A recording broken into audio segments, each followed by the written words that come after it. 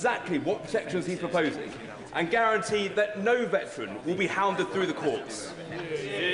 Well, we are looking at amendments to improve the process for families, to further safeguard our Operation Banner veterans and ensure oversight of how the protections work, make it clear that there is no equivalence, and never was, between the actions of terrorists and the conduct of our armed forces and the police in trying to protect life, and ensure that coroners and the Commission take proper account of the circumstances in which our armed forces were operating. All of those will be consistent with the joint framework and with the government's human rights obligations, and I hope the opposition would welcome all of those things. Chair of the Select Committee, Tony Antoniazzi. Thank you, Mr. Speaker. During our inquiry on legacy, we heard serious concerns from victims and survivors about the government's approach to information disclosure. In Dillon, the Supreme Court showed a significant degree of deference to government on national security grounds. What reassurances can the Secretary of State give to families and survivors that national security will not be invoked to withhold information simply because it is uncomfortable for the state, rather than its disclosure would present a genuine risk to the public? Well, as my honourable friend, the Chair of the Select Committee, knows only too well, ultimately responsibility for national security rests with ministers, and Dillon and indeed the Thompson judgment confirmed that. But as I already indicated, I have proposed in the bill changes to the disclosure provisions that were contained previously, including requiring the Secretary of State to conduct a balancing exercise when considering each case, and also to give reasons. And the Supreme Court also made it quite clear that the Secretary of State does not have a veto, because any decision can be subject to judicial review. Sir Secretary of State Alex Burkdale. The Secretary of State will have seen reports in the Belfast Telegraph that prior to 1985, a very large part of the gelignite used in IRA bombs was routinely stolen from a single factory in the Republic, from County Meath. The supply amounted to many tons of explosives, and it took the lives of many hundreds of people. At the time, British intelligence repeatedly raised concerns with Dublin. Nothing was done, despite the factory allegedly being in receipt of Irish state subsidy. Following these revelations, will the Secretary of State commit to writing to the Taoiseach to ask him to hold an urgent public inquiry into the Enfield explosives factory? Well, I have indeed seen the reports that the honourable gentleman refers to, and one of the reasons for the Troubles Bill, as I've already explained, is to facilitate cooperation with the Irish authorities in relation to all of these matters. We cannot undo the past, but what we can do is to provide information for those whose lives were lost as a result of the use of those explosives, by full cooperation taking place between the Irish authorities and the Legacy Commission. We require the bill in order to make that happen. With all due respect, the Secretary of State did not answer my question.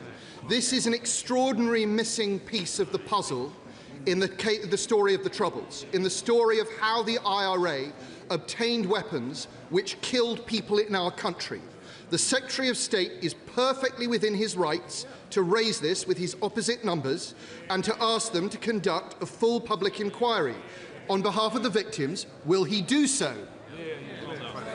I undertake to the honourable gentleman and to the House, since he has raised the matter directly with me, to raise it with the Irish authorities, because they will have seen the exchange that he and I have just had. Paul Cole, Liberal Democrat spokesperson. Thank you, Mr. Speaker. The main review into the ICRIR describes a toxic, divided and disrespectful senior culture, along with structural weaknesses in the governing legislation.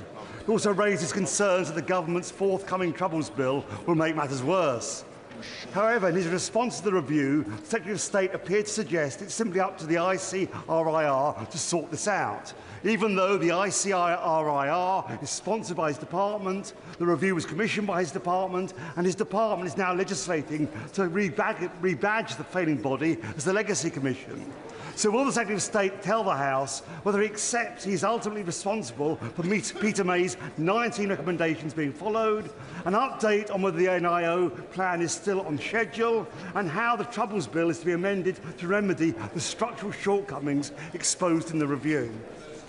Well, it is, I say to the honourable gentleman, it is a joint responsibility between the independent commission established under the legislation put in place by the last government. Some of the things that have been uncovered are evidence of why we need to reform the way in which the commission works, which is what the Troubles Bill will seek to do. We have a joint plan that we are working on together. I've made my displeasure very clear to every single one of those who sit on the Legacy Commission board. It is not acceptable what was found, but we also have to acknowledge the report also said there's a lot of committed staff and nothing must get in the way of them carrying on with their work to find answers for families. Mr. Speaker. With permission, Mr. Speaker, I'll answer questions 8 and 9 together. Public service reform is needed, and that's exactly what we're doing. Just last week, we announced a £42 million package to invest in digitising prescriptions, because with 45 million prescriptions issued every year, the service is inefficient, expensive, and we're changing that. Kevin. I'm grateful to the Minister for his answer. Thanks to this government's investment in public services, Northern Ireland received its record funding settlement and spending review. With this in place and the extra transformation funding, does my honourable friend agree that it is now up to the executive in Northern Ireland to deliver the changes that are so clearly needed in Northern Ireland's public services? Yes, but as I've always said, it's not just a question of cutting a cheque and walking away. Of course, we have given more money to the executive than ever before in the history of devolution. I'm glad that's welcomed on our benches, but we also bring partnership working to ensure public services can turn the corner. Thank you, Mr. Speaker. Many of my constituents in Luton South and South Bedfordshire have close family ties to Northern Ireland and understandably take interest in health outcomes in Northern Ireland and the UK. Does the Minister agree with me that when it comes to public health, all parts of the UK can learn something from each other, and can he update the House on conversations between the UK Government and the Executive on respective successes in improving patient outcomes? My honourable friend is absolutely right. No person has a monopoly on good ideas, and no government does either. I want the best for the whole of the United Kingdom. Where Northern Ireland leads the way, we can try and roll that out across the rest of the UK. But where it needs support, like on digitising prescriptions, we'll do that too. It's about working with the executive to improve patient outcomes. Thank you, Mr. Speaker. Now, Mr. Speaker, the Secretary of State for Northern Ireland won't thank me for saying this, but whenever we're having these discussions about transformation of public services in Northern Ireland, you can either have good public finances or you can have an unreformed Stormont, but you can't have both. Now, with 3 parties in Northern Ireland supporting reform proposals in the last number of weeks, when is this government going to get serious about giving Northern Ireland the means in which to govern itself and get round the table and start discussions on reform of Stormont? Well, those are conversations that are ongoing. We've had those. We had a Westminster Hall debate recently on there, and we'll have further conversations with party leaders. But I would also gently say that it can't be a substitute for improving services now. Improvements can be made. We've talked, myself and the honourable member, about cancer waiting times. We can do things now. It doesn't have to wait for conversations about reform as well. Question, Robin Swan. Yes, Mr. Speaker. Transformation needs to be embedded by a recurrent budget. We're 3 months into this financial year in the Northern Ireland political speed. We still don't have a recurrent budget. So what steps is the Northern Ireland office taking to bring about a recurrent financial budget in Northern Ireland? Well, not only have we given a record settlement more than ever before in the history of the Executive since devolution, we're supporting the Executive, we're having discussions, we're encouraging them to set a budget so that the people of Northern Ireland can see the improvement in public services they really need. Before we come to Prime Minister's questions, I'd like to pay tribute to former colleague Lord Alan Hazelhurst, who died this week. Although we come from opposite sides of the Pennines and the Isle, Alan served this House initially as the MP for Old Lancashire seat of Middleton and Prestwich from 70 to 74. Before, he represented Saffron Walden from 77 to 2017. He was also my immediate predecessor as Deputy Speaker and Chairman of Ways and Means from 97 till 2010. He was a distinguished and respected parliamentarian, serving on numerous committees during his time in the House, as well as playing a leading role with the Commonwealth Parliamentary Association. Friends will know Alan was mad about cricket. Along my father Doug, they were prominent and long-serving officers of the all-party parliamentary group on cricket. And I know Alan took his passion to the next level with his many novels about the sport. In 2018, he was appointed a life peer, served in the House of Lords until he retired at the end of 24.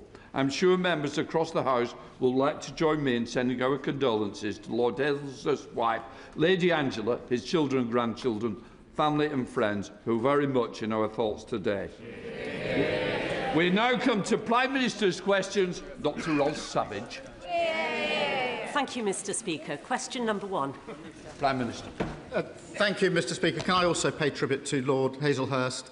I know he will be deeply missed, particularly on the benches opposite. Mr Speaker, the findings of the recent Spring Hill inquest into the tragic deaths in July 1972 of Father Noel Fitzpatrick, Patrick Butler, Margaret Gargan, David McCafferty and John Dougal are sobering. While the circumstances in which the events occurred were undoubtedly challenging, it is the duty of the state to hold itself to the highest standard. The government accepts and deeply regrets these findings and recognises their gravity.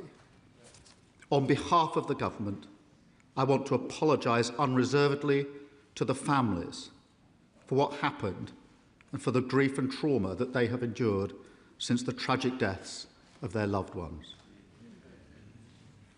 Mr Speaker, I also want to place on record our deepest condolences to the family of Lance Corporal James Freeman, who died in a tragic accident on Sunday. Mr Speaker, I'm also aware of a Royal Navy helicopter crash this morning in Devon. This will be a deeply worrying time for the families, and more information will be set out as soon as possible. Mr Speaker, Henry Novak's family have shown extraordinary dignity after their son's life was stolen in appalling circumstances. He was clearly a kind and thoughtful and much-loved young man. There are serious questions to answer, including how accusations of racism informed police thinking, and we're supporting the IOPC to get to the bottom of what happened.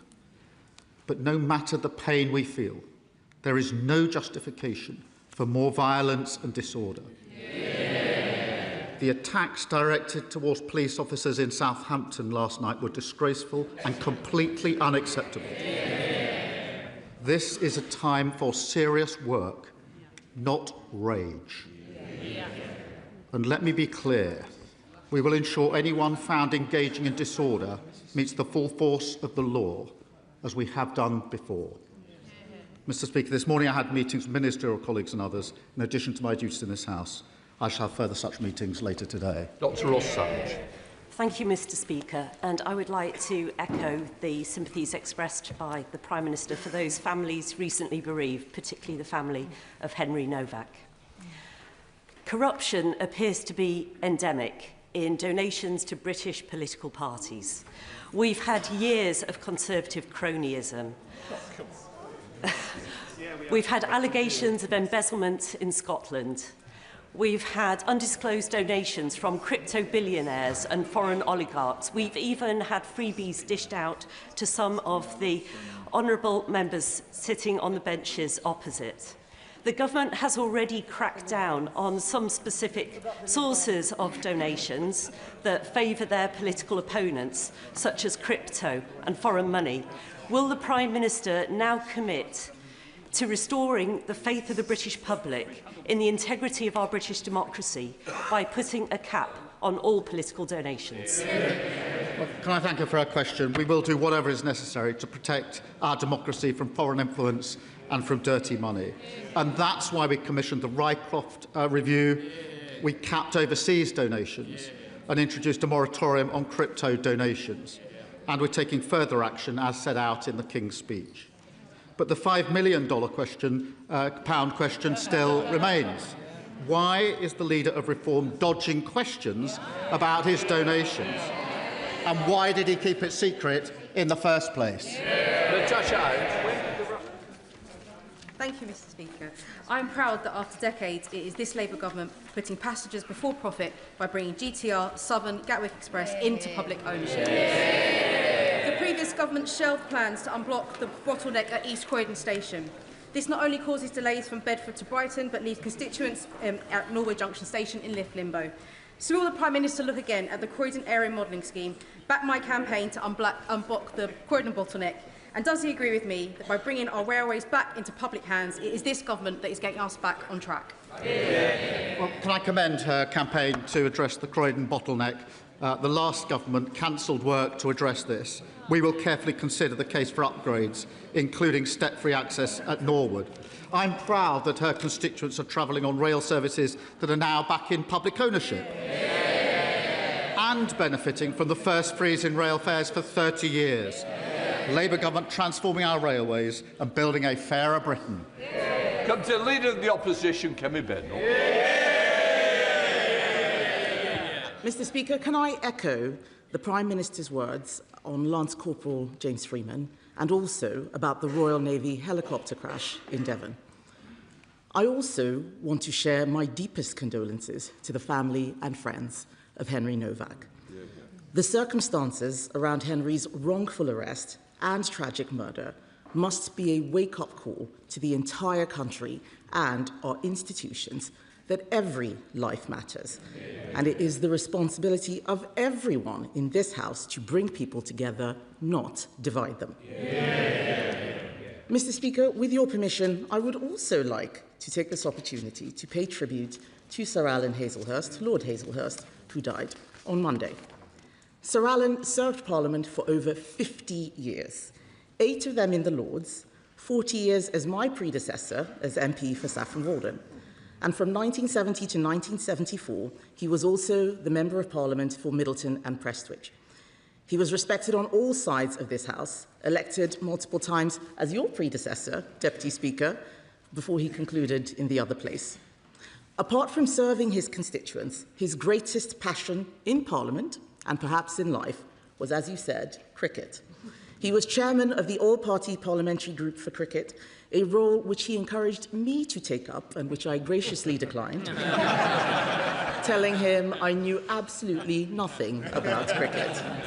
But I think colleagues should know that the reason Sky Sports can be found on the Parliamentary TV network is because of Sir Alan's intense lobbying. There is so much to say, but I think just letting everyone know that he was a good and kind man, and he will be very much missed. My thoughts are with his wife Angela and his children Mark, David and Emma, and his grandchildren. So, Mr Speaker, can I ask the Prime Minister, by how much has the welfare bill risen since he came to office? Mr Speaker, can I just first thank her for her approach and her tone in relation to the Henry Novak tragic case. In relation to welfare, Mr Speaker, as she knows, we inherited a broken system from the party opposite, and we are now improving that system. Delivering a youth guarantee, rolling out 300,000 work experience placements, and commissioned Alan Milburn's review into youth unemployment. They're the steps that we were taken. As she will know, the number on welfare went up hugely on their watch, as did the cost under the Shadow Chancellor. Mr Speaker, the Prime Minister doesn't seem to know the answer, so let me tell him. Benefits alone have risen by £20 billion since he came to office. The Prime Minister has promised welfare reforms, we heard him say it just now, so can he tell the House why was there no bill in the King's speech to reform welfare? Well, Mr Speaker, welfare reform is balancing universal credit so it no longer pushes people away from work. That's what we're doing. They voted against it. Welfare reform is introducing a right to try to incentivise people to take up opportunities. That's what we're doing. They voted against it. Welfare reform is providing record funding on apprenticeships. That's what we're doing. Apprenticeship starts fell by 40% on their watch. and she talks about the welfare bill. It soared to £88 billion, by £88 billion on their watch. Nearly 3 million people were written off. Face-to-face assessments collapsed because of the contracts they agreed. And the person who signed off those contracts was the Shadow Chancellor. Mr. Speaker, we need to bring down the benefits bill. He complains about the Shadow Chancellor. The bill went up because of the pandemic. And even then, Mr. Speaker, even then, they were asking us to spend more. It's not the Shadow Chancellor who's the problem, it's the actual Chancellor. She's not even here in her place. It is the actual Chancellor. Mr. Speaker, the reason why there is no welfare bill is because the Prime Minister has given up. And he's given up because they have given up on him. On Sunday, the Welfare Secretary was asked 12 times on national radio if he would make cuts to the benefits bill. And 12 times he could not answer. So I will ask the Prime Minister, is he going to cut the benefits bill? Mr. Speaker, all the measures we're doing to reform welfare, all the measures we're taking to get young people into work are measures to reduce the cost and the numbers of people who are unemployed. And, Mr. Speaker, that's why we've introduced the Youth Guarantee, so that young people can have help into work, that they can then, after 18 months, if they haven't got a job, be given a job for 6 months, supported, which we know is the best way to ensure that they succeed as we go forward. That is the change that we're making, Mr. Speaker. But they introduced the system that is broken. We're reforming it. Did they vote to reform it with us? No, they voted to keep the broken system. Mr. Speaker, the Prime Minister keeps saying he's bringing in welfare reforms. None of those things are going to cut the bill. Even his own Tim's review explicitly says, this is their review, this is in the terms of reference, explicitly says this is not about generating proposals for further savings. He had a chance to cut benefits. Last year, I remember, they were planning to cut benefits, and on the floor of this House, they U-turned. What did he do when he had a chance? He caved. He caved to all these MPs behind him who don't want benefits brought down. That's why they're sitting silently behind him. So does the Prime Minister agree with his Welfare Secretary that that was the moment he lost his authority? Mr. Speaker, I'm proud of what we're delivering on this side of the House. The fastest growing economy in the G7. They said that couldn't be done. Despite the war in the Middle East, the OECD forecast UK growth is up and inflation is down. Net migration, Mr. Speaker, net migration, which reached nearly 1 million under them, and the Leader of the Opposition was the cheerleader, down by a staggering 82%. The asylum backlog down by 46%. We're delivering the fastest reduction in waiting times in the NHS in the history of the NHS. That's on top of free school meals, free breakfast clubs and free childcare. And, of course, we're lifting 500,000 children out of poverty. I'm very proud of the work of this Labour government. Mr. Speaker, he says he's proud of what they're delivering. I'm glad to see the Prime Minister still has a sense of humour, given we all know he's losing his job soon. He has no authority, and we know why. His MPs will not let him do anything. The Welfare Secretary said in private what they won't dare say in public. He said, every meeting I have with Labour MPs is about who can we tax in order to pay more benefits. Shameful. Last week, Tony Blair said, if the Conservative Party repeats its offer of working together on welfare, Labour should accept. So today, I am repeating that offer to the Prime Minister. Is he ready yet? Prime Minister. Mr. Speaker, they introduced a system that's broken, and they put the bill through the roof, and now they want to give us advice on welfare. No thanks. No thanks. The question should always be not what benefits people are entitled to, but what help we can give people to change their life. That's what the Work and Pension Secretary was arguing, and he's right about that. And it's a Labour government that's helping people into work. And she asked what we've done. She asked what we've done. More rights for renters, stopping unfair rent strike. That's 11 million people giving greater security and a place to call home. More rights for workers, Mr. Speaker. including bereavement leave on day one. Ask anyone who's lost someone and they'll tell you just how important it is to have bereavement leave and lifting 500,000 children out of poverty. We often say in this House that every child should go as far as their talent or ability will take them. It does not happen if they're growing up in poverty. And the party opposite have fought us every turn. I'm proud of what we're delivering. There's much more to do. Mr. Speaker, the truth is, unemployment has risen every single month since they came into office. You can listen to their chairs get weaker and thinner with every passing moment. The fact is, despite his huge majority, the Prime Minister doesn't have the votes to reform welfare. There is a solution, a Conservative solution. Benefits bill down. Mr. Speaker, they're all jeering now. I don't know why they're supporting him. He is more than happy to release all their text messages while all of his has disappeared. Disappearing messages from a disappearing PM. There is a Conservative solution. Benefits bill down, taxes down, growth up. Everyone in this House knows that he is just a caretaker, keeping the seat warm for the Mayor of Manchester. But it doesn't matter who's in charge. Labour MPs will keep asking who can they tax to pay more benefits. It is in their DNA. Isn't it the truth, Mr. Speaker, that the problem isn't this passive Prime Minister, the problem is the Labour Party? Forgive me if I don't take too much notice of the Leader of the Opposition.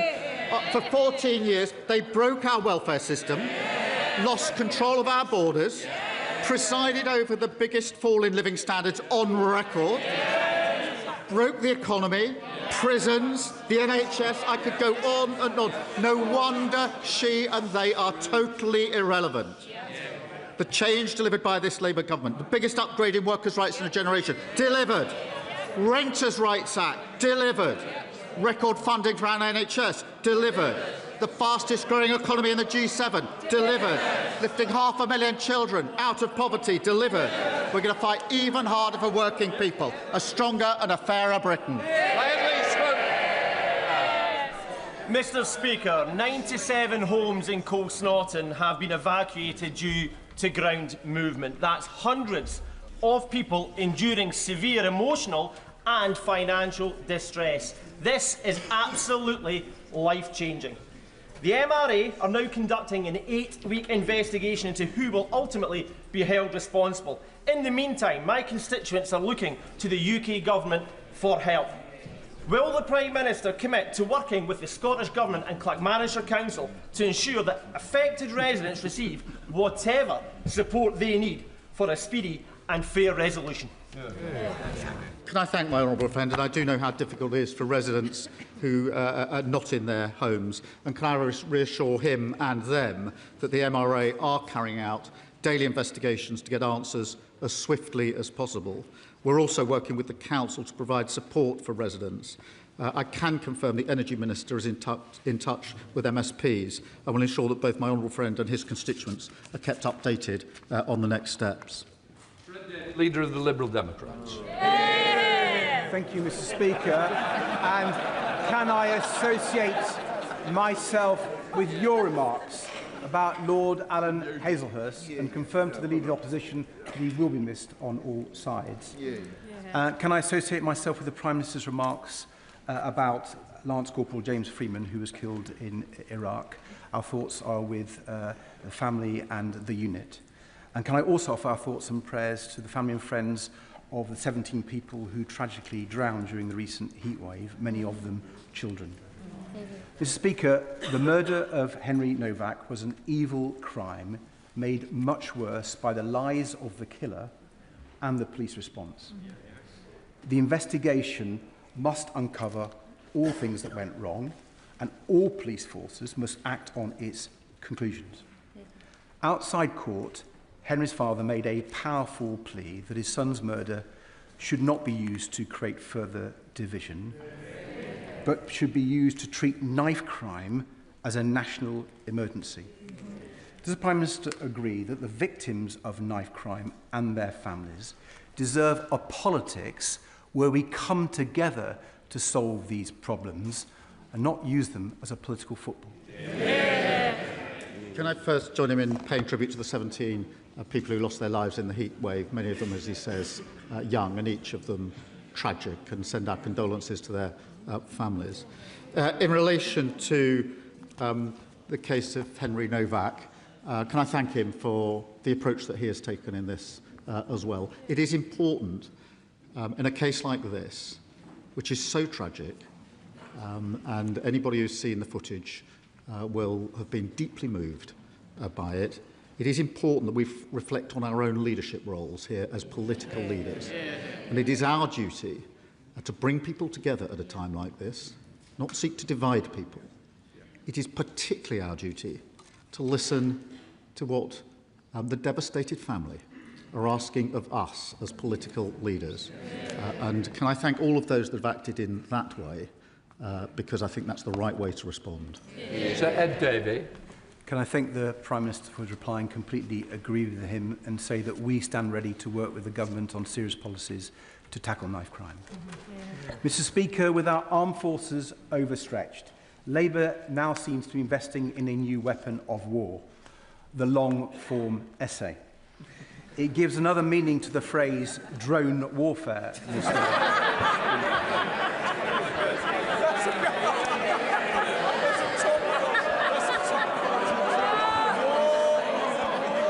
Tony Blair says the UK should suck up to Donald Trump, kowtow to US tech barons, and go slow on Europe. The Prime Minister must be grateful for this rare endorsement of his agenda. Blair also claims that the sensible people aren't radical and the radical people aren't sensible. Is the Prime Minister concerned that unless he changes course, he will be remembered for being neither radical nor sensible? Well, he rather spoiled what was quite a good gag. Mr. Speaker, I have to. I'm surprised he hasn't done more to welcome the savings we're delivering for family fun days out this summer. I really thought that he would have been delighted at the cheaper tickets for soft play. Speaker, the country is united in its horror at the tragic death of Henry Novak. And would the Prime Minister once again join me in paying tribute to the courage of Henry's family in the face of this tragedy? And will he also join me in calling for the recognition of the serious mistakes made by the police, and that we must learn from those mistakes so that no family may face this tragedy again? Well, can I thank him for raising this really important case? And my thoughts are with Henry's family. I'm sure the thoughts of the whole House and the whole country. I have watched the body cam footage, as others will have done. I found it really hard. It was harrowing. And as a dad of a 17-year-old boy, I felt sick. I can only imagine how devastated his family are. It is extremely moving. Henry's life has been stolen. His family have responded with incredible and immense dignity and bravery. Now, there clearly are lessons, Mr. Speaker, that need to be learnt, serious questions that need to be addressed, not least this question of our accusations of racism informed decision-making in such cases. Henry's father said this: "We do not want his death to be used to create further division, hatred, or tension." They're the words of a grieving father who's lost his son. We do not want his death to be used to create further division, hatred, or tension. I think those words have resonated with people across the country. We must not allow this tragedy to be hijacked by anyone who seeks to divide us. Nigel Farage. Thank you, Mr. Speaker. Following the horrendous circumstances of Henry Novak's death, can I urge the Prime Minister to consider this? It is now clear to growing millions in this country that we're living under two-tier policing. The instructions that are given to police officers from police bosses are clear and written down in ink. It says you must treat different ethnic groups in different ways. That, apart from the upset and the anger at the circumstances of his death, the anger that you saw spilling out in Southampton last night,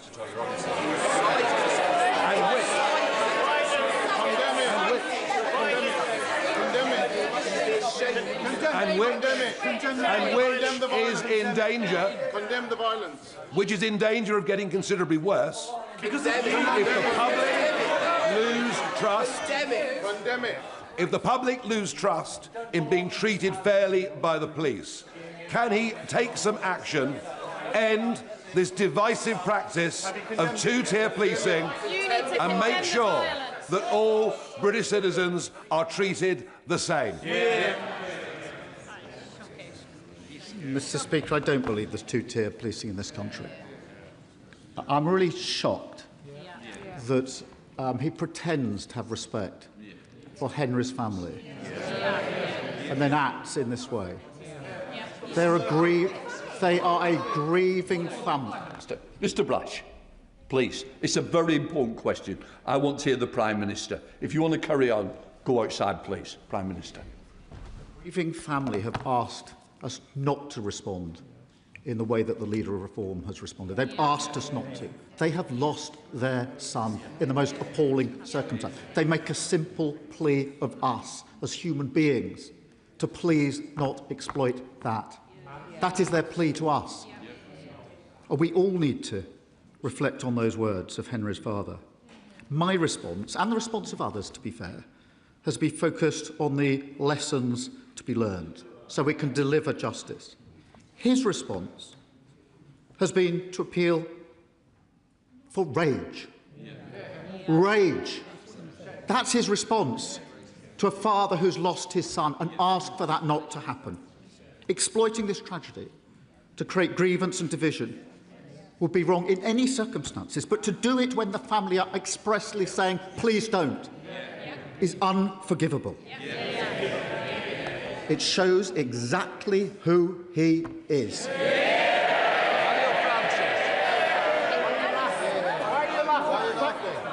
Thank you, Mr. Speaker. And I'd like to echo the comments that the Prime Minister just made. Absolutely. In August 2024, my constituent, Holly Woodcock, was found deceased in France, aged 20 years old. Her parents, Lee and Joanna, who are in the gallery today, still have no idea what happened at Holly's friend's holiday villa. They have raised significant concerns with the Foreign Office regarding the investigation, including the inconsistencies of witness statements and timelines, how samples were prematurely destroyed, and how matters raised by French lawyers were dismissed by the investigating French police officers and officials. I'm grateful that the Foreign Office Minister met with me and Mr Woodcock, but I share the family's concerns that our government should do more to press the French authorities to reopen the investigation. So will the Prime Minister commit to look at what can be done to raise this matter with his French counterparts at the highest level to help Mr and Mrs Woodcock get the answers that their daughter Holly deserves? Can I thank him for raising this case and express my sincere condolences to Holly's family? I cannot begin to imagine the intense distress that they've experienced. My honourable friend will know the Ambassador to France has raised Holly's case with the French Prosecutor General, and I know the Minister of Europe has set out further steps that can be taken and is ready to support the family. But I will reflect in light of this question on whether there's anything more that can be done. Liz Saville-Roberts. Diolch yn fawr iawn, Lefarydd. Last month, Welsh voters elected a Plaid Cymru government with a clear message, fairness and hope. This means tackling years of neglect by securing funding owed from HS2, a new financial settlement that reflects our nation's needs, and more powers for Wales, especially powers over our natural resources. So would the Prime Minister be open to turning a conversation into real action to fulfil the democratic wishes of the people of Wales? Because now surely is a time for us to work together rather than facing the chaos that threatens us from every corner. Can I thank her for a question? As she, I hope, knows, I did have a call with the First Minister of Wales just 2 weeks ago and made it clear that this government, will work constructively with the First Minister and with the government in Wales, because that's the right thing to do to deliver for Wales. Tristan Osborne. Thank you very much, Mr. Speaker. Can I ask the Prime Minister about our National Health Service and what better treatments can we offer people suffering from memory loss? A very distressing case was recently brought to my attention by a constituent in Waldham, in a village in my constituency, of a man who could not remember his own words, even though he said it on television, that the NHS should not be funded through general taxation. What can we do to ensure my constituents in Chatham and Aylesford secure clarity on future Kent and Medway NHS funding, and what can we do to help the leader of Reform UK? Well, my honourable friend makes a powerful point. The Reform leader wants everyone to forget that he called for our NHS to be replaced with an insurance-based system. You might want to jot it down to jog his memory. And then he said that if people can pay, they should pay for NHS treatment. So we can help him by jolting his memory here. You cannot trust reform with our NHS. The only way to protect it is to vote Labour. Rosie Duffield. Thank you, Mr. Speaker. This week, Tom Carriage and UK Hospitality launched their That's the Problem campaign. And yesterday, my neighbour from Herne Bay and I hosted industry bodies, chefs Matt Tebbett and Thomasina Myers, hospitality leaders from Manchester, Liverpool, London and Kent, including Andy Burnham's nighttime economy advisor, Sacha Lord. All agree with campaigners such as Andy Lennox that the UK's rate of 20% of VAT in hospitality is killing businesses daily. Does the Prime Minister agree that that's the problem? And will he match his candidate in Makerfield's pledge to slash VAT in line with the rest of the EU? Can I thank her for her question and recognise the challenges that she identifies? That is why we're permanently lowering business rates for retail, hospitality and leisure businesses.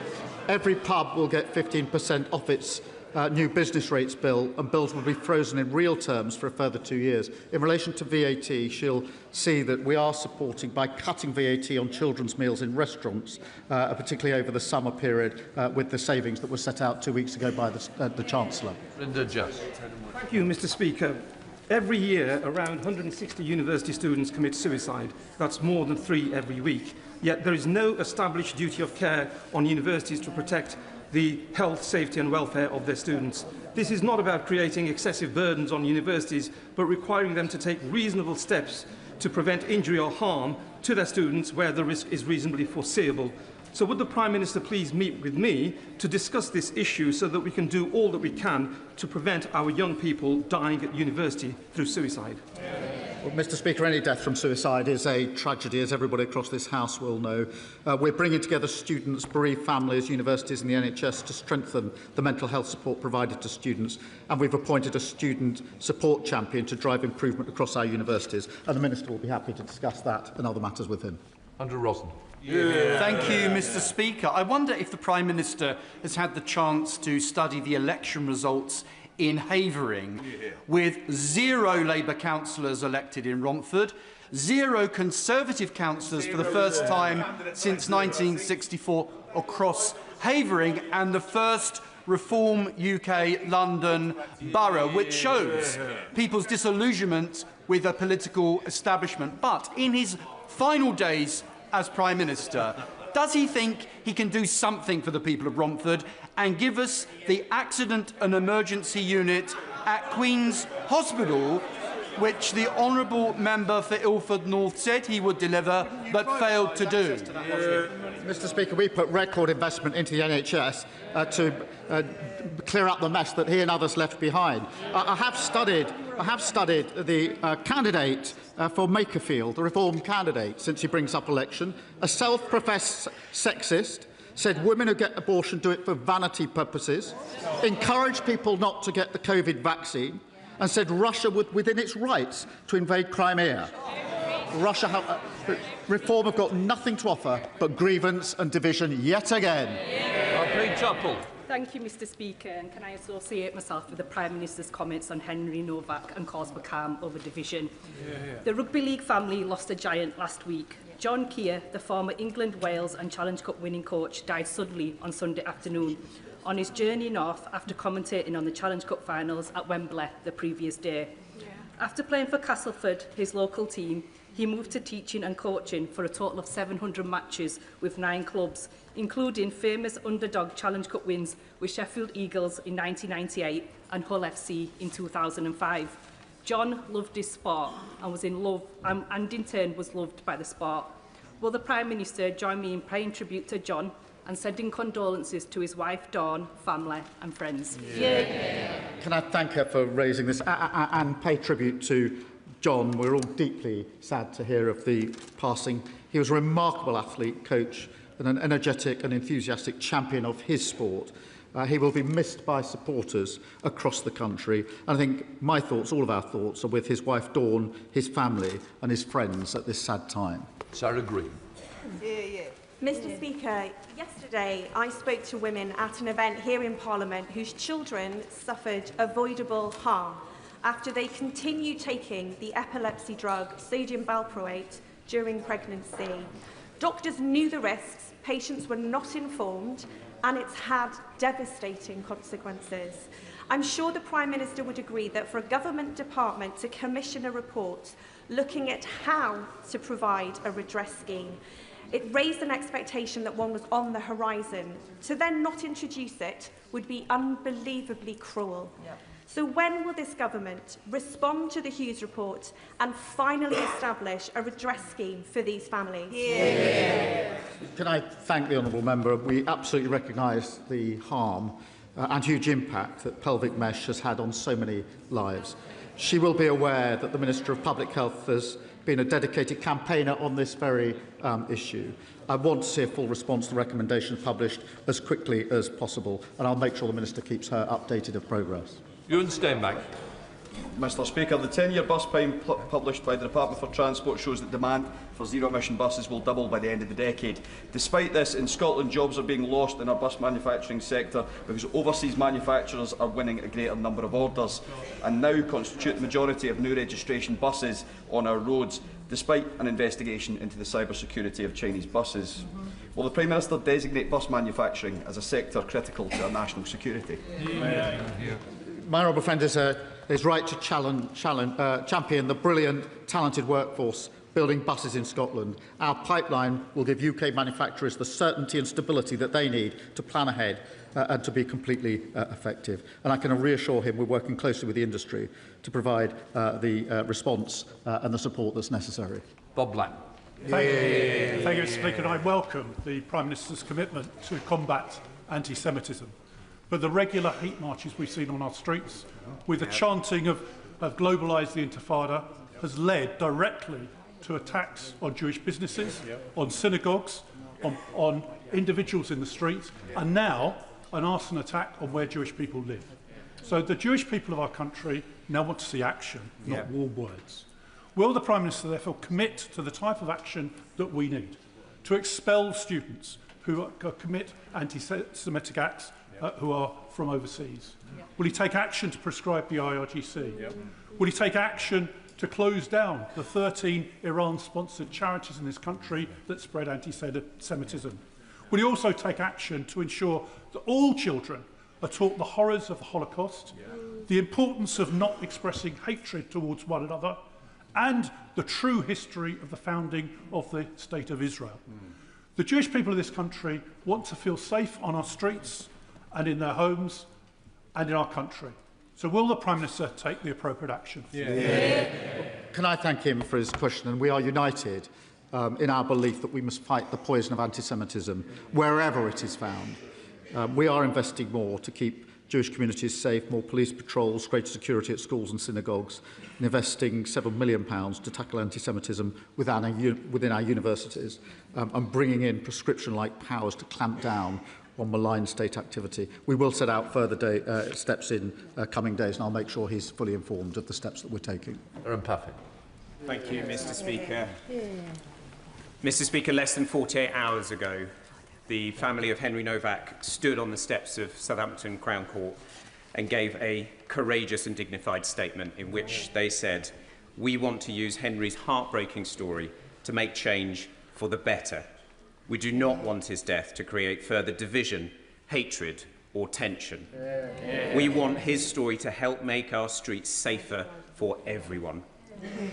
Does the Prime Minister agree with me and my constituency neighbour in Southampton Test, Satvir Kaur, that the violence we saw whipped up on the streets of Southampton last night, the criminal damage to innocent people's homes, the injuries to 11 police officers, are the total opposite of what Henry's own family clearly and powerfully called for? Can I thank him for his question and thank him for the discussion that we had this morning about the impact in Southampton, and thank him for the work that he has done along with his fellow MP and, if I may, the Honourable Member for Thurrock, who's been dealing with Henry's family for some time. The attacks directed towards police officers last night were disgraceful and completely unacceptable. There is no justification for further disorder. Stanley Chambers. Thank you, Mr. Speaker. And the Conservatives promised us 40 new hospitals repeatedly that we knew were never going to happen. But the current government is now promising us a new hospital in Hampshire in 20 years' time if it gets built at all. Mr. Speaker, my constituents really rely on our A&E maternity services, but our current hospital has a huge repair backlog and it has rainwater leaking into clinical areas. Will the Prime Minister please break this cycle of governing parties promising us hypothetical hospitals and simply commit to fixing our actual hospital in Winchester? Can I thank him for his question? I recall he raised this with me, I think, previously at Prime Minister's questions. As he knows, the reorganisation of services is a matter for local integrated care boards who take decisions based on the evidence and engagement with patients. Across the country, patients are benefiting from the £450 million investment that we've provided to expand urgent and emergency care capacity. That's the improvements because of the investment we put in, but it is a matter for his local board. Thank you, Mr. Speaker. Despite the efforts of dedicated teachers in Scarborough and Whitby, only 36% of pupils achieve grade 5 and above in both English and Maths GCSE. Does the Prime Minister agree with me that Mission Coastal has the potential to deliver the same transformational impact for young people in deprived coastal communities as the London Challenge achieved, and is the kind of bold and targeted intervention that only a Labour government can deliver? Can I thank her for her work championing on such an important issue? Mission Coastal will help break the link between background and success, giving the most disadvantaged children mentoring, career support and enrichment opportunities, because we believe that no matter where you grow up, every child deserves the same opportunities to succeed. Victoria Collins. Thank you, Mr. Speaker. This government's top-down housing targets, which are about to almost double in my constituency, mean communities like Redbourne and Tring are about to see huge-scale development while infrastructure is bursting at the seams. But while a supposedly affordable new build in my patch is more than £500,000. So no wonder Hannah, one of my sixth formers, says she can never dream of buying a new home and have to leave the place where she grew up. So will the Prime Minister urgently review these targets and come and speak to Hannah and our constituents, see how the targets, these top-down targets, are not delivering the affordable homes, the services we need, or protecting our precious land? Prime Minister, please. Look, we inherited a housing crisis with people unable to have the security of their own home or even get onto the housing ladder. We are determined to change that. We have invested £39 billion to deliver more social and affordable homes, prioritising brownfield land. We must build more communities with strong infrastructure, but her party consistently votes against the planning reforms that will actually allow those homes to be built. Final question, Calvin Bailey. Thank you, Mr. Speaker. Yesterday, the Health Secretary confirmed that all eligible black men will be invited to the Transform trial. As chair of the Prostate Cancer APPG, I welcome this vital step towards screening for this terrible disease, for which black men have doubled risk for both diagnosis and death, something which Reform have responded to with nothing but divisive weasel words and rage baiting. Does the Prime Minister agree with me that our NHS was founded by Labour to be there for everyone equally, and when there is a proven higher risk, targeting support is equality? Can I thank him for his work as chair of the Prostate Cancer APPG? This programme is England's first targeted cancer screening programme. We're also funding a major expansion of research and treatment backed by £20 million to help men at the highest risk. We are determined to improve cancer care, and more cancer patients are now being diagnosed on time thanks to Labour's decisions. But of course, there's more to do. Let the front benches change over. Didn't ask a question, so questions come after statements. You didn't ask a question, though. I don't know. So they come afterwards. They come after statements and UQs.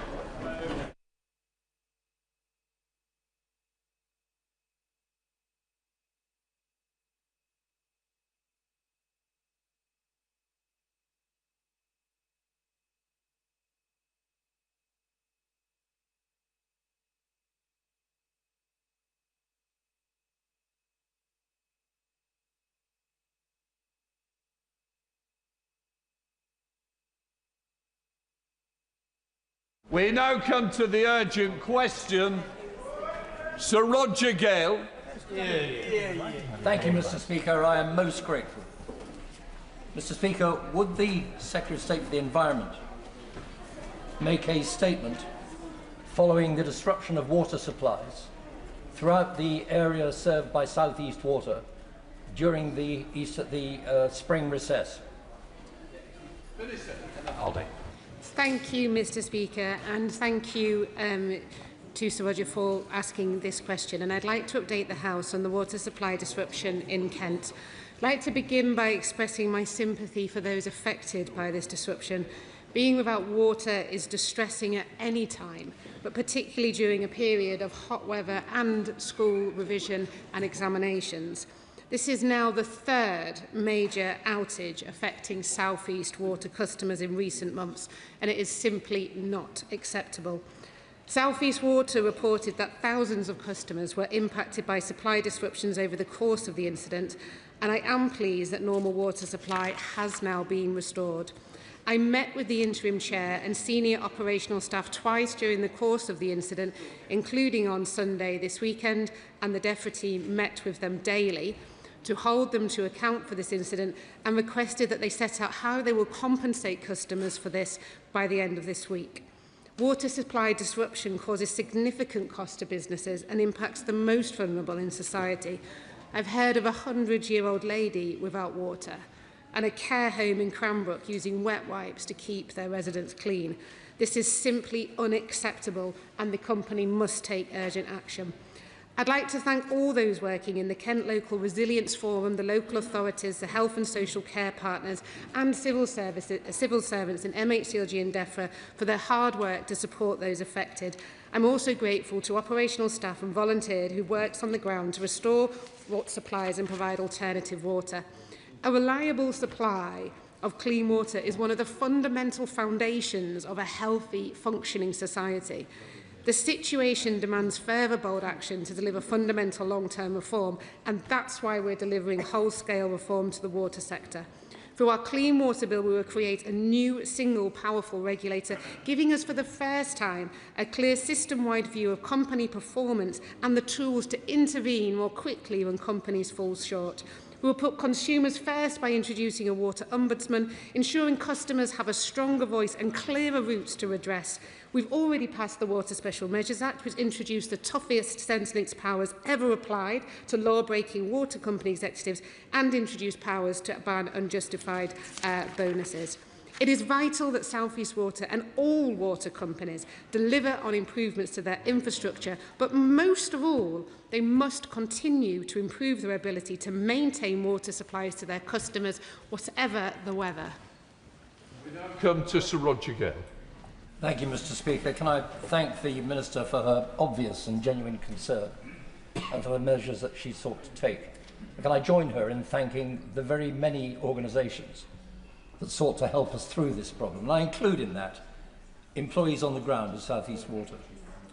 Mr. Speaker, you know that thousands of people in Herne Bay in my constituency, and more thousands of people in Whitstable, in the constituency represented by my honourable friend, the member for Canterbury, were left without water during the 4 hottest days of the year so far. That is totally inexcusable and totally unacceptable. Not only were households disrupted, but at the very time when they should have been having a glorious start to their season, guest houses, hotels, restaurants, pubs were shut. Care homes had frightful problems. A doctor's surgery lost its consultations because they didn't have water. There is no quick fix to this. The Broad Oak Reservoir should have been built 50 years ago. It'll take 10 years if we start tomorrow. But we have to try to make sure that in the coming months, because there will be more hot weather, this doesn't happen for a 5th time across Kent. And Mr. Speaker, finally, could I say that I do believe that the water companies face a very real problem in the regulations as they stand. They are required by law to connect every new house to a supply. They are not consultees in planning applications. We have to correct that. They have to be given a voice because they cannot spirit water out of thin air. Yeah, well done. Emma Harding, Minister. I thank the right honourable gentleman and share his outrage at the situation. And he's quite right to say that one of the answers is the reservoir, and he's quite right to say that it's going to take a long time in which to build it. But it's not just the reservoirs, it's the desalination plants. But it's also they need to do more urgent action on tackling leakage. Too much of the water that is produced is lost through leakage. We're also sort of looking across government at building standards for new homes. How can we make homes more water efficient? Because this is a big problem. And one of the things I hope which will offer him some reassurances, NISTA have been doing some work around mapping to identify areas of the country where we have more acute water shortage problems to look at what we need to resolve it. One of the things I was saying to the company is, like, what are the actions you can take now? There's no excuse for their poor communication. That's something they can fix overnight. They can improve their communication. They can improve their relationship with the local resilience forum. That doesn't cost any money. They can look at the bulk supply deal they have with Southern Water. That's another action they can take. They can accelerate their work on leakage reduction. That's another action they can take. But fundamentally, it's quite right. The answer is building reservoirs and having greater storage of water across our country. And it is quite frankly, I think, ludicrous that we're in a situation where we complain about the rain all through the winter and complain about the drought all through the summer, and we have no way of storing it, and that's something I'm trying to change urgently. Just to remind her, this is about South East Water, not other water companies. So I'm sure all questions will be linked to that. Sure, Sanchez. Thank you, Mr. Speaker. Like many of my constituents, I have lost all faith in South East Water after the repeated failures to deliver adequate standards for customers in my constituency and across Kent. The latest incident left around 4,000 of my constituents having to cope for days with no water entirely, an intermittent supply or low water pressure. South East Water's failures to invest in infrastructure means I have no confidence they will be able to provide a basic standard of service. Moreover, they kept the hosepipe ban until February this year, and there was no preparedness for the hot weather that was coming up. So there is a lack of understanding for the senior leadership within that organisation. So what practical measures the government can do that we will not suffer in this coming summer months? Minister. I thank my honourable friend for his question and share with him the outrage of the situation, and he has been a fantastic champion for his constituents in raising this with me on a number of times. In terms of the action that they can immediately take, one of the things we've said to the company is that they need to be prepared for future hot weather during the summer. What is their plan? What is their resilience plan? What actions are they going to take? What are they going to do? Where can they identify immediate things they can take? The longer solution is the storage of water. That is the longer term solution. But I mean, fundamentally, I have to say, Mr. Speaker, this company is a water-only company. It has one job. That's all it has, one job, to supply water, and it's quite frankly astonishing that it is failing to do that at the moment. He will be aware they are under investigation from Ofwat, they're under investigation from the Drinking Water Inspectorate for its actual licence, and because of its recent credit downgrade, it is under investigation as to whether those licence conditions have been broken. So serious actions are being taken against this company now. I will, of course, update the House as soon as I hear more about the things they're going to be taking in the immediate short term. And just also to mention that the CEO has offered his resignation. The chair has already resigned. There is an interim chair and the CEO is currently there while they're looking to replace him with somebody else. Shadow Minister Dr Neil Hudson. Thank you, Mr Speaker, and thank you for granting this urgent question from my right honourable friend, the member for Herne Bay and Sandwich. And can I thank the Minister for her approach and engagement with this vital issue. It is deeply regrettable, Mr Speaker, that we are here yet again with unacceptable outages from South East Water following the events back in December and January. The shortage of water supply in Kent in these hot conditions has had terrible impact on the local communities. Homes have been without water supply, schools and businesses impacted, farmers and horse owners again fearing not having enough water for their livestock. Local residents have lost confidence in their water supply and are switching to bottled water. That simply is outrageous. These repeated failures are simply not good enough from South East Water. We have heard repeated accounts about poor communication and logistics from South East Water, including difficulties in accessibility to collect bottled water, compromising vulnerable residents. Can the Minister please provide guidance on what is being done to ensure that people can reliably, moving forward, access adequate supply, particularly vulnerable households? And what is being done to ensure vital healthcare delivery can continue uninterrupted? And in these hot conditions, what measures can be put in place so that farmers and horse owners will have enough water for their livestock? What meetings has the Minister had with South East Water, Ofwat, the Drinking Water Inspectorate, local resilience fora and affected councils since this latest disruption? Mr Speaker, we've seen resignations at the top of South East Water, but we are yet to see any change in performance. What enforcement action is being considered against South East Water if it is found again to have failed its statutory duties? And what investment has South East Water committed to improve resilience in Kent, Sussex and other areas, and how will ministers ensure that it's delivered? Does the government accept that repeated water outages are unacceptable? And what steps will ministers take to support people in South East Water's area so that they will not face yet another period of interrupted supply? I thank the official spokesperson. On the issue of farms, they did, after the last situation, which was raised with me, I think, by the Honourable Lady about, and yourself, about access for livestock. So this time they did make deliveries of alternative water to farms across the region during the instance, so that's what I've been informed. But obviously there's intelligence otherwise. I'm keen to learn and understand that. And they had said they continue to monitor farms at risk areas. On the issue of vulnerable customers, this continues to be a challenge. So one of the things I've been talking to the Cabinet Office around is there a way that we can share more accurate information and data? Because what the water companies say is keeping their priority register up to date is quite challenging, because sometimes people fall in and out of being vulnerable, classified as vulnerable. For example, a lady who's pregnant is classified as vulnerable and needing water, but obviously when she's had the baby, she's no longer classified as being vulnerable in the same way. So how can we maintain accurate records of who's vulnerable and who would need additional water? So I'm having those conversations with the Cabinet Office around, is there a way to share data, but bearing in mind it's sensitive about sharing information, so there's always a complication there.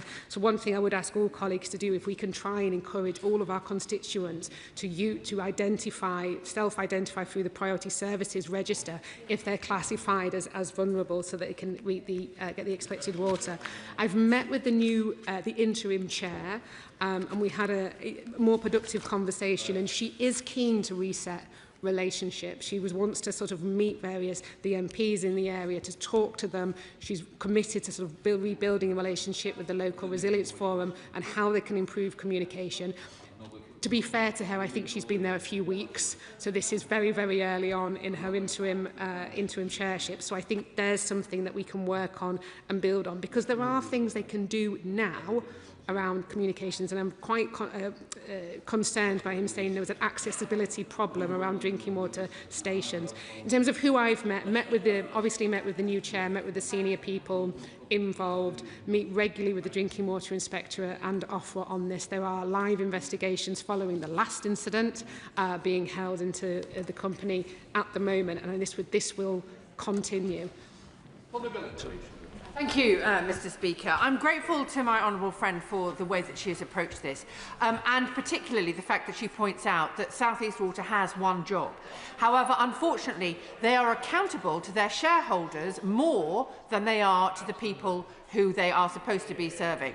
Can I make a suggestion, notwithstanding the reforms that the government has already put in place with regard to the water industry, suggesting that maybe in future, rather than simply fining these companies when they fail so catastrophically, taking that fine, the amount of that fine as stock in the company to be fully held by a locally convened water board, so that residents themselves have some form of control and accountability for the decisions that are made, because otherwise we are relying on extractive capitalism to destroy our water supply.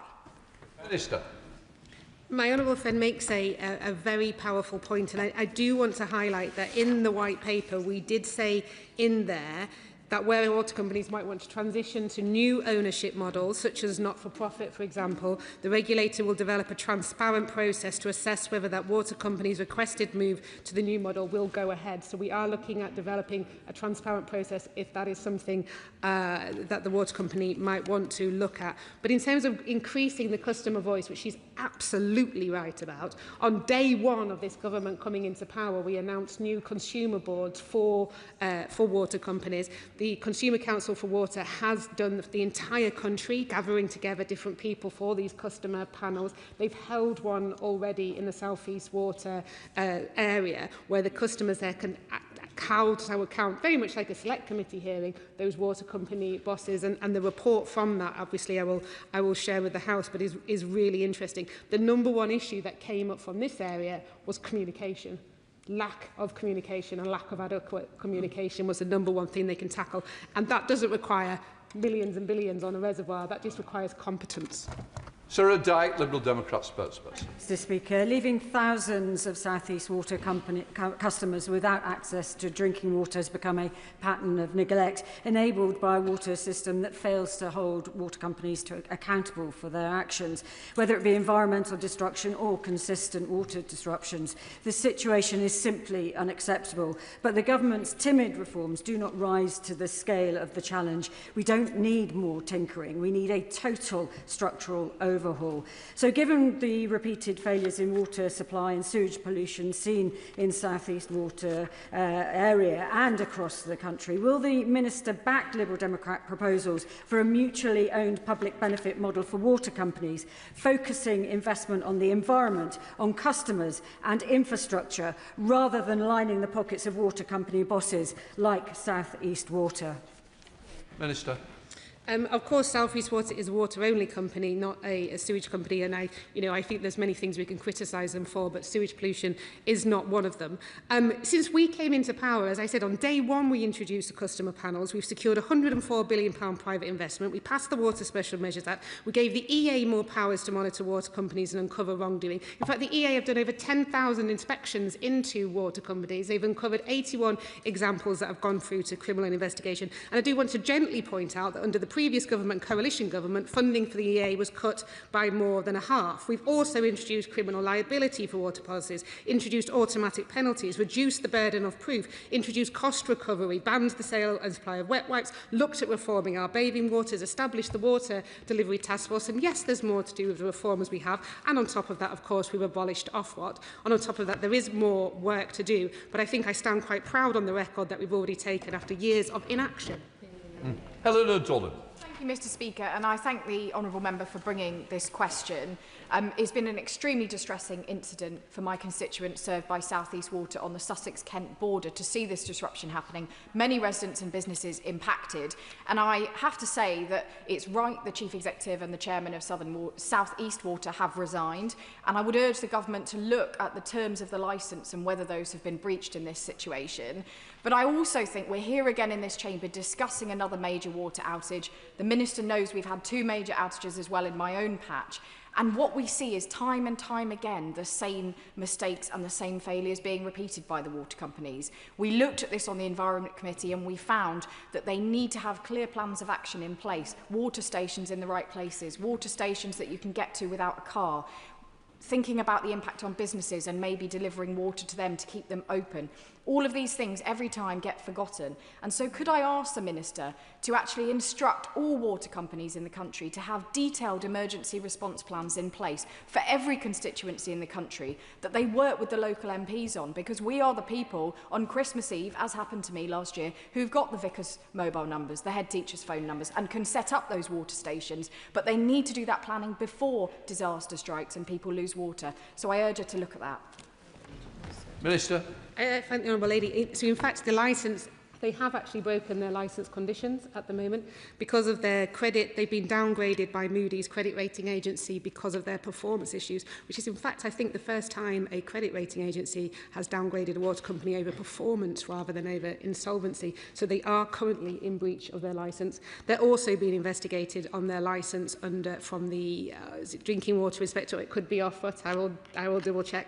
Under the consumer duty, sorry, it is by Ofwat under the consumer duty for the fact that they've had supply outages in December and January. So that is happening right now. On the emergency response plans, yes, absolutely, they should have emergency response plans. Clearly, the emergency response plans that this company have are inadequate, which is why that we want to work with the local resilience forum and with the water company, with obviously with DEFRA officials as well, to make sure that they are improved before we have another short spell of hot weather.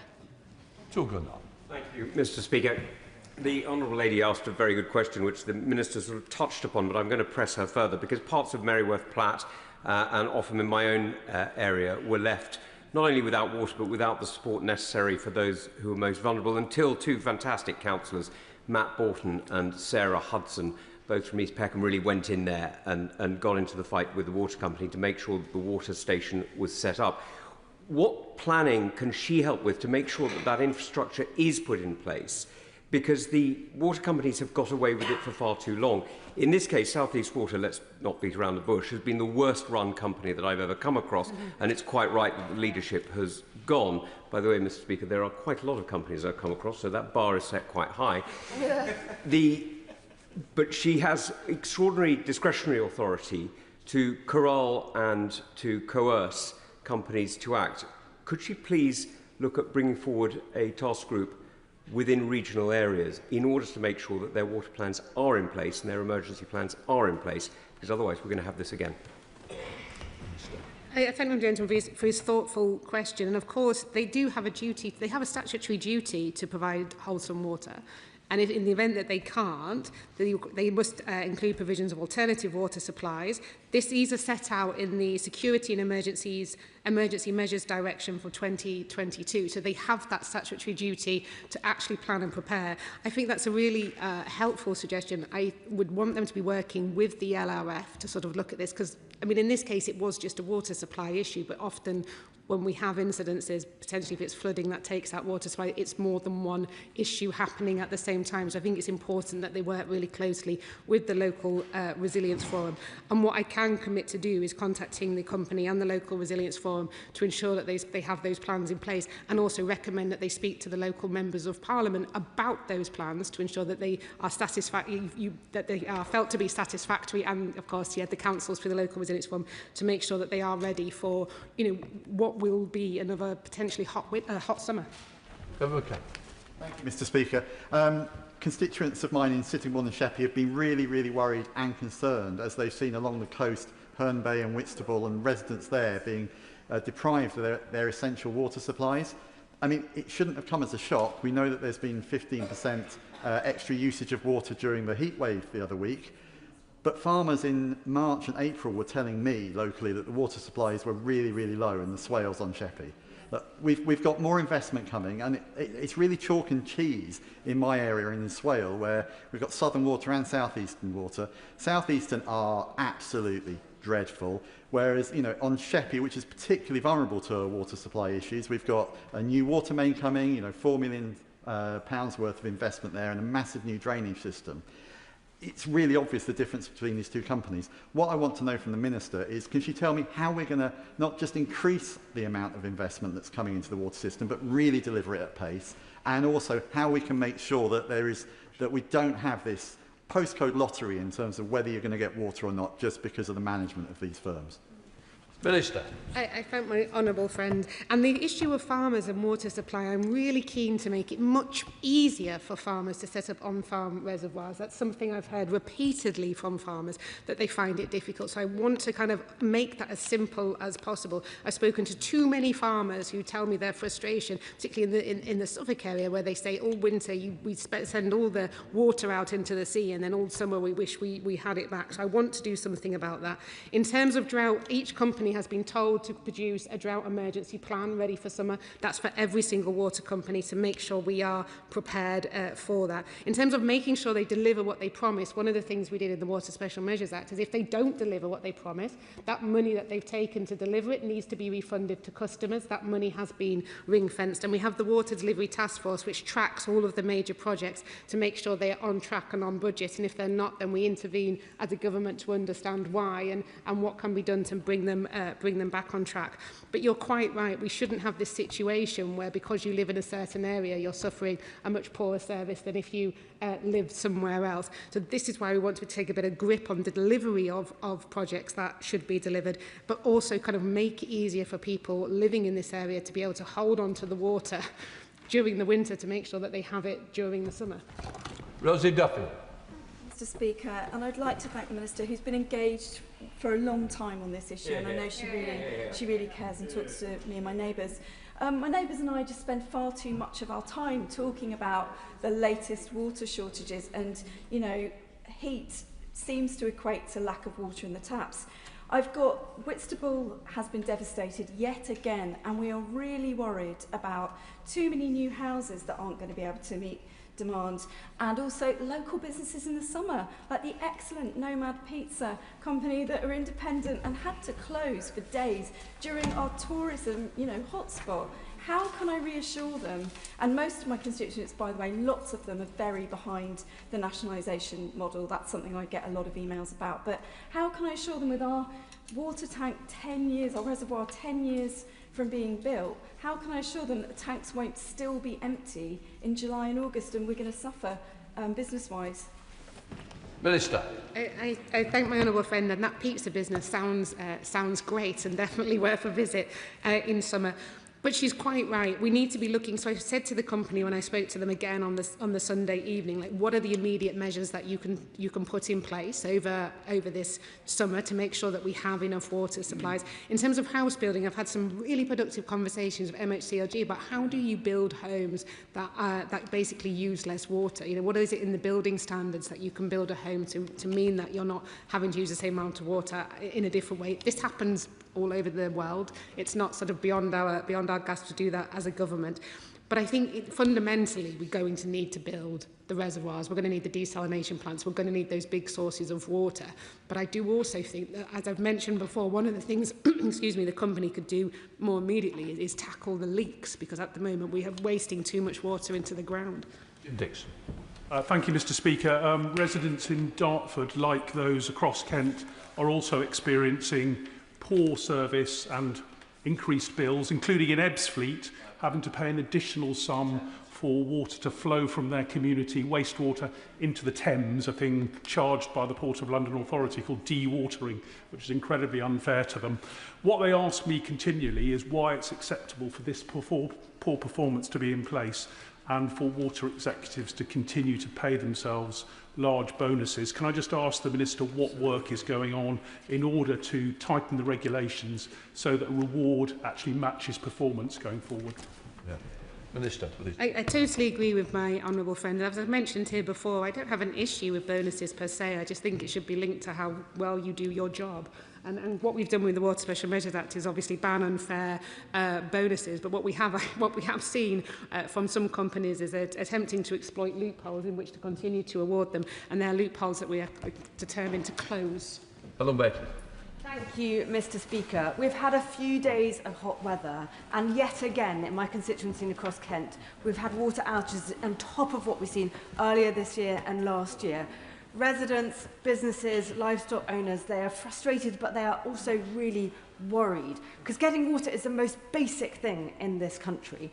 It's right that the Chief Executive and Chair of South East Water have gone. Yeah. My anger with them was particularly over their response and how they've handled these outages. But there is a longer-term problem of infrastructure and supply of water that's not going to be fixed overnight. There are 20,000 more houses coming in the pipeline from my constituency over the next few years, and thousands more in the surrounding area. Can the Minister tell me, is there enough water for these thousands more houses in rural Kent? Minister. The Honourable Lady raises an important point. I remember last time we were here talking about South East Water, how powerfully she described the impact on her constituents and on her businesses. So I know this is something she cares deeply about. As I say, one of the things we're doing through the Water Delivery Task Force is identify areas of the country where there are more acute water shortages, and therefore what actions can be taken to ensure people have the homes they need to live in, but also businesses have the water that they need, and it's not having a detrimental impact on the existing residents that live in that area. One of the things particularly about South East Water is they are reliant on a bulk supply agreement with Southern Water, so that's one of the things I'm sort of keen to sort of look into the details of, to make sure that that can be guaranteed whatever the circumstances Southern Water found themselves in. There are various other actions we can take. We mentioned around businesses and building standards and the ways that you build homes. In Cambridge, they've looked at retrofitting some homes to make them use less water. There's various other rules and regulations when it comes to business use of water. At the moment, we have a slightly bizarre situation where businesses have to use potable water. They're not able to use other types of water, which seems a bit crazy to me, that we're wasting drinking water for things that aren't drinking or for domestic customers. So I think there's a whole spread of different things in which we're looking at to make sure that we have the water that we need, because quite right to say that all the 9 new reservoirs and the desal plants and all that are brilliant, but they're not going to be here this summer and they're not going to be here next summer. So it's looking at that more immediate actions that we can take. And just gently say it was about South East Water. The Minister seems to have opened it up by mentioning other water companies. But if we can try and concentrate on the theme, will be more helpful otherwise. And I'm going to test that example by Clive Efford, who I think is Thames Water, but I'm sure we'll link his question. Absolutely. I'm asking a question about South East Water, because what we've got here is a company that fell over at the first short period of hot weather, and you have to wonder what planning has gone on in that company that it fell over so quickly in the season. And when are we going to call time on these water companies? Because the consistent failure that we get from them, whilst they're extracted enormous profits from the industry, has got to come to an end at some stage. I know my honourable friend is as frustrated as the rest of us with these companies, but it is time. There must come a time when we say to them, enough is enough, and we take control of these water companies for the public good. Minister. I thank my noble friend, and as highlighted, the white paper does talk about if companies wish to move into alternative ownership models. But I just want to sort of just briefly touch on special administration for breaching statutory duties, because under Section 37 of the Water Industry Act 1991, a water company has the duty to supply water within its area of appointment. A serious breach of these principal duties or of an enforcement order can be grounds for a performance SAR if that breach is so serious that it is no longer appropriate for the company to continue to hold its instrument of appointment. Alison Bennett. Thank you, Mr. Speaker. I absolutely despair of South East Water. As we've heard from honourable members who represent Kent constituencies, they can't cope with large water outages. Neither can they cope with small water outages. In my Mid-Sussex constituency, the village of Staplefield has just gone through 30 hours without water, without bottled water being supplied, without good information, and even with misinformation. I understand that trying to fix decades of neglect in the water infrastructure will take a long time. So can I ask the Secretary of State, in her next meetings with executives at South East Water, will she ask to look at their communication plans so people know what's happening, get timely information and get the bottled water they need, seeing as outages seem to be par for the course these days? Minister. I thank the Honourable Lady, and she's absolutely right. It was one of the issues that we had in the conversation on Sunday, was that issue around communication and where bottled water stations should be. I was told in this incident that they'd work more closely with the LRF to listen to their advice on where to place them, but obviously if that's not the Honourable Lady's experience, then I'd be keen to hear about that so I can take that back to the company.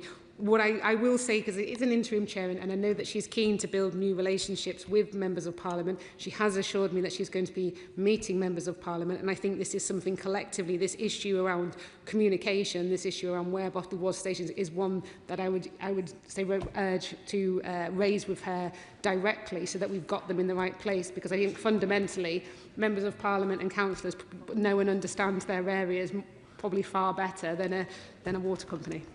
Matt Rodder. Thank you, Mr. Speaker, and could I thank the member for Herne Bay for his question, and also the Minister's approach to this very difficult and appalling issue in Kent. Could she update the House and say a little bit more about the work to get meaningful compensation for the residents and businesses who are affected, and also in the longer term what she's doing to improve the system of compensation, which for many of my residents who had a water outage had to wait a long period of time for money to be paid back? Wow. Minister. I found my honourable friend, and absolutely one of the first things we did when we came into government was look at the Guaranteed Service Standards scheme, the GSS scheme, and we've introduced new increased compensation payments and introduced new standards, because previously there weren't even compensation being paid when people were under a boil notice, and that's something that this government's introduced. We've doubled for failings like supply interruptions, low pressure and sewer flooding, and so because of these changes customers should be receiving payments for boil notice for the first time, and we've been told to make it available to people as soon as possible. We're really clear that customers come first. They are the people I care about, and they're the people I am the Water Minister for. So we're also going to be looking at introducing a water ombudsman. In the conversation I had with South East Water on Sunday, I asked them to, by the end of the week, identify what compensation is going to be paid to who and when, and that is something I'll be following up with them. Dr. Ben Spencer. Thank you, Mr. Speaker. As she's looking into the situation with South East Water, can I also feed back what happened in Weybridge last week, where parts of Weybridge had restrictions of supply? While we're supplied by Affinity Water, I think this is a problem which is broader than just this area. Could you urgently review resilience of water supply, the availability, but particularly the impact new house building is going to have over the forthcoming years on supply? Minister. Thank the honourable gentleman. And on resilience standards, that's one of the things that we want to introduce for the first time is asset standards for water company assets, because at the moment these don't exist. There's no sort of rule or criteria for, well, what standard do you need to maintain your water treatment work to, or your wastewater treatment work to, or your pipes to, or how much leakage is acceptable or not. You know, that doesn't exist at the moment. So with the new regulator, we want to introduce these asset standards to say that you have to maintain your assets to a certain standard. And that should help change and basically build against what we've had in, not admittedly in this occasion they ran out of water, but what we've seen in other cases where where infrastructure falls over because it's not adequately maintained and looked after, which is why the no notice inspections really matter as well. Those MOT style inspections, as I referred to them, where people from the Environment Agency can go in, no notice, check the assets, mark them on them, and then give the company enforcement notice to say that they have to improve their assets up to a certain standard. That's not going to be fixed overnight, but by having that goal and aim of where we need to get to will help to sort of prevent what we're seeing when we have issues where the infrastructure just falls over because it's not properly looked after. Bob Lewis. Speaker, South East Water is one of a number of privatised water companies that are responsible for setting off 35 reservoirs since 2017, and they haven't built a single one since privatisation that's complete. I think this government, we understand, is committed to a regulatory approach to dealing with this. I would say that's akin to putting a complaints box on the Titanic. A nice idea, but I don't think it's going to work. Ultimately, whilst you have private water companies whose first priority is to private shareholders, many of them overseas, who give a damn about our constituents, this will keep on happening. until water is put back under public control in public hands and owned by the public. Minister. I thank my honourable friend. I know how passionately he cares about this, and I do genuinely pay tribute to him for championing this issue, for the work that he's done in Parliament to bring people together. As I have mentioned previously, the White Paper does talk about setting up a transparent process to look at transitioning into whether a company should go to a different model, which it mentions including not-for-profit, if that's what it would wish to do so. Francois. Speaker, can I just very quickly endorse your lovely tribute at PMQs, as I'm an Essex MP, to Sir Alan Hazelhurst, who will be much missed, even though he did achieve a very respectable innings of 88 years in his time on this earth. Can I very strongly endorse the suggestion from my right honourable friend from across the Thames, as it were, about making water companies statutory consultees for planning applications. Yeah.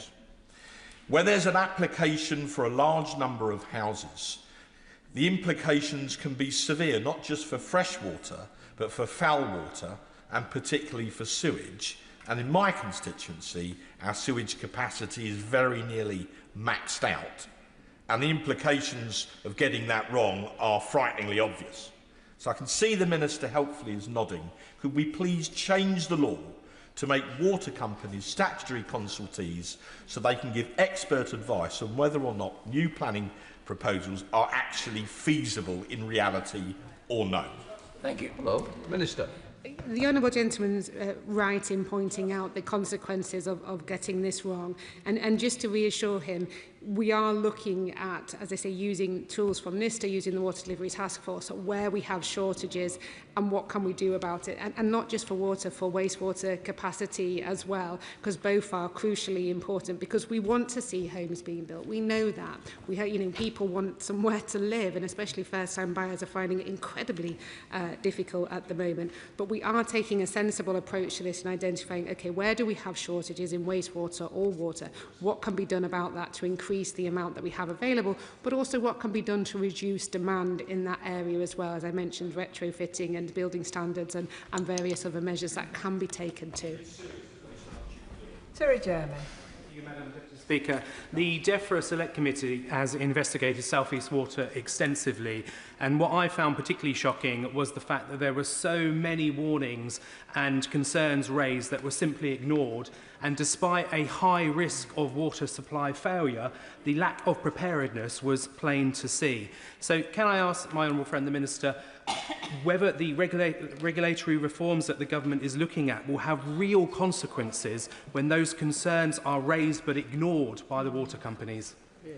Minister. I thank my honourable friend and in fact all members of the EFRA committee for their report. I thought it was a really excellent report and quite forensic in looking into the failures of South East Water. So it was a really brilliant, useful document. And he's quite right that there needs to be tough consequences if concerns are raised and ignored, and they cannot be allowed to continue to happen. That is exactly why we want to give a new regulator with strong powers, with teeth, to be able to take action. It's why we're looking at introducing this performance improvement regime for water companies, so that if we identify failure in that water company, they're giving proper oversight to sort of turn that company around, make it improve, with consequences if they don't.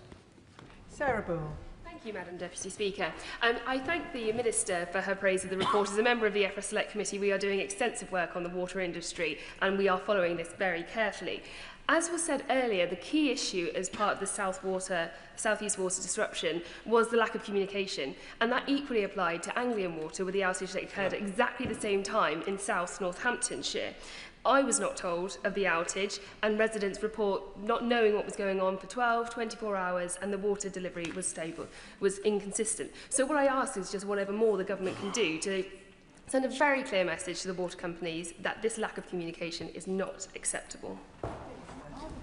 I thank the Honourable Lady for her work as well on the EFA committee, and she's absolutely right. It is unacceptable. There are things, and I feel like I'm a fair-minded person. I know that they don't control the weather, water companies. I know that they can't build a reservoir overnight, but they certainly can. Contact their members of Parliament, contact their councils, get in touch with their local resiliency forums, and make sure they communicate with their customers as an absolute bare minimum. And that is exactly the conversation and what I'll be telling each and every one of them.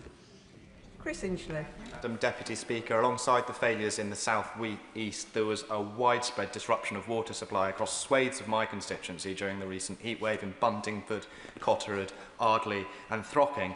And Madam Deputy Speaker, in a country as wet as ours, it should take a true organising genius to create disruptions in water supply, but we are on track for a 6 billion litre water deficit in our country in coming decades. And on top of this, the forecast for water consumption from AI data centres is now estimated to reach up to 500 billion cubic metres every year. So to prevent disruptions of water supply recurring year in, year out, will the Minister, who I deeply respect, accept that we cannot continue to have infinite increases in demand on our already vastly overstretched water resources? Minister. I thank my honourable friend, and he's quite right. It is astonishing that we are going to be seen with climate change, wetter and wetter winters, drier and drier summers, but we have no capacity in which to store it in the winter and use it in the summer, and that just feels like an absolute nonsense. On the issue of data centres, one of the things I'm quite keen to look at, and I sort of mentioned this in an answer over there, is at the moment, the way that the legislation is set out is that the water that is supplied by a water company has to be drinking water standard.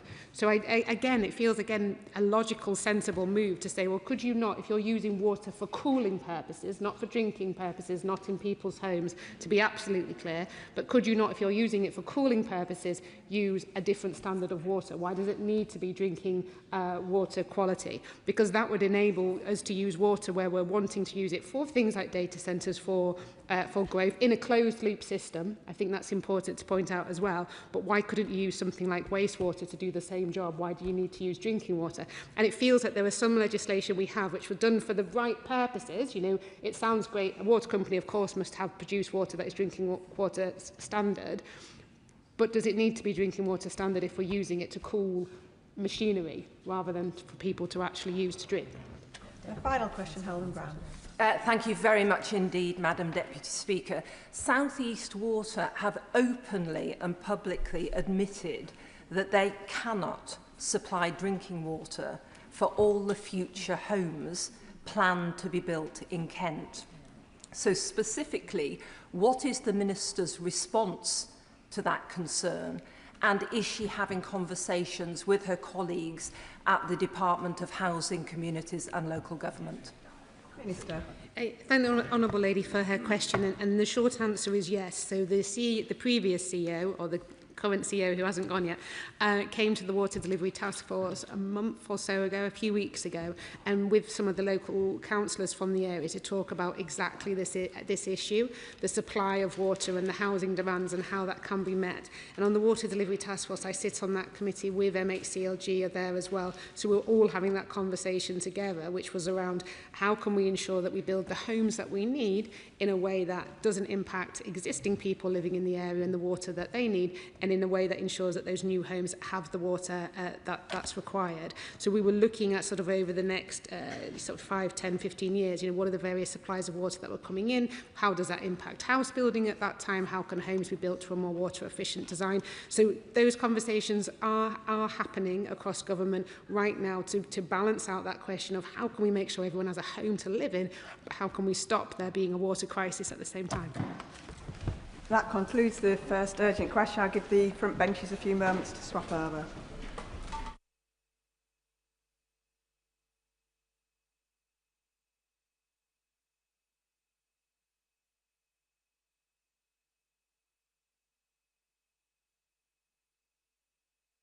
Urgent question, Monica Harding. Madam Deputy Speaker, would the Minister please make a statement on the Israeli Defence Forces operations in Lebanon? Madam Deputy Speaker, before I answer the Honourable Lady's important urgent question, I'm sure the whole House will join me in condemning Iran's strike on Kuwait International Airport by drones this morning. This was a completely unacceptable attack, which has tragically resulted in multiple injuries and at least one confirmed fatality. We stand in full solidarity with the government and the people of Kuwait, as well as our partners across the Gulf. I've conveyed my condolences this morning to the Kuwaiti Foreign Minister and his colleagues. We urge Iran to de-escalate immediately and return to meaningful dialogue to secure lasting peace and regional stability. Turning to Lebanon, let me be clear. The reckless and disproportionate escalation of Israeli military action in Lebanon has resulted in a devastating situation for Lebanese civilians, killing thousands. At an emergency session of the United Nations Security Council on Monday, jointly called by the United Kingdom, we firmly condemned the government of Israel's actions and called for a genuine and lasting ceasefire. We also condemn Lebanese Hezbollah's ongoing attacks against Israel, including those on Israeli northern communities. They have faced a repeated barrage of missiles and drones. Lebanese Hezbollah is a proscribed organisation. At Iran's instigation, it has dragged Lebanon into a war that its government and its people do not want. It does not speak or act for the people of Lebanon. It must end these attacks and disarm. I condemn the recent comments by Hezbollah's leadership seeking to destabilise the government of Lebanon within their own country. In April, I visited Beirut to show our support for the government and the people of Lebanon. I saw the impact of this military escalation firsthand. In the south, on a previous visit, I saw the devastating impact on civilian communities, villages razed to the ground, and I was pleased to be able to hand over tangible support to the Lebanese armed forces. Since April, conditions for civilians have only worsened. Over 3,000 people have been killed, and over 1 million have been displaced, with civilian homes and infrastructure destroyed. We believe that 1/4 of the population of Lebanon is now displaced. Displacement means, Madam Deputy Speaker, families fleeing from their homes, not knowing what they will return to. It means ever greater strain on hospitals and clinics. It means civilians sleeping in tents by the roadside. It means thousands of children, some of whom I met, not being able to go to school, and the spread of disease even amongst the youngest. That is why a ceasefire, properly observed by the parties, is so urgent. Whilst in Lebanon, I also announced a commitment of an additional £20 million in humanitarian support, particularly for those displaced by the conflict, making the UK one of the largest international humanitarian donors to this man-made crisis. I also met President Aoun and others in the Lebanese leadership. His government is taking courageous steps, setting out an unprecedented commitment to tackling Hezbollah, and have made the case for direct diplomacy with the government of Israel. The people of both Lebanon and Israel deserve to live in peace and security. I'm sure the Minister doesn't really need reminding, but he does have 3 minutes for an urgent question, and that overran by some time. I call Monica Harding. Thank you, Madam Deputy Speaker. It has become routine for Donald Trump to declare a ceasefire when none exists. And in Lebanon, the President's claim that fighting has ceased is a dangerous fantasy. Under direction from the Israeli Security Cabinet, the IDF is expanding its illegal military operations in southern Lebanon. Israeli forces occupy more territory in Lebanon now than at any point since the start of the century. Hundreds of shattered communities have been left in their wake, with over 3,000 Lebanese killed and 1 million displaced. This looks far too much like the IDF's operation in Gaza. Last week, Prime Minister Netanyahu said Israel would expand its control there to 70% of that territory, breaching the ceasefire there. There can be no doubt, Madam Deputy Speaker, that these actions have breached international law and likely constitute war crimes. Meanwhile, Hezbollah continues to target Israel with missiles and drones. Their violence has led to the displacement of Israeli citizens from across northern Israel and is completely unacceptable. There can be no place for that terror organisation in the region. No part of this resembles a ceasefire, Madam Deputy Speaker.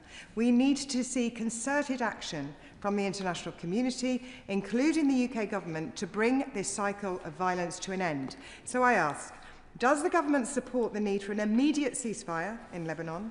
Is the government pressing the Israeli Security Cabinet to stop its illegal offensive and occupation in Lebanon? Will the government stop all arms sales to Israel and sanction Netanyahu alongside the extremist members of his cabinet? And has the government made any progress with partners to advance the multilateral plans for the disarming of Hezbollah?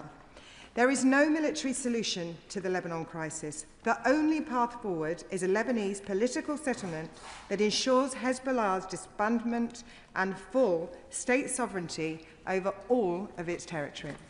Minister. Madam Deputy Speaker, I'm grateful to the Honourable Lady for the questions. We do, as I'm sure was clear in my answer, we do call for an immediate ceasefire. That must be meaningful. I commented in my response on the extent of civilian suffering, which the Honourable Lady is right to draw attention to. She is right also to highlight the vital importance of a rapid disarmament of Hezbollah, who are doing the people of Lebanon nothing but harm in their continued efforts to undermine the Lebanese government and to bring the Lebanese into a conflict that they do not wish to be a part of. I discussed those questions of disarmament in all of my discussions in April with the President, the Prime Minister, the Speaker of the Parliament, with members of the Lebanese Armed Forces, and we will continue to play our full role, including in the Security Council, as we did earlier in the week. Chair of the Select Committee, Dame Emily Thornberry. Thank you very much, Madam Deputy Speaker. Instead of it being unacceptable that Israel invades and threatens the Lebanese people south of the Litani River, it long seems to have been understood that so long as they don't cross the river, then there won't be any particular consequences. It's as if we have our new modern-day Rubicon, and now they have crossed. And now we have Israel and Hezbollah fighting out their ancient hatred in the middle of a country and deliberately trying to destabilise Lebanon. It is completely unacceptable. When my committee visits the country this month, I expect we'll hear many requests for more assistance to the Lebanese army so that they can make real progress in disarming Hezbollah and defending their people. Can the Minister confirm that such assistance is going in, and could he give us more details as to the plans? Minister. I thank the Right Honourable Lady for the question and her continued interest in Lebanon. I have been south of the Litani, and I have myself handed over watchtowers to the Lebanese armed forces in those very areas. And I wouldn't want the House to have any impression other than our view is consistent, both north and south of the Litani. I saw for myself from that watchtower the extent of damage done to civilian infrastructure, whole villages completely flattened. People said to me quite rightly, Madam Deputy Speaker, that their lives mattered in the south of Lebanon. They should not expect their villages to be flattened. They should not expect their children to be displaced. And I have been clear in all of our contact, both with the Israeli government and indeed with the authorities in Lebanon, how important it is that this violence is brought to an end. The Honourable Lady asks for a question about further detail. I can confirm we've provided over £175 million in training, equipment and advice to the Lebanese armed forces since 2009. There's been particular work in relation to Lebanon's borders, both against Syria and up against Israel as well. Shadow Foreign Secretary. Deputy Speaker, Lebanese Hezbollah is an Iranian-backed terrorist organisation who for too long have caused harm to the Lebanese people and undermined the government of Lebanon, threatened Israel and are part of a terror network that threatens our interests and security and that of our friends in the Middle East. There should be no doubt that Hezbollah continue to undermine efforts to secure peace in the region, and they failed to comply with the terms of the 2024 Israel-Lebanon ceasefire. Can the Minister tell us of his assessment of the actions taken by Hezbollah when it comes to violating the ceasefire and the support that they have received from Iran? Does he agree that the interests of peace are best served by Hezbollah being permanently disarmed?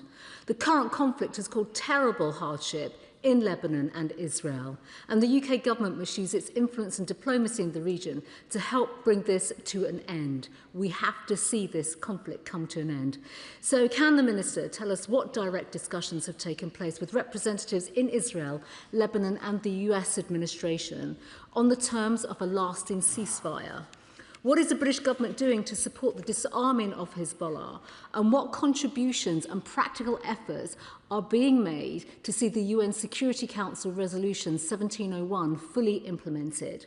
So much of this leads back to the architect of so much of the disturbance in the Middle East, and that is Iran. And so I would just like to conclude my remarks, Madam Deputy Speaker, by joining with the Minister in condemning the strikes that took place today in Kuwait, and also the fact that Iran cannot carry on persisting in the way it is as a state sponsor of terrorism. Minister. Madam Deputy Speaker, the Shadow Foreign Secretary makes a range of important points, including on the enormous continued harm that Hezbollah does to the people of Lebanon, as indeed they continue to attempt to do to the people of Israel as well.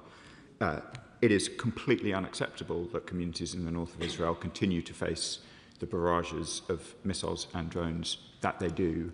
We have called repeatedly for Hezbollah to stop. What they do harms Lebanon as much as Israel. We have discussed in detail with both the Lebanese armed forces and the leadership of Lebanon the progress that must be made in disarming Hezbollah. There has been a lot of commentary about both the phasing and sequencing of those efforts over the last few months. It must be the Lebanese government who disarm Hezbollah. That is the only way in which the Hezbollah issue can be properly dealt with. The government of Lebanon are brave and courageous people in whom we have very considerable confidence. President Aoun, who I was in contact with today, is taking very, very important steps to try and safeguard his country and its future, and we must support him. He and his government and his armed forces must monopolise force in Lebanon, not Hezbollah and not the IDF. Thank you, Madam Deputy Speaker. 125 health workers have been killed in Lebanon just in the last 3 months alone. Today, an Israeli strike has hit an ambulance in South Lebanon, killing 2 paramedics, taking the death toll now to 127. The November 2024 ceasefire agreement is barely worth the paper it is written on. The Minister rightly condemns the targeting of civilians. What about Israel's targeting of health workers, of journalists? And does the Minister realise that condemnation without action has utterly failed and reinforces Israel's continuing disregard for international law? So will the Minister today make clear that sanctions must be used to hold Israel accountable? Minister. I'm grateful to my honourable friend who has been a persistent advocate on these issues. We have taken a whole series of steps, Madam Deputy Speaker, which I want to set out in brief for the House. So important are the issues in Lebanon that during my visit in April, we went from providing only £10 million of humanitarian assistance now to 30. We are now one of the largest humanitarian donors in the world to Lebanon. I think few other ministers in the world have gone as close as I have to the blue line. I met with incredibly brave representatives of the Lebanese Red Cross, young people who had, in many cases, given up their lives in order to try and make sure that they could minimise the harm that was coming to southern communities. I was so upset to see further strikes on them since I met them. I am proud of our support to them. I utterly condemn the attacks upon them. Simon Hall. Deputy Speaker, it's a tragic perversity that the actions of both Hezbollah and Hamas actually hurt and harm the interests and the safety of those who they purport to act on behalf of. What about Israel? But several years ago, former Israeli Prime Minister Barak described Israel as being the villa in the jungle. Last week, with cross-party colleagues, I was in Israel. It's becoming increasingly evident that the Israeli government's actions are rendering it both a rogue and a pariah state, oblivious to international and US pressure and opinion. That in turn is, of course, making Israel herself far less secure. Apart from words, which are welcome, what can the government do? Could I suggest an expansion and deepening of sanctions? because that will hit them where it is needed and may refocus attention. Madam Deputy Speaker, there are strong views held right across the House on the questions of the Middle East, but I want to pay tribute to those on the benches opposite who have shifted their position in recent years. The British government, while I have been the Middle East Minister, has indeed made very significant policy decisions, both existing sanctions, and I know the honourable gentleman will understand why I don't go further on the question of sanctions, but I am the first British minister from this dispatch box to announce sanctions on Israeli ministers, and I recognise what a Rubicon that is, and I recognise also that I have been supported in doing so by voices on the opposite benches, as well as, of course, by my many honourable friends behind me. I recognise the gravity of what is happening in the Middle East. We will continue to take the steps that we have been, responding with the urgency that is required, and I hope the House will permit me if I say I felt at the point at which I announced the recognition of the State of Palestine that I was speaking for the whole House, not just the government. John MacDonald. Can I just take 30 seconds, Madam Deputy Speaker, to associate myself with the remarks by the Speaker with regard to Sir Alan Hazelhurst. Sir Alan was in the chair when I seized the mace and he expelled me from the chamber, but he did it with such good grace we became firm friends for ever since. So I send my condolences to his wife. As the Minister knows, I'm Secretary of the NUJ Parliamentary Group. We're now experiencing in Lebanon exactly what we saw in Gaza, the targeting and murder of journalists. When he was there in April, Amal Khalil, the famous woman journalist, was hit by an Israeli strike, and then the Red Cross ambulance that went to assist her was hit as well. And as a result of that, the Lebanese Prime Minister has made it quite clear that these are war crimes. So could I ask that the government joins with others now in collecting the evidence of these war crimes so that we can take action against those Israeli ministers that have actually perpetrated these war crimes against the Lebanese people, just as they did against the Palestinians? I'm familiar with the incident that my right honourable friend describes, and I pay tribute to his work on these issues right across the world. It is appalling that journalists in Lebanon reporting on developments in the south have been struck in this way. We made interventions in the United Nations following some of these assaults on journalists, both in Lebanon and in Israel, and we will continue to press these points. Brian Matthew. Thank you, Madam Deputy Speaker. With the world on fire, with the war and climate change, with diseases such as Ebola stalking Africa again, will the government reconfirm its commitment to returning aid spending to 0.7% GNI and not cutting it beyond 0.3% GNI? Madam Deputy Speaker, we've discussed these issues on a number of occasions, and the Foreign Secretary and the Prime Minister have set out why we had to take the difficult decisions that we have, but I'd just like to assure the House that we have protected Lebanon from those cuts, and that is why we are in the position that we are of being one of the largest humanitarian donors to Lebanon in the world. Perks. Thank you, Madam Deputy Speaker. And can I start by paying tribute to the dogged determination of the Minister to get this issue right, which is shared by many of us in this side of the House. Madam Deputy Speaker, I think I've said prayers every time throughout this crisis when there has been an abuse of human rights, not just in Lebanon, but when Hamas took the hostages, when innocent Palestinians have been killed, when villages have been threatened, when settlements have been, violence has been done. Now, the IDF and the Israeli government sits at many times like that. And, Madam Deputy Speaker, I fear I am running out of prayers to make. Can I ask the Minister, beyond the moral outrage we rightly express in this House, what more will it take for a British government to stand up for sanctions and further action that demonstrates to the world and the people in Lebanon and in Gaza and in the West Bank that we get it and we will take the action necessary to stand up for international law, human rights and their freedoms? Minister. Madam Deputy Speaker, I thank my honourable friends. I hope I have, through his, he describes some of my work in gracious terms, and I'm grateful. I hope in Britain's sustained commitment to these issues in Lebanon that we have demonstrated that we understand the gravity of what is going on here. We will remain deeply engaged in these questions. I have been in contact with the Lebanese Foreign Minister, the Lebanese President, American counterparts. We have raised these issues with the Israeli government as well. We will continue to do so. Mark Pritchard. Thank you, Madam Deputy Speaker. Can I join with the Chairman, just getting back into place, Chairman of the Foreign Affairs Committee, for her comments on seeking to support capacity building in the Lebanese army. That's absolutely right. Can I also thank the Minister and join him in recognising the courage of the President and other ministers in the Lebanese government, particularly their public condemnation of Hezbollah and even indirectly Iran.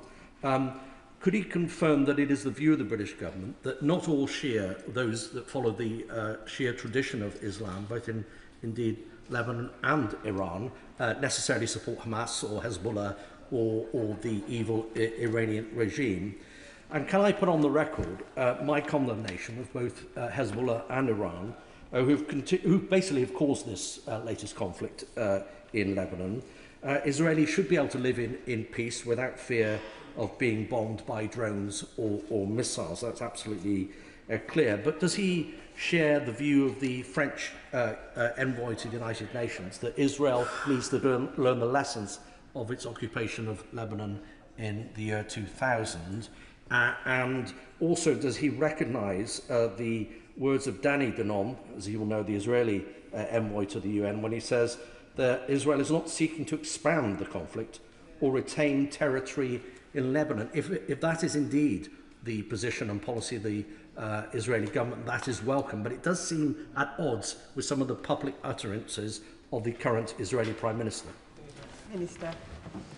I completely agree with the honourable gentleman about the Shia of whether it's Lebanon, Iraq, Iran, indeed Pakistan. Overwhelmingly, Shia communities want peace and human rights like everybody else. This is a small, unrepresentative part of Lebanon that is funded and supported by Iran, and it is bringing the Lebanese into terrible, terrible difficulties. I want to return to the very important point that he makes, though, about the intentions of the Israeli government. If this is a counter-terrorism operation, I can see absolutely no justification for raising the Israeli flag over Beaufort Castle. We want to see Lebanese Hezbollah disarmed. That cannot possibly involve such a flagrant violation of the sovereignty of a neighbour. Apsana Begum. Deputy Speaker, for years now it's been reported that Israel has been using white phosphorus munitions against civilian targets in South Lebanon's Bekaa Valley. Alongside reports from Human Rights Watch and Amnesty, UNIFIL even reported that UN peacekeepers in Lebanon were injured by white phosphorus munitions. The Minister has confirmed to me previously that the government is aware of these reports, and the government knows that the use of white phosphorus as an incendiary weapon in populated areas is strictly prohibited. And yet this is just one of thousands of examples of Israel tearing up the laws around war. Can the Minister explain whether the UK's joint agreement signed in 2020 on military cooperation with Israel is still in place, and if so, why? Minister.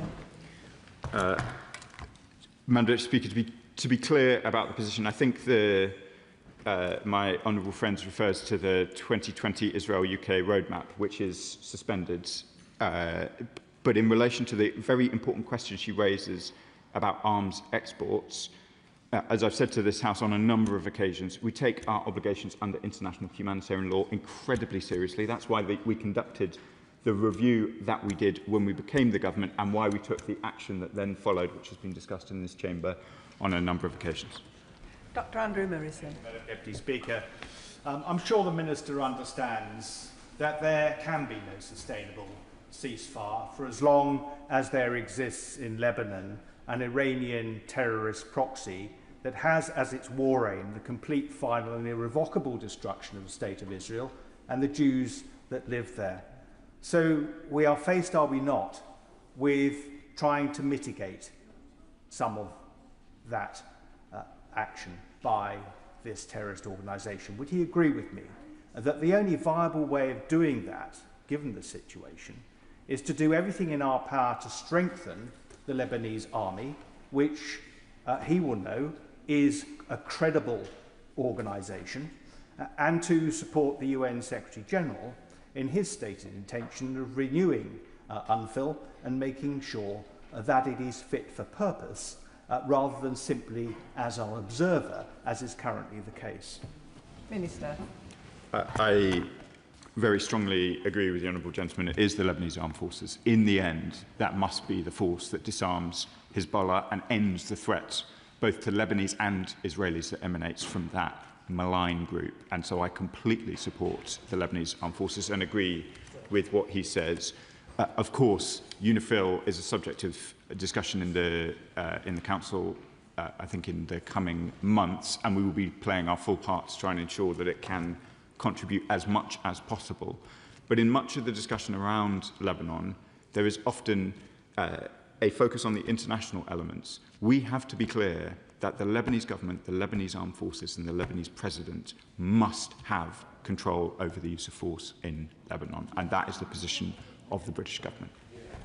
Tony Vaughan. Thank you, Madam Deputy Speaker. And while we rightly focus on the grave situation in Lebanon, the wider region is seeing an increasing pattern of British nationals being arbitrarily detained and used as leverage by countries including Iran. Madam Deputy Speaker, in the light of the news yesterday that Craig and Lindsay Foreman have had their appeal dismissed by the Iranian courts, and given their ongoing hunger strike in Evin prison, I think Craig is on his 27th day and Lindsay is on her 18th day, which is to protest against their conditions and ongoing detention. What further specific steps are the government taking to secure consular access? And is the government now prepared to condemn their detention as arbitrary, use international levers against Iran for hostage-taking, and show Iran that they cannot keep taking British citizens hostage as pawns in their own games?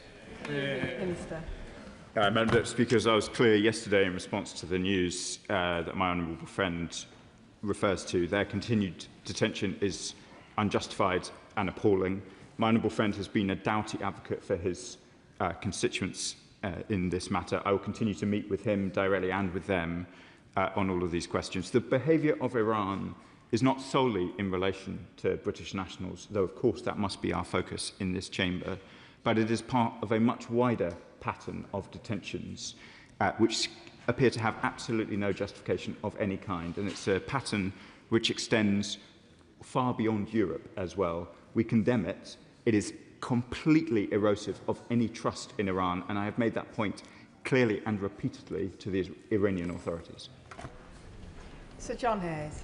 Madam Speaker, in referring the House to my entry in the Register of Interests, I commend this Minister for both visiting Lebanon in April, for his continuing dialogue with the very good new ambassador here, and for our ambassador there. He will know that the Lebanese people deserve to be freed from fear, from persistent uncertainty, from perpetual hostility, and from permanent doubt. The only way of that happening, as he said, is to support the Lebanese government and the armed forces. We do so already.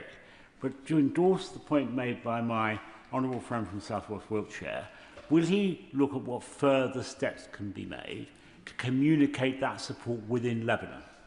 The worry people have, and I think shared across this chamber, is that sadly, tragically, the Lebanese people will come to believe that Hezbollah is defending them, where in fact it's doing anything but, it's endangering them.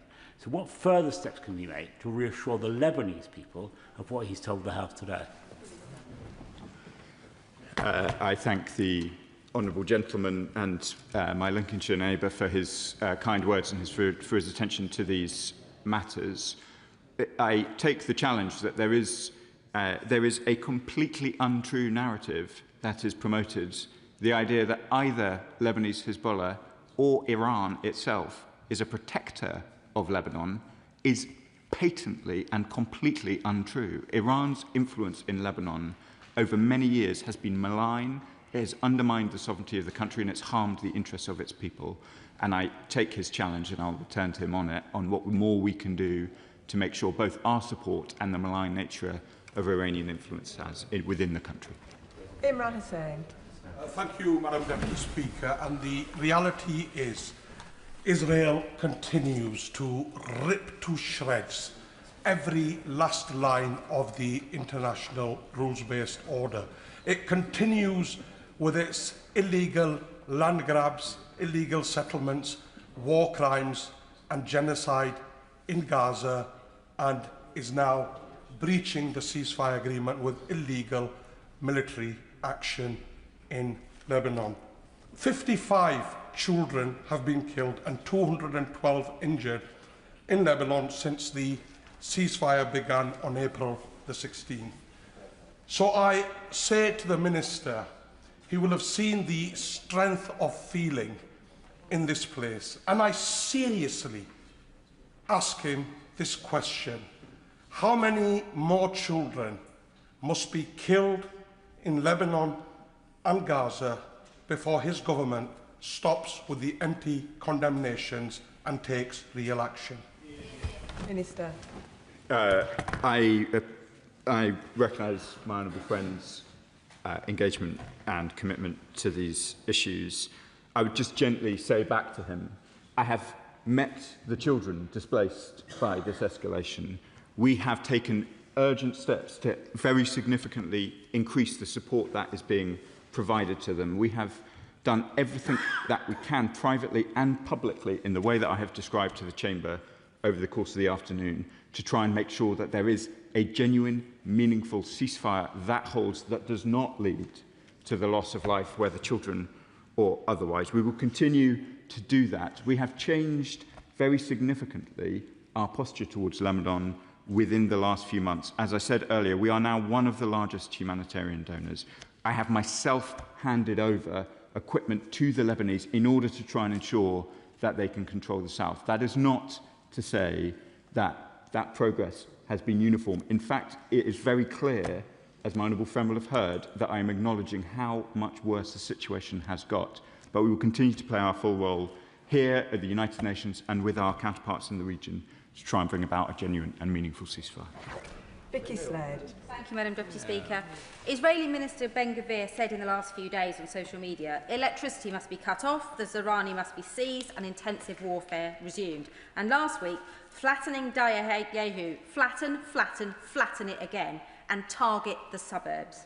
This indiscriminate targeting of Lebanese people shows what the Israelis are really trying to do. So will the Minister agree that the time has finally come for a full ban on all arms to Israel? I'm almost reluctant, Madam Deputy Speaker, to talk any more about that Minister from the dispatch box.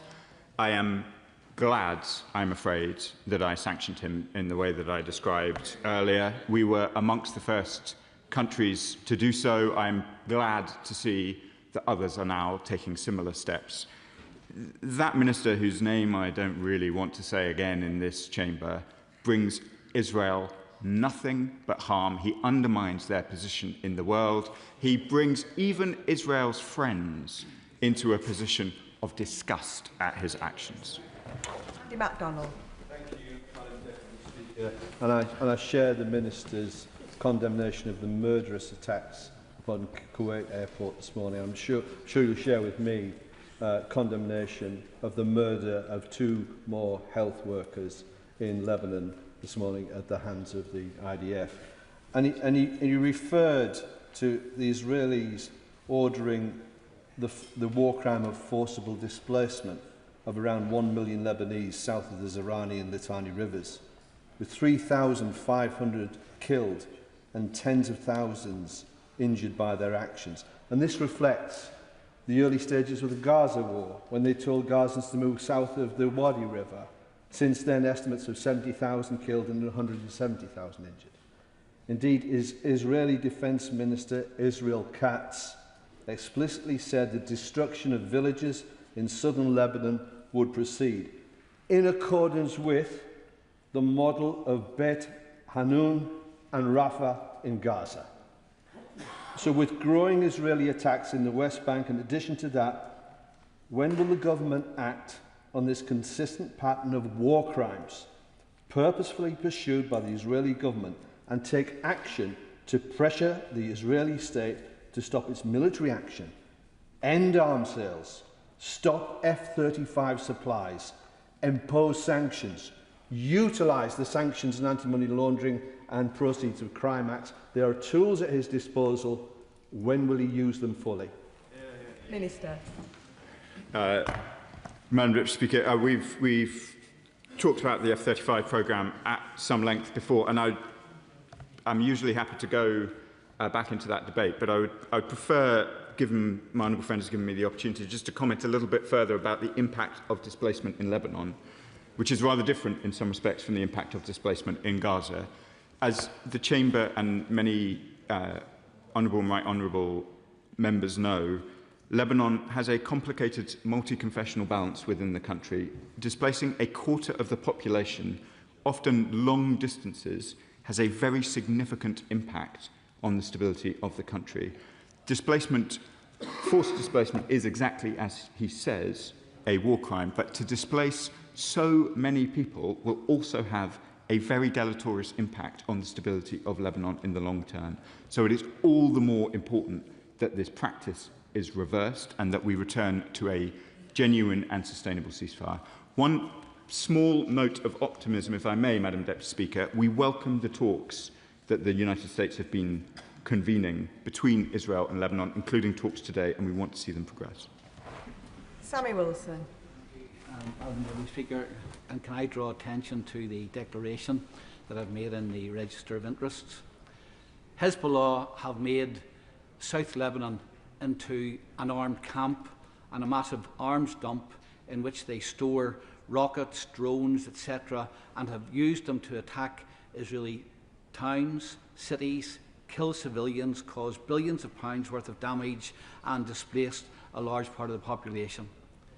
It's not disproportionate, would the Minister agree, for any government to seek to take action to defend its own citizens, and that can only be done by going into the area, where the enemy is firing its weapons and causing that destruction. And would you not agree with me that the real answer is Israel doesn't want to occupy Lebanon, it doesn't want to take over territory. The real answer is to eliminate and disarm Hezbollah, and then there will be real peace in that area. Minister. Madam Deputy Speaker, perhaps the honourable member has been to southern Lebanon, as I have recently. I can assure him it is not an arms dump. It is a place with people living, with children living, with people displaced. I saw for myself villages flattened literally to the ground. There is no military operation that ends up flattening entire villages to less than the height of this dispatch box, which does not end up prompting the question, what on earth were you trying to do with that operation? It is absolutely clear that Lebanese Hezbollah must be disarmed. They continue to strike northern Israeli communities. That is absolutely and completely unacceptable. The responsibility to prevent that must be the Lebanese government. It must be the Lebanese armed forces, and we must see a genuine and sustainable ceasefire. Of course, the Israeli government will react with understandable total fury if their nationals are targeted from another state. But as one of the honourable gentlemen on the other bench has said, Israel has attempted to occupy southern Lebanon for long periods of time before, and it did not lead to safety amongst northern communities in Israel.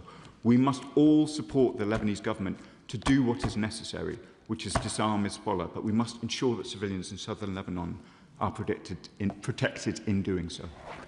Richard Bergen. Thank you, Madam Deputy Speaker. Israel's bombing of Lebanon has seen yet more war crimes. It's incredibly dangerous for the people there. It's also a direct threat to achieving a peace process between the US and Iran in a war that's killing people over there and driving up the cost of living for people here. So I ask the Minister again, how many more countries does Israel have to bomb before the government imposes widespread sanctions, as they rightly did on Russia? Madam Deputy Speaker, we've covered sanctions already in these exchanges. I just want to slightly correct my honourable friend.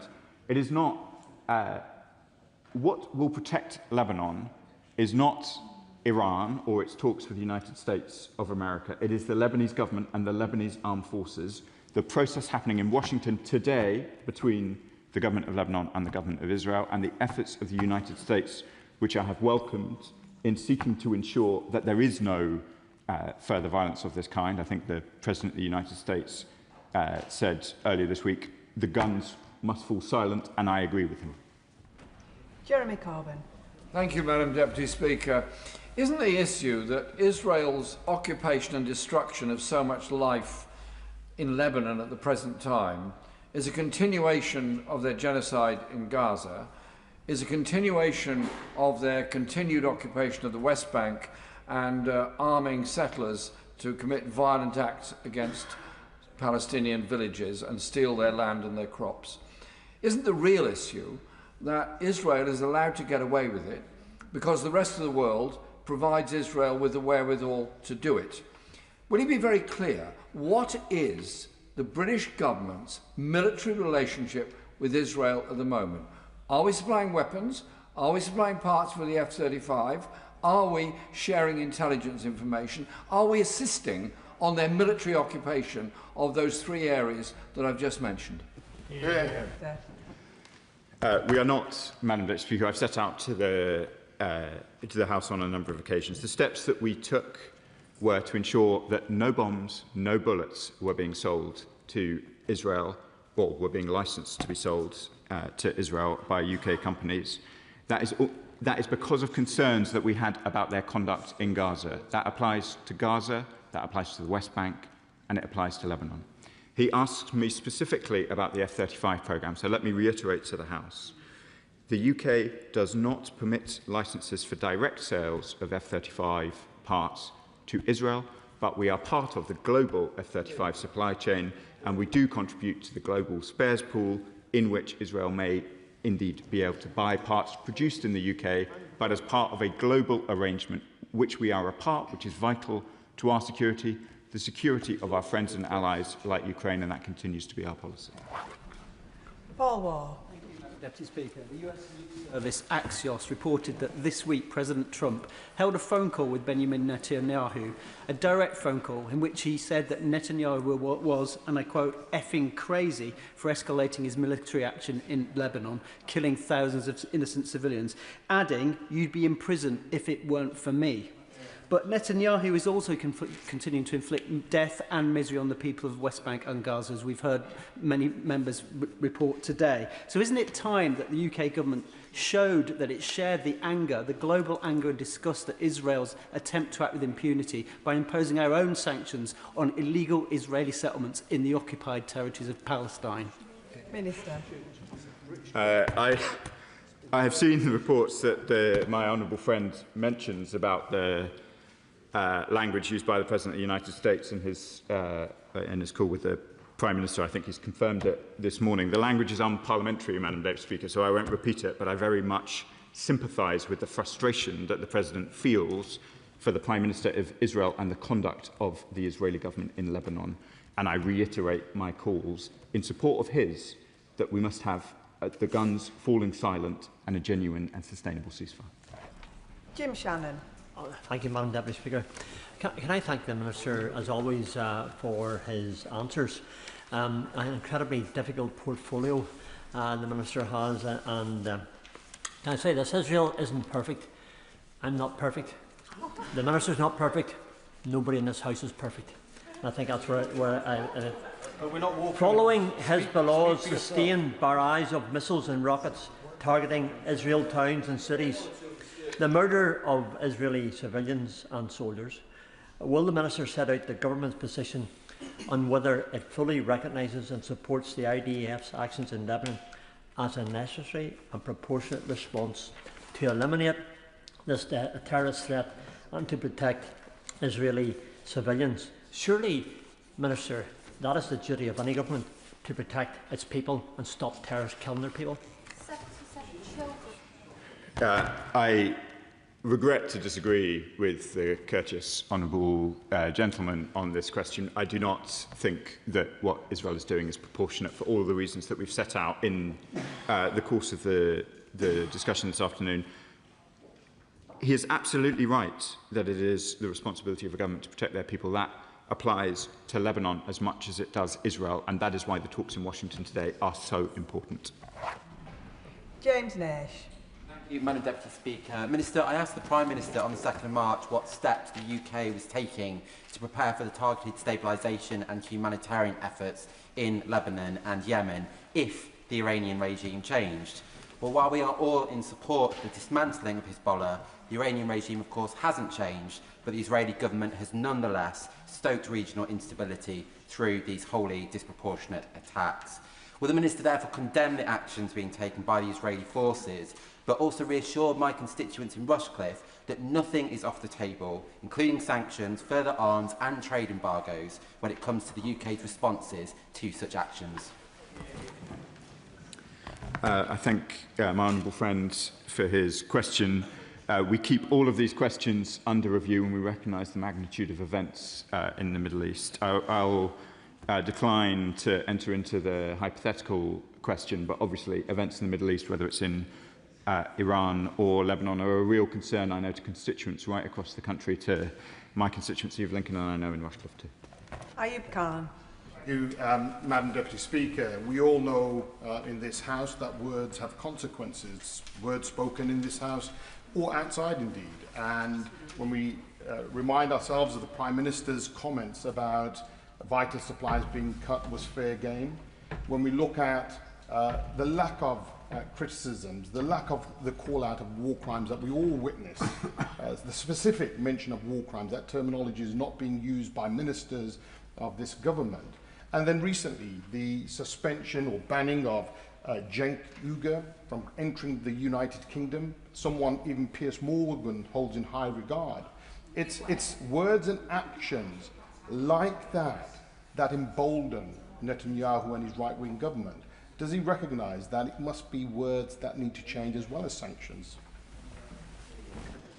Words do matter, Madam Deputy Speaker, and it has been a long-standing principle of this government and indeed previous governments that it's not for ministers to say what crimes are, it's for courts to find. And that's why we haven't used the particular formulation that he would like. But I think absolutely nobody in the chamber could be under any doubts about the extent of criticism that both I and other ministers of the government have delivered in relation to Israeli conduct, whether it's in Lebanon or in Gaza.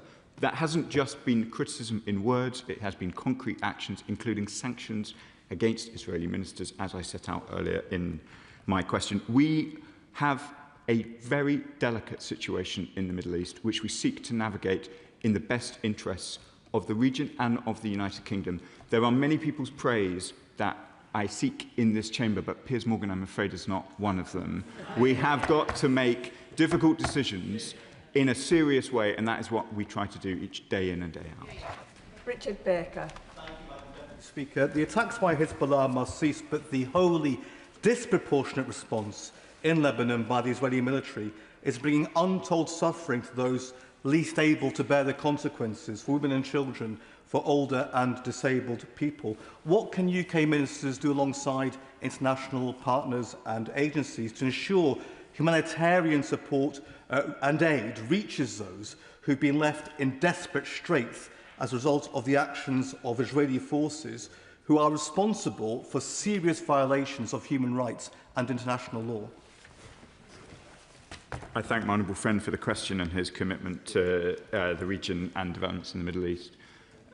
We are proud that we are now one of the largest humanitarian donors in Lebanon. Access for that aid has not been impeded within Lebanon, but as some of my honourable friends behind me have already set out, there has been terrible incidents involving the death of aid workers, very, very committed young Lebanese who are doing their absolute best to help people in their own country, and they must stop. Iqbal Mohammed. Madam Deputy Speaker, the illegal actions of Hezbollah and Iran must be condemned, but so must the illegal actions of Israel.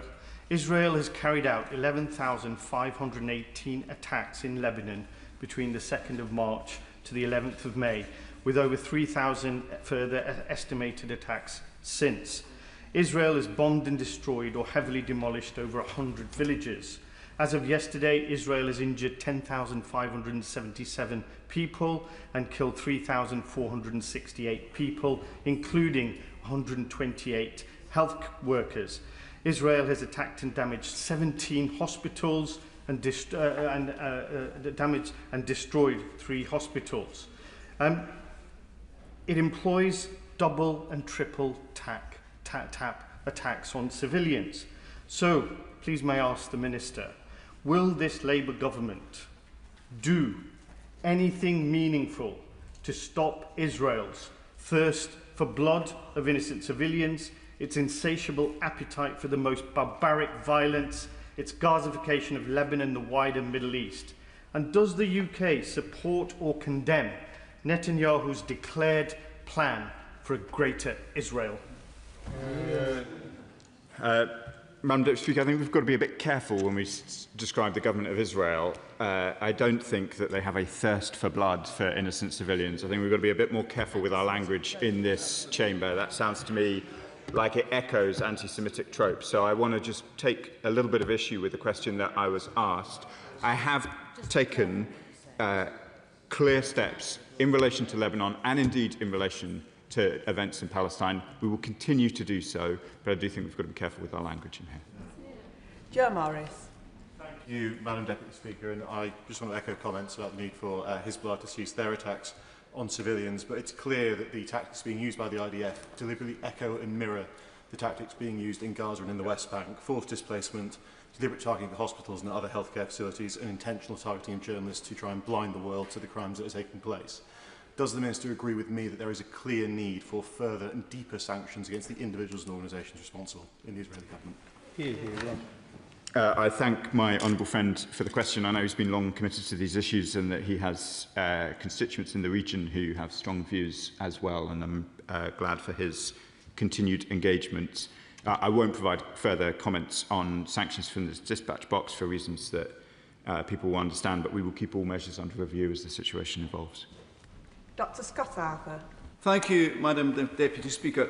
Last week, France sanctioned Itmar Ben-Gvir, and that was almost a year to the day since the Minister made the same announcements from the dispatch box here. So I do thank him for the leadership he's been showing over the past months and years.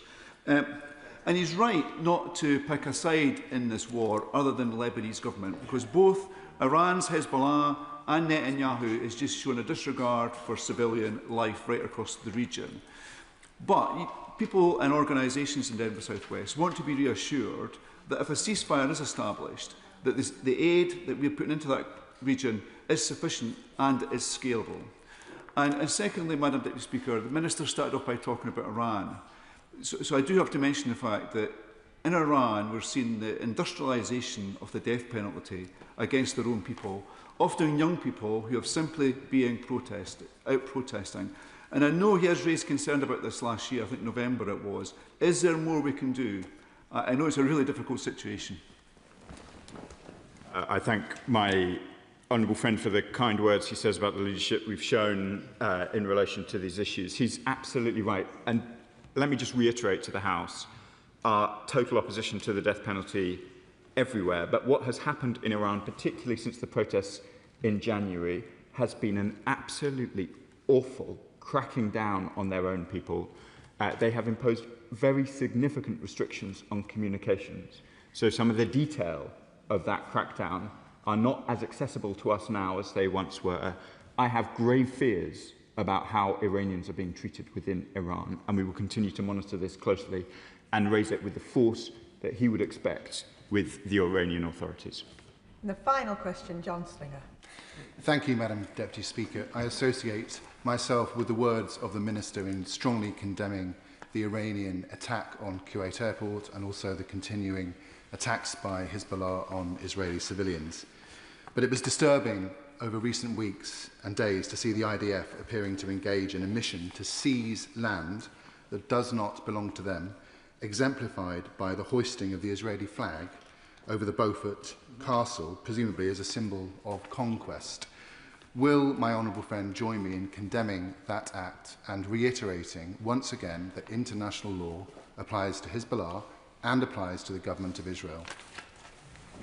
Madam Deputy Speaker, it does.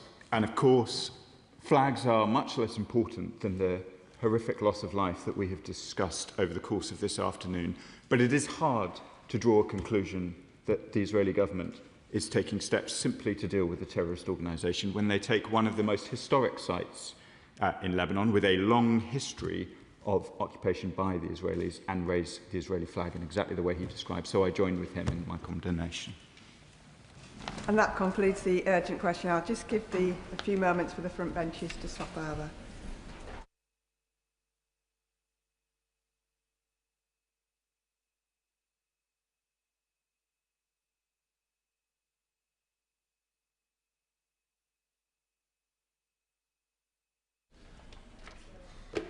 We now come to the general debate on the Government's response to the House's humble address on the 4th of February 2026. I call the Minister to move. Paymaster General. And I beg to move, Madam Deputy Speaker, the motion that stands on the order paper. Now, Madam Deputy Speaker, on the 4th of February, I came before this House to debate the humble address motion. I said that at the time that it was in the national interest to be transparent and to act as quickly as we could. And with the second publication earlier this week on Monday, the Government has done so. Today, there is a further opportunity for members to put questions and indeed to debate the content alongside my right honourable friend, the Chief Secretary to the Prime Minister, who will of course listen to the debate and close it in due course. And today, we should ensure, as we debate these issues, that we keep Jeffrey Epstein's victims at the forefront of our minds. What Epstein did was abhorrent and unforgivable. He was a vile, evil paedophile, and I denounce him and his actions as strongly today as I did when I came to the dispatch box on the 4th of February. The Prime Minister has taken responsibility for appointing Peter Mandelson as the ambassador to the United States. He has said if he knew then what he knows now, he would never have appointed him, and he has apologised. Now, Madam Deputy Speaker, I do think it is worth setting out the process that was followed in order to publish such a large volume of material on Monday. I will certainly do that. Because he is going to talk about process, I'd be very grateful if he could clear up one matter. I have a high regard for his integrity, and I hope he won't dance around the subject as has been done by others in the past. In the first tranche of documents that was revealed, there were a number of notes sent by private secretaries to the Prime Minister. If I was allowed to use a prop, I would open this at page 3 and again at page 8, where you would see under these notes talking about the situation as regards how to appoint the ambassador, Peter Mandelson and so forth. There is a big box which says notes by the Prime Minister. The normal course of action when a Prime Minister receives a document of this sort is that he notes down his response to it. These boxes are totally blank. And my simple question to him is this: are they blank because the Prime Minister made no notes whatsoever, or are they blank because any notes that the Prime Minister made have been redacted and removed? The Intelligence and Security Committee deals with even more sensitive material than this routinely, and every time they have a redaction in a publication, there are 3 asterisks to show that the redaction has taken place. Can we know, were redactions taken place in the Prime Minister's notes on these memoranda that were sent to him for decision? No, it's blank because it was blank is the answer to the right on the gentleman's question. No. And the decision, the formal decision to appoint Peter Mandelson as the ambassador was conveyed by the Prime Minister's then principal private secretary in a letter to the Foreign Office. So there's no redaction of what was in that. I know what he's referring to. He's referring to the box note and the empty box. And the reason is there was nothing to redact because there was nothing in the box note. So I hope that's a sufficiently clear answer for the right honourable gentleman. I'll just take the honourable gentleman before I move on. Because I want to talk on the process of the appointment rather than the process of the release of the papers, which I think he's moving on to. I've previously said in this House, and I think again the Chair of the Foreign Affairs Select Committee has said not dissimilar comments about process in the future, whether it's a Conservative government, hopefully, or another government, and that is about pre-appointment scrutiny of senior posts, both ambassadorial appointments and, indeed, I would argue, permanent secretaries of government departments. That would be a more sort of safer way of doing things. And also on senior appointments for the ISC, and there are lots of current ISC members here and former ones like myself, he will know that the process is one where the appointment is made by the Prime Minister, but the double lock mechanism ensures that the House has a say and can actually veto appointments if necessary. Now, that isn't necessarily what I'm asking for in these appointments, but certainly the relevant select committee should pre-scrutinise senior appointments, in my view, of ambassadors and other senior officials, whether they're political appointees or not. I think that would help the whole House, whatever our politics. Look, I'm not hiding from the fact, Madam Deputy Speaker, that we had to make changes to the appointments process. And indeed, what the government has done is to change the process for all direct ministerial appointments, actually, to make sure that due diligence and national security vetting has to take place prior to appointment. I think it's absolutely right that that change was made. Now, if I can just move, Madam Deputy Speaker, to the process, because the process that was followed was a significant one, obviously, to publish such a large volume of material. Now, when I was at the dispatch box on the 4th of February and committed to publishing material in the scope of the motion, bar that which the Intelligence and Security Committee agreed would be prejudicial to national security and international relations, I should put on record my thanks. Members who were in the House that day might recall that even as I was speaking in the chamber, I was making the case for the involvement, in fact, of the Intelligence and Security Committee. And I do know it was not a small undertaking. I think there's been a huge amount of time that's been spent by the Intelligence and Security Committee, and I'm very grateful for their very careful, and it looks to me, painstaking work to go through this volume of documentations. And members that day in February, and indeed since, have obviously raised a range of issues. And it's absolutely right that the government is so held to account on those. Now, as members will have seen from the material that was published on Monday, the government has enacted, I would suggest, the House's request for transparency to an extraordinary extent. I will certainly give way to the Father of the House. On Monday, I specifically asked a question to the Chief Secretary, to the Prime Minister. It was on the fact that it's extraordinary, this was the information available to us at the time, that there appeared to be no WhatsApp messages from the Prime Minister or text messages. We now know that there were no text messages to Mandelson after a few days after the general election, and the WhatsApp messages have totally disappeared. The Chief Secretary gave me an answer which I have to say I think was slightly disingenuous, because he said Prime Ministers don't operate in this way. They're rather like Mr Gladstone. They sit at the cabinet table and men in frock coats bring them papers. And no, this is complete rubbish. We know that the Prime Minister must have been using WhatsApp all the time. Now, to use disappearing WhatsApp messages is contrary to what the COVID inquiry suggested. It is quite contrary to transparency also. And I just say to the Paymaster General that these scandals are made much worse by any hint of a cover-up. Everybody knows that a mistake was made. People are very forgiving to the Prime Minister who made a mistake. What they're not forgiving to is some sort of cover-up that all these numerous text messages and WhatsApp messages have suddenly vanished. Spot on. Well, on the reference to Gladstone, I think there are some members opposite be quite happy to have Gladstonian principles in government. But can I just But look, to the point the right honourable gentleman makes around cover-up, that I really do reject, and I reject it for this reason. This was a process that was quite rightly driven by and led by officials without political interference, working with the Intelligence and Security Committee that is very well respected across this House and is a cross-party committee. There is not a single redaction in those documents that came about because of a ministerial decision, simply because we have not played that part in the process, nor should we have done. So I completely reject the idea of a cover-up, and on the subject of someone who might be keen on Gladstone, I give way. Knows me well and knows that my disdain for Gladstone and my deep admiration for his rival, Benjamin Disraeli, the greatest ever Prime Minister, by far, in my judgment. But there we are.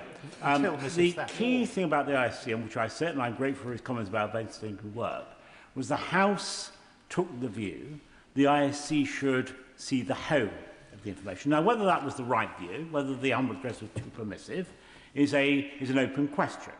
But the House took the view we should see all matters relating to international relations or national security. An executive decision was taken. I don't know if it was endorsed by ministers. It's certainly endorsed subsequently by the Chief Secretary, not to make available to us the UK vetting file. Now, that's not what the humble address says. It has been legitimised subsequently by the argument, which I don't buy, frankly, that it will have a chilling effect on the whole vetting process. But as the Minister, who I share my right honourable friend's respect for, by the way, knows, the ISC seeing material is not the same as disclosing it. It's about scrutiny, not disclosure. So why was that executive decision made, not to make that available to the ISC? Who made it? When? Was it officials? Was it ministers? And will he explain how he can square that with the remark he just made? Yeah. It was an official-led process. And let me just make clear, because he does point towards what is, I think, a pretty important issue. That is that you had the humble address and you had the wording. And members can read the wording of the humble address. It has the list, the quite extensive list that was drafted by the Shadow Chancellor of the Duchy, except papers prejudicial to UK national security and international relations to be referred to the ISC.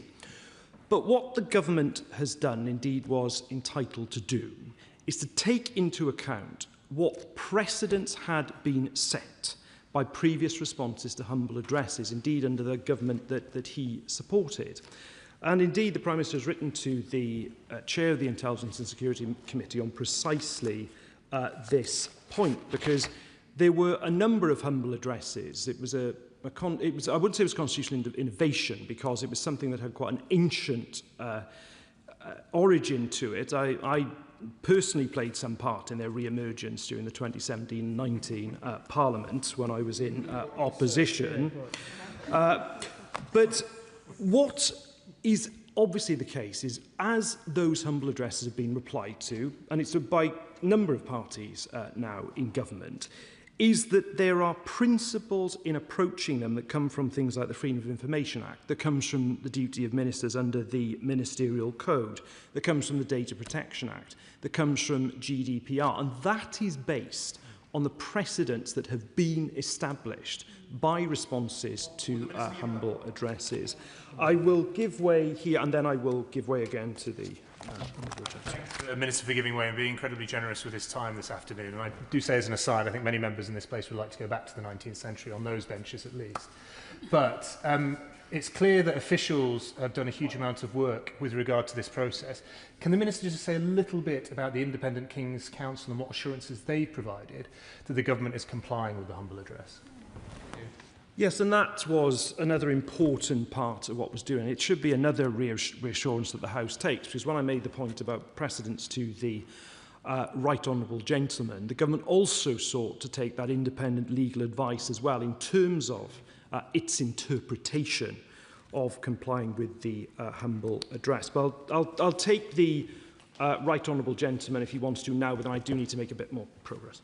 Yes, well, I just want to clear up this point about precedents. It may be that I'm wrong about this, but I don't think there is any precedent of previously the House deciding that the Intelligence and Security Committee specifically should look at material that was going to be redacted before it went to the public. This Intelligence and Security Committee, as he well knows, was founded in 1994. Since that time, there has never been even one leak from the committee. So there is no comparison between making things available to any other body that compares with the Intelligence and Security Committee, which is the only parliamentary body entitled to see highly classified material and which never leaks. So when he says this is all led by officials and it's okay for the officials to see it, but not to release it to anyone else, the reason why the ISC was chosen is because it is within the ring of secrecy, and that is unaffected by any precedents regarding bodies that do not have that special status. Exactly. I agree with what the right honourable gentleman says. It's just if he looks at the wording of the humble address lists a series of classes of documents and then says except those which are the ones that were referred to the ISC. So that's the compliance with the motion. Now, let me just turn back to the process because, as I say, undertaken by officials, they sought returns from all government departments, including material as has been referred to on non-corporate communication channels. There were multiple rounds of discovery to ensure that searches return material relevant to the full scope of the motion. Some documents were assessed as likely prejudicial to national security or international relations. This is the point I was just making to the right honourable gentleman. And as I committed to the House in February, they were then referred to the Intelligence and Security Committee. Now, due to the wide scope of the motion and the significant volume of material that needed to be located and reviewed, the first publication on the 11th of March was focused on the parts of the motion that were of most urgent interest to the House: Peter Mandelson's appointment, his withdrawal and the severance. Now, the second tranche that was published on Monday contains material relevant to the parts of the motion that cover communications and documents concerning Peter Mandelson's appointment, vetting and messages between Peter Mandelson and ministers, special advisers and senior civil servants in the months prior to and throughout his tenure as ambassador. One more and then I'll come back. All documents held by the government have now been disclosed, save those documents that are being withheld on the request of the Metropolitan Police. And I will take the...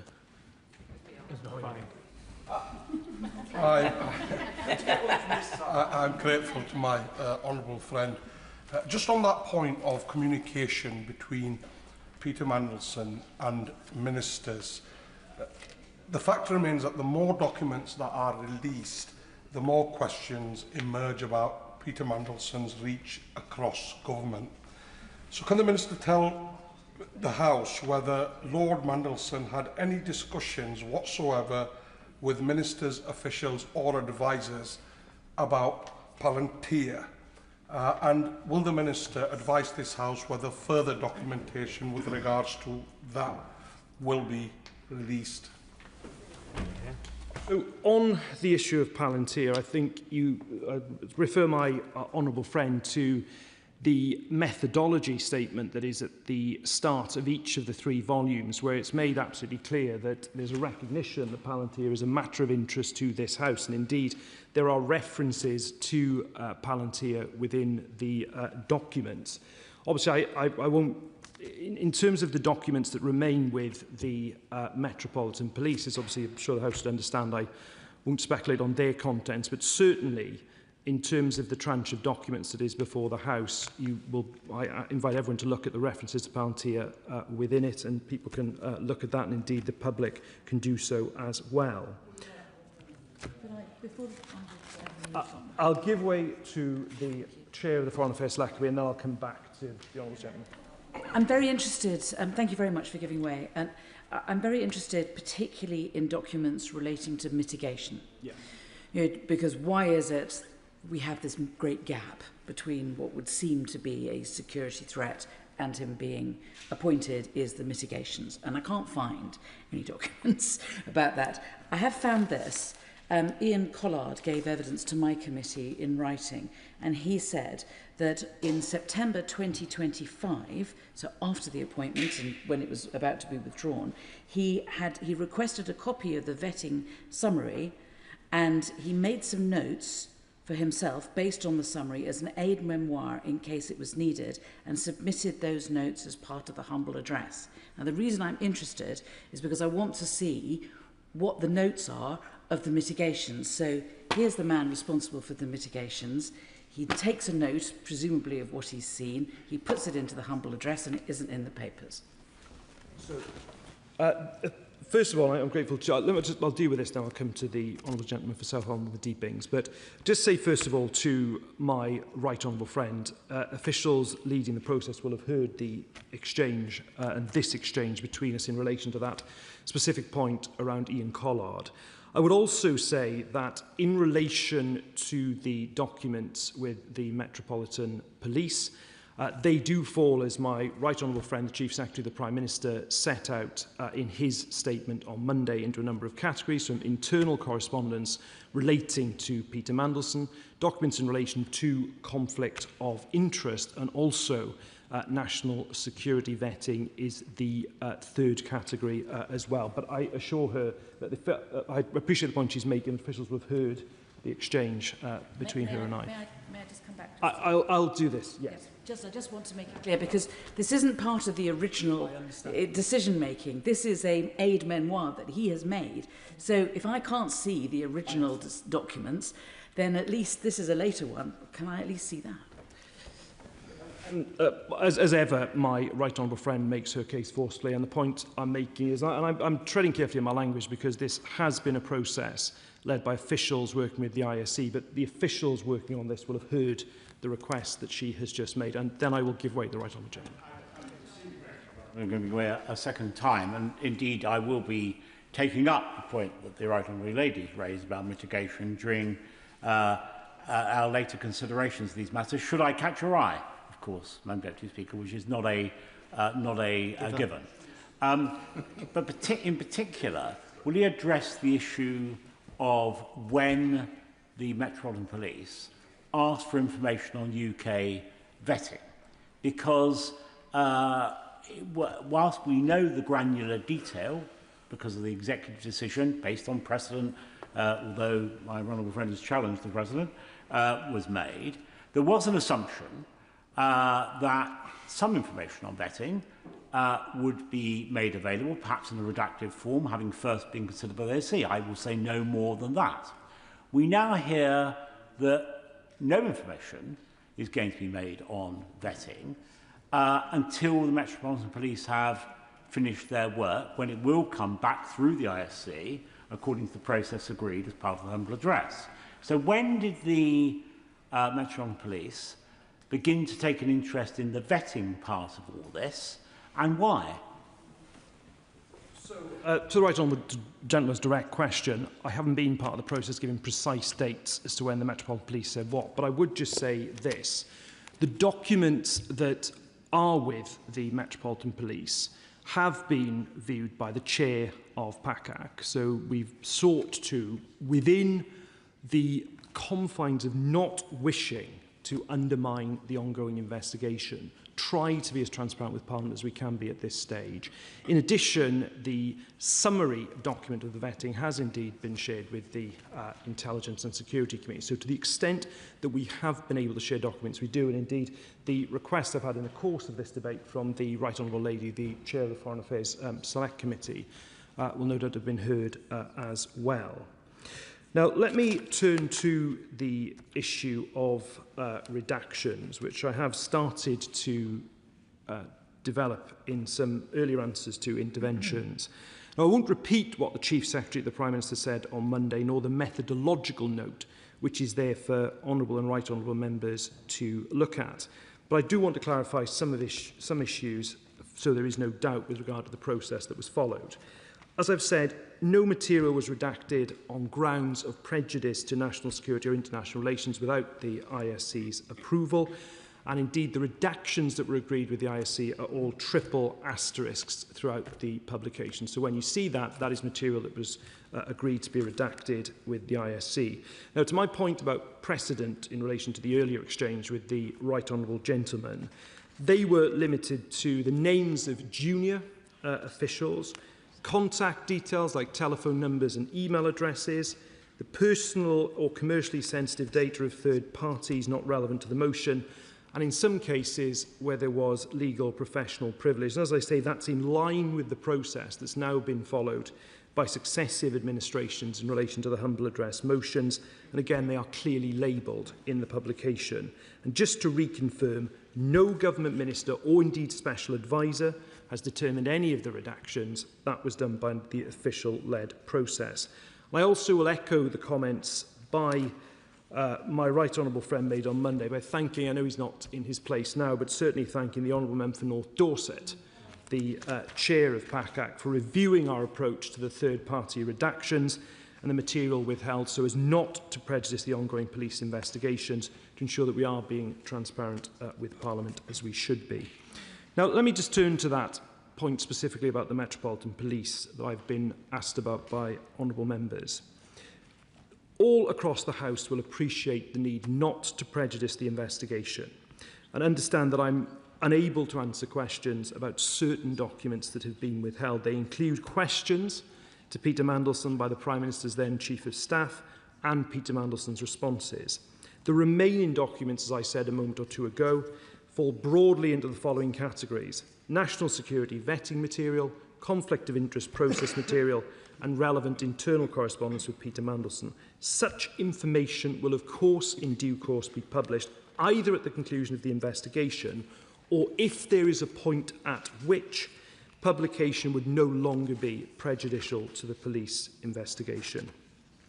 Now, Madam Deputy Speaker, on the 4th of February, the House made its will clear, and before I go further, I will, of course.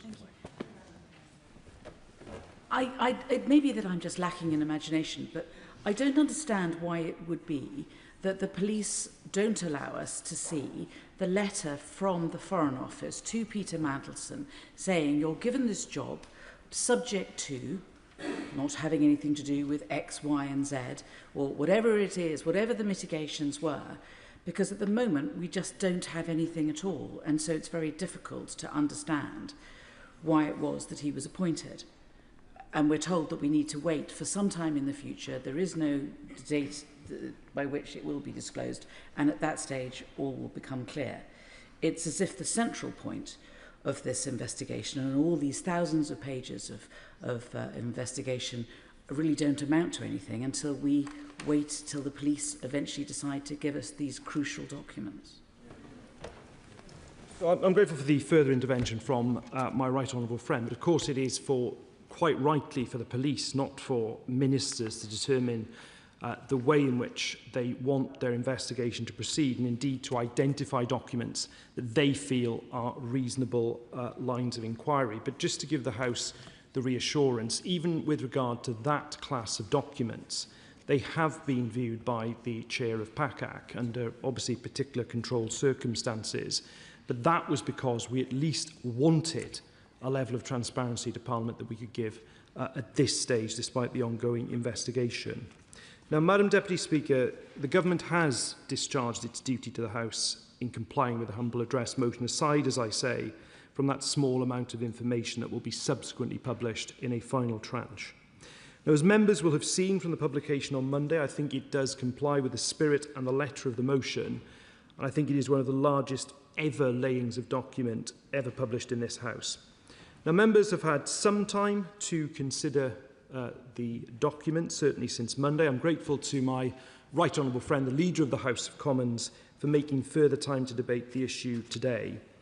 I know that throughout the course of the debate, members will be conscious of not prejudicing the ongoing criminal investigation, and I'm grateful to the House for understanding the position the Government has taken and my position on answering questions on that. But I will, of course, now look forward to the debate before the House, and indeed my right honourable friend, the Chief Secretary to the Prime Minister, will close the debate and respond to points made during the course of it, and I commend the motion to the House. And I literally, Joe! I think I'll just... I thank the Minister for giving way. I was trying not to interrupt his flow. Until I did. Does the Minister agree with me that throughout these files there are mentions of Palantir and Peter Mandelson, including a memo where he is trying to introduce Peter Teal to Number 10 staff, I think in June last year. Would he agree with me that unlike what Mr. Louis Mosley has written to me today, suggesting that Peter Mandelson was not intervening with Palantir business with the government, that he still was doing so? I reject any suggestion that on Palantir contract that's been renewed. I think there's one that was renewed by the Ministry of Defence, that there's any wrongdoing the way that he suggests. I'll reject that absolutely. But with regard to the meeting between the Prime Minister and Peter Teal, that did not happen, just to be clear. Yep. I think we've set off a surge of more interventions. I will give way to the Right Honourable Lady, and I will finally give way to the Right Honourable Gentleman for Islington North, and then that's it. I was listening to the reassurances that he gave about the material that's been provided and the fact that this is all of the material bar that's been held back. Can I just ask for a further assurance from the Minister that if things do come to light that were not found in I appreciate the significant trawls that have been done, if other things do come to light as correspondence that would fit the humble address, that he will follow up and ensure that those things are published as well as the stuff that has been held back because of the police investigations? Good point. We don't expect that to happen, but of course, if it did, we would consider it. I'll finally give way to the Right Honourable Gentleman. He's been very generous with his time. Is he able to confirm or not whether Peter Mandelson had divested himself of all of his financial interests in companies, including peripheries or actuality of Palantir, whilst he was the ambassador in Washington? Speaker, that of course strays into the conflict of interest class of documents, which is still one of the classes that's with the Metropolitan Police. But could I just conclude again by saying that it's very important that the House has this debate today. I've certainly throughout this, from the debate in February to today, taken my duties and indeed the government's duties to the House very seriously, as has my right honourable friend, the Chief Secretary of the Prime Minister. I think it's his 11th appearance in the House on this matter today. He will, of course, close the debate and answer any further questions. I commend the motion to the House. Yeah. The question is that this House has considered the government's response to the House's humble address on the 4th of February 2026. I call the Shadow Secretary of State. Yeah. Thank you very much, Madam Deputy Speaker. And I thank the Paymaster General for his remarks. And I look forward to hearing what the Chief Secretary of the Prime Minister has to say at the end of the debate. As we made clear earlier in the week, we're not entirely happy with the way that this has come together, just because in the way that these debates take place, it's not automatic that we will get to ask ministers questions if they decline to take interventions. I'm very encouraged by how the Paymaster General, though Hansard should know that he said that nobody could follow the member for Islington North. Shut down everyone else. But I know that the Chief Secretary of the Prime Minister will want to follow his good lead. And I hope that at the outset the Paymaster General will accept my sympathies on the loss of his mobile phone. I mean that genuinely. It's very unfortunate that it was stolen 5 days after the former Chief of Staff's mobile phone, Morgan McSweeney's.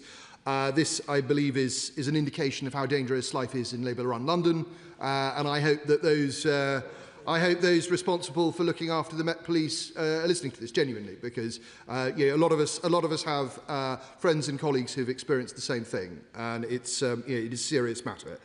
The Paymaster General referred to his resurrection of the humble address as a political tool, and I hope that he's still proud of that achievement, that he doesn't rue it or regret it, and that he's enjoying being on the other end of it. And I remember this sort of coming up in one of those Brexit years, I forget exactly which one, because I was sort of reminded by it because he spoke about precedent and humble address. And the truth is, his humble address actually breached precedent in a very serious way, that it had been the case in Erskine May throughout the ages that humble addresses would not be used in order to take the opinions of law officers of the Crown and present them to the House. And this was specifically carved out, and yet his humble address struck right through it. So when we talk about precedent in humble addresses, we have to be very careful, and we have to be very clear that the instruction given by the House to the government is sacrosanct. It is more important than anything, and it is not for the government to redefine what the House has asked it to do. It is simply the government's job to comply in order to treat the House with respect, but also to avoid falling into contempt. And so I will say again that the idea that large classes of document, potentially large classes of document, should be retained and kept away from the House because the Metropolitan Police are using them may be desirable, but it should not be done automatically without the agreement of the House. If the government wishes to change the terms of the motion that was presented, it can come back to the House, and it can do that. And actually a dangerous precedent is set when the government decides that it will reinterpret what the House has said, because maybe this hasn't been convenient for the government, but it might be for a future government. So we must be very careful with precedent and very careful with setting new precedent. I will happily give way to my right honourable friend. I'm extremely grateful. And the point he's making, I may say, Madam Deputy Speaker, is about the relation between this House and the Executive, and more than that, the relation between ministers and officials. It's time that this House asserted its authority in that respect, and the humble address was exactly that, the assertion of the House's authority, and ministers use their authority, given their appointment by the Crown, to insist on what officials do and don't do. And whilst it's right that this process has been driven at a logistical level by officials, in the end it's up to ministers and then this House to make a judgment about what's published, where and how. I'm very grateful to my right honourable friend for his interventions. He's absolutely right. I mean, you know, there is no higher authority than Parliament. And consequently, you know, the government should just bear that in mind when it's delivering, not just on this humble address, but any future humble address. Now, the remarks, I don't wish to go over all of the ground that we've already been over, Madam Deputy Speaker, but there are, I think, clearly some discrepancies between what has appeared in public, what has been said in public, and what has appeared in the humble address. And there may be good reasons for some of those things, but some of them are much harder to explain. I think I'd probably like to start with the information that appeared in The Guardian last week regarding the contents of the ISC's summary document. And obviously, that hasn't appeared in this return, as the Chair of the Foreign Affairs Select Committee has pointed out, and as my right honourable friend who sits on the committee has pointed out. But you know, we now have a situation in which the readership of The Guardian has been privy to the information that that document contained concerns about Mandelson's relationships with at least 3 individuals, in fact 4 individuals. One was a Chinese minister, the other was Oleg Deripaska, the other was a former Israeli minister, and the 4th was an unnamed man with whom Mandelson is said to have had, and I quote, a relationship. So this information has come out of what, by the government's own definition, is a highly secure document, which we were previously told very few people had seen.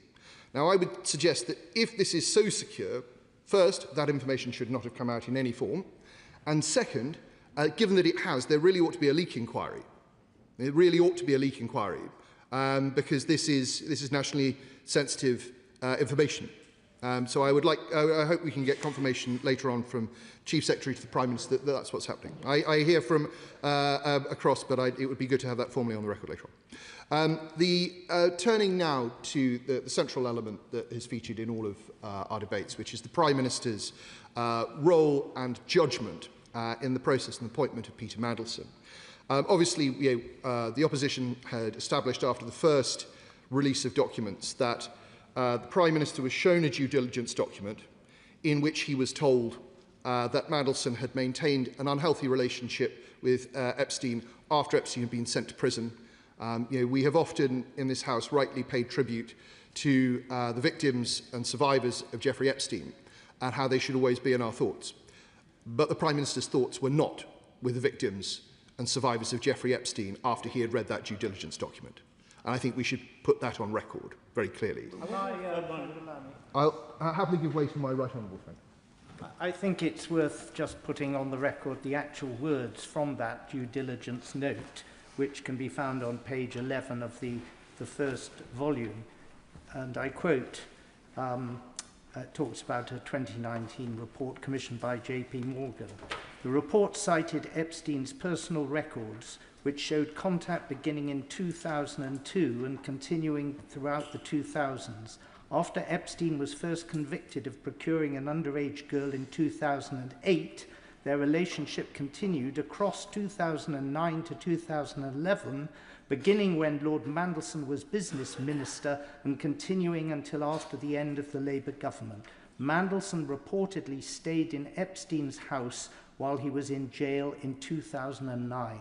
Now that is from a document which it is not in doubt the Prime Minister saw, and yet he went ahead with making this appointment. I thank my right honourable friend, and that is a very timely spelling out of exactly what the Prime Minister read, and yet he went ahead and made the appointment anyway. So I find it, whilst I have no, I take the remarks that the Paymaster General and other ministers have made totally at face value and totally sincerely. It's clear that the Prime Minister was not thinking in that way. On that particular point raised by my honourable friend, what is not clear, however, is the relationship to the due diligence process, in particular relation to Epstein, and the vetting process. It is pretty hard to believe the UK vetting process wouldn't have taken account of what my honourable friend said, but we will never know that because the government has decided not to make that available even to the ISC for scrutiny. But I mean, it's inconceivable, surely, that it wouldn't have been part of the vetting process. And how could it be mitigated anyway? I find it very difficult to believe, as my right honourable friend finds it very difficult to believe. And so we have these comments about, in the due diligence documents, we have these comments about Epstein. We also know we have comments about Mandelson's directorship of a Russian company, which owned a defence company which supplied Putin's war effort in Crimea, and his business relationships in China, to name but a few things in the due diligence document. And it can be no accident that on the same day that due diligence document was given to the Prime Minister, the then Cabinet Secretary said to the Prime Minister, if you're going to appoint this man, get the security vetting done first. Make sure that you have done the security vetting and had his disclosure of interests before you confirm his appointment. But the Prime Minister went ahead and did it anyway. And this was an enormous and historic error of judgment, a really terrible error of judgment.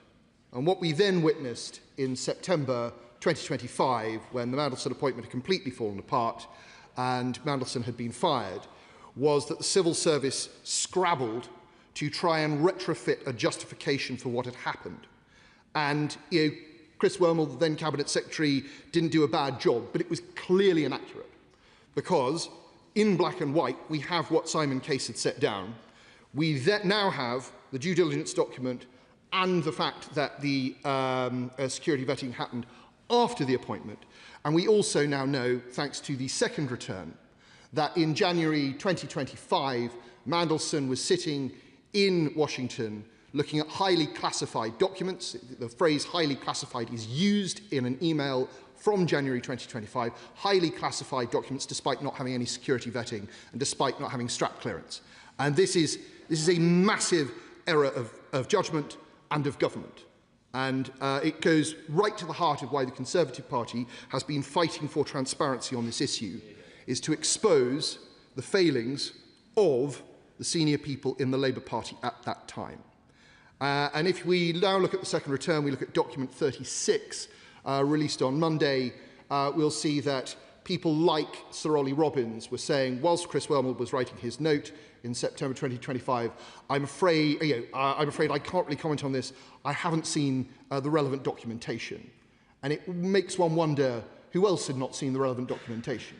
It makes, because the relevant documentation is not in this release, had Chris Wormald seen the relevant documentation?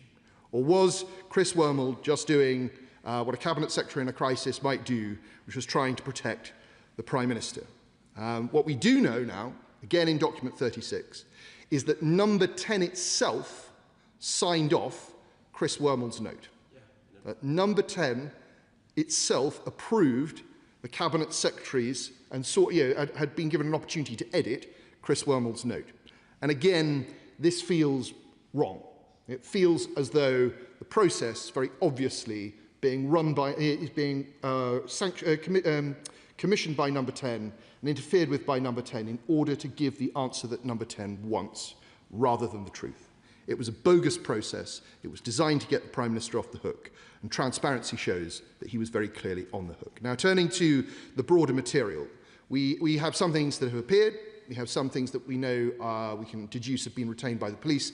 We have some things that we know have been destroyed, and there are some things that may have gone missing. And I hope during the course of this debate we can get to the bottom of which documents may fall into which category. In April 2026, the Foreign Affairs, April this year, the Foreign Affairs Select Committee had Morgan McSweeney before them, and they asked him, the chair and my right honourable friend from Malden, asked him a number of questions about his messages. So this is sometime after the theft of his phone in October 2025.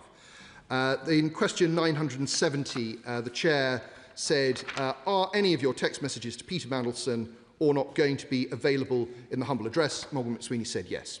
My right honourable friend from Malden, in question 1117, said, can we take it that your phone would have contained quite a lot of communications either with Peter Mandelson or about Peter Mandelson's appointment, fearing that the theft of the phone meant that information had been lost?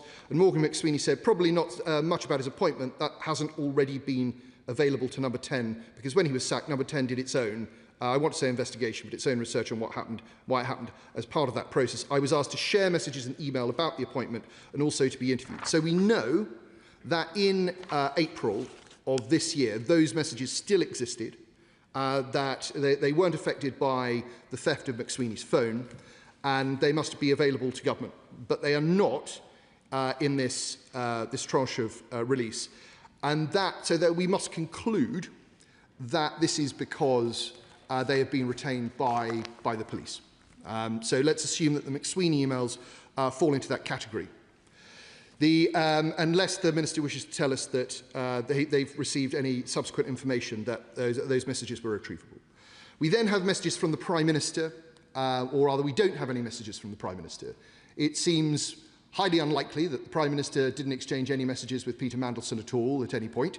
In fact, we must strongly suspect that he did, because there was a report in April in The Spectator by Tim Shipman which quoted from some of those messages.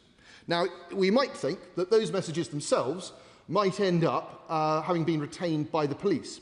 But when we look at the quotes that Tim Shipman had, they're incredibly anodyne. It's very unlikely that these messages would have been kept on grounds of national security or because they would be useful to a police investigation. I quote Shipman, says, there is a text message which Starmer sent the night before he made the announcement, Mandelson's appointment. Quote, you'll be brilliant in challenging circumstances, he told Mandelson. And after many years of our discussions, we get to work together side by side. I really look forward to that. Didn't age well. I'll happily give way. Can I just take him back briefly to the Morgan McSweeney messages? So on page 173 of the third volume, the third part of this, there are some messages that Morgan McSweeney has managed to provide from a group chat that have been published, but not individual messages between himself and Peter Mandelson. If his phone was stolen, which I have no reason to doubt that it was, how did he manage to provide these messages but not those other messages, unless, as the Shadow Minister says, they do exist, but why have they been held back? I can't imagine they could have been national security. Well, the Honourable Lady makes a very good point. It may be because it was on a group message and somebody else had retained their phone. So yes, so he provided it. So we have to assume that, that Morgan McSweeney's messages in some part have been retained by the police. We won't know why, I suspect, for some time. But with the Prime Minister's messages, it's very hard to understand in this case why the police or the government would block the publication of simple messages of praise, of interaction, even though they fall within the scope of the humble address. And so I think we really will need further reassurances from the government about their approach to disclosure, happily give way to the Honourable Lady. Thank the Honourable Gentleman. I suppose he gives me an opportunity to say that in the documents, those that may have had disappearing messages or deleted their messages are listed almost as nil returns, as those of us, and I was a person who was asked for my messages, who had an actual nil return. I suppose that a bit of transparency about those where those messages are lost, and those of us who had very clearly never spoken to Peter Mandelson was made clearer. I suppose he also gives me the opportunity to say that if there was a gender split of ministers who had never had contact with Peter Mandelson, I imagine it skews one way. Hear you. Well, I congratulate the Honourable Lady for taking the opportunity to put that on the record. But yes, this is the information that the House, I think, deserves to have. In what cases are we dealing with messages which never existed because no messages were sent in the Honourable Lady's case? In what case is it because there was auto-delete, which we know the Prime Minister had because it was disclosed to the lobby briefing for journalists yesterday? And in what case is it that phones have gone missing, backups weren't done, everything? What case is it that's been held by the police? You know, it really ought to be possible to do it. And I know that both the police and the government are, to a certain extent, understandably being sensitive about the police investigation. However, it really ought to be possible to say to the House, X number of messages from the Prime Minister are being held by the police. Y number of emails. You know, Z number of text messages. There's no way that any of that could possibly interfere with any police investigation. Knowing roughly what the police had, we started to move in the right direction on that yesterday, on Monday when the Chief Secretary to the Prime Minister told us the categories of document we have. But there must be other ways of reassuring the House, or giving some guidance to the House as what's being held. Because, look, obviously, we have a huge amount of material here that's been justifiably redacted for reasons of national security and international relations. But that doesn't mean that we don't have the headings. We often have email headings that say there was an email sent on this date from this person to that person. You can't see the content, you can't see the subject, but we know the email existed. Why can't we have the same thing for the messages? That the Prime Minister sent messages to Peter Mandelson on this date, that date, and the other date. You can't see them, they're part of the police investigation, or you can't see them because they're subject to national security concerns. So we have this discrepancy between different types of approaches to the disclosure of information. I will happily give way to my honourable friend. I'm grateful. I'm grateful to my honourable friend. Is he, in the context of these disappearing messages, troubled by the fact that in March 2023, the Cabinet Office issued very clear guidance about the use of non-corporate communications channels by ministers, by special advisers and others, which said disappearing messages should be used sparingly, and that the use of disappearing messages does not in any way supersede the record-keeping obligations of ministers to communicate to their private office a record of anything on their personal devices that is pertinent to the conduct of government business. Yeah. Well, that is entirely true, and I believe that the ISC has said as much in one of its responses to government disclosure, saying that they're very troubled by the fact that this guidance, which all ministers are supposed to obey, was routinely being broken. And he and I think, were both ministers at the time that was brought in. It was brought in for very good reason. It was brought in to reflect the fact that there are new communications channels, and of course ministers will want to use them. Some of them are very useful for ministers, but that shouldn't get in the way of the fact that the system needs to retain a record of how decisions were made and what the decisions were. And that's clearly not being done in many cases here, not least, as the Father of the House pointed out, no, sorry, it wasn't the Father of the House, my right honourable friend from the New Forest pointed out that we have a lot of empty boxes and no record of the Prime Minister really assenting to the appointment of Peter Mandelson, even though we know that he did. I give way. My right honourable friend is right. That was highlighted in the ISC's statement on these matters, and it's an issue to which the committee may return. Not for me to prejudge that, but it is a matter of considerable concern. It was raised during the period of the last government, actually, It's not unique to this government. We had issues with previous Secretaries of State and Ministers. I will say no more than that in this regard.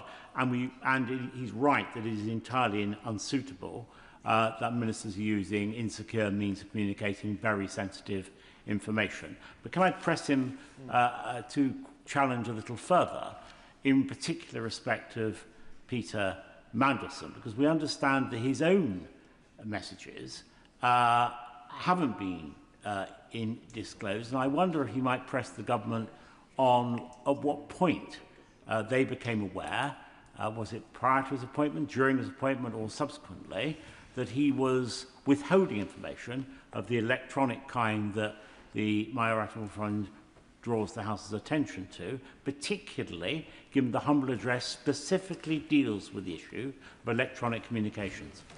My right honourable friend is right, and the Chief Secretary to the Prime Minister will have heard his remarks. I'd say further to, and I hope that the Chief Secretary to the Prime Minister will respond to that. What I would say further to what he said is that, yeah, obviously the humble address was in February, but it wasn't until March that the government asked Peter Mandelson for his phone. Peter Mandelson then refused, as was raised by myself and I think other members on Monday. The government should really seek to go after Peter Mandelson's exit payment if Peter Mandelson is going to deny cooperation with the humble address. It's totally unacceptable that the House should be denied this critical information. So we have some information that is retained, some information that appears to have been destroyed, and some information that appears to have gone missing. I wish to turn to some remarks that the Chief Secretary to the Prime Minister made on Monday about his own messages, just because he himself brought it up, because I think it's a useful case study. The Chief Secretary to the Prime Minister said, "I do recall having some limited exchanges with Peter Mandelson over WhatsApp, including those I've already discussed, but these conversations did not involve transacting government business and were in line with official guidance on the use of non-corporate communication channels at the time." All well and good. But who decided that those messages fell into that category? Did the right honourable gentleman decide that himself? Did he show it to officials who then decided? Did he show it to the police? Who made the decision? And again, we must ask this question of all ministers who are asked to disclose information. Where is it that people have self-edited?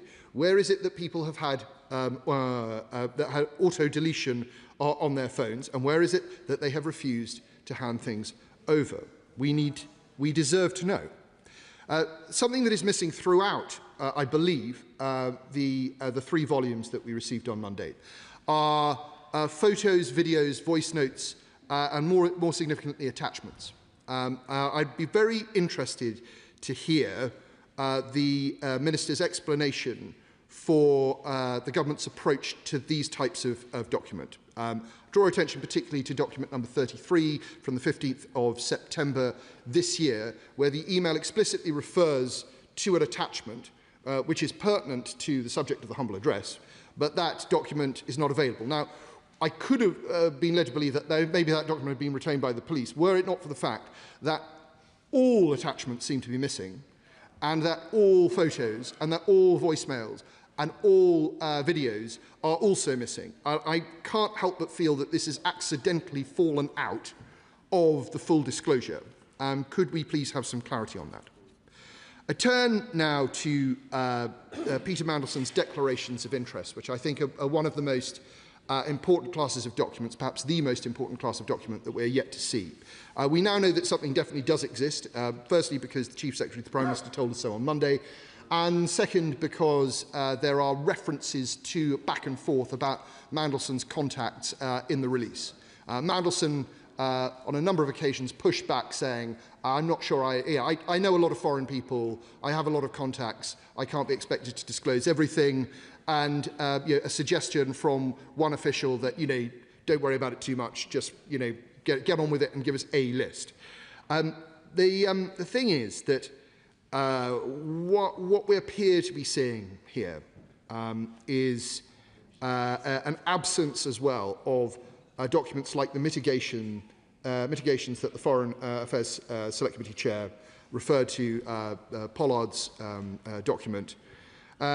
And if we add it all together, the absence of the declaration of interests, the absence of the mitigations which are designed to perhaps handle Mandelson's relationships with his business contacts when he is in office, the fact that there are certain members of the Cabinet whose documents are entirely absent, the business interests that we know Mandelson had. I think we can reasonably hypothesize about what the police are looking at. And that would be, and this is speculation, that would be an abuse of his position in Washington to support the interests of his business relations. And it's very unfortunate that we will not see that information for some time, because I think it goes to the heart of one of the problems with the appointment of Mandelson in the first place. Madam Deputy Speaker, I think is encouraging me to wind up, so that I will do. I can understand why the government doesn't want me to ask them any more questions. I think in conclusion, Madam Deputy Speaker, there are a number of things that we need of the government. Most importantly, we need a slightly fresh approach to disclosure, where we are told a bit more about what the police have. How many documents in each category? How many of the Prime Minister's WhatsApps? How many of Peter Mandelson's WhatsApps? How many of Morgan McSweeney's WhatsApps and their emails and so on and so on? Because it's very important that the House understands where things have gone missing and can start to put that picture together in its head. And I would say to the chair of the Select Committee, following her remarks, I think it would be very interesting, maybe fall to another committee as well, it would be very interesting once the police investigations are complete for the police officers who've been involved in this investigation to come before Select Committee and discuss what their approach has been and why, and what lessons might be learned for future disclosure to Parliament. I'm going to end, Madam Deputy Speaker, by turning, rather unfortunately, to the last speech that Peter Mandelson ever made in the Lords, where he said, and I quote, "I feel very deeply that there will be nothing like the systematic undermining of the civil service that we have seen in recent years, and when government policy was conducted by private WhatsApp rather than on properly considered civil service advice." And now it's disappeared. It is. This is a scandal, Madam Deputy Speaker, that has taken the jobs of the Ambassador to Washington, of the Prime Minister's Chief of Staff, of the Cabinet Secretary, of the Chief Official in the Foreign Office, and ultimately it will take the job of the Prime Minister.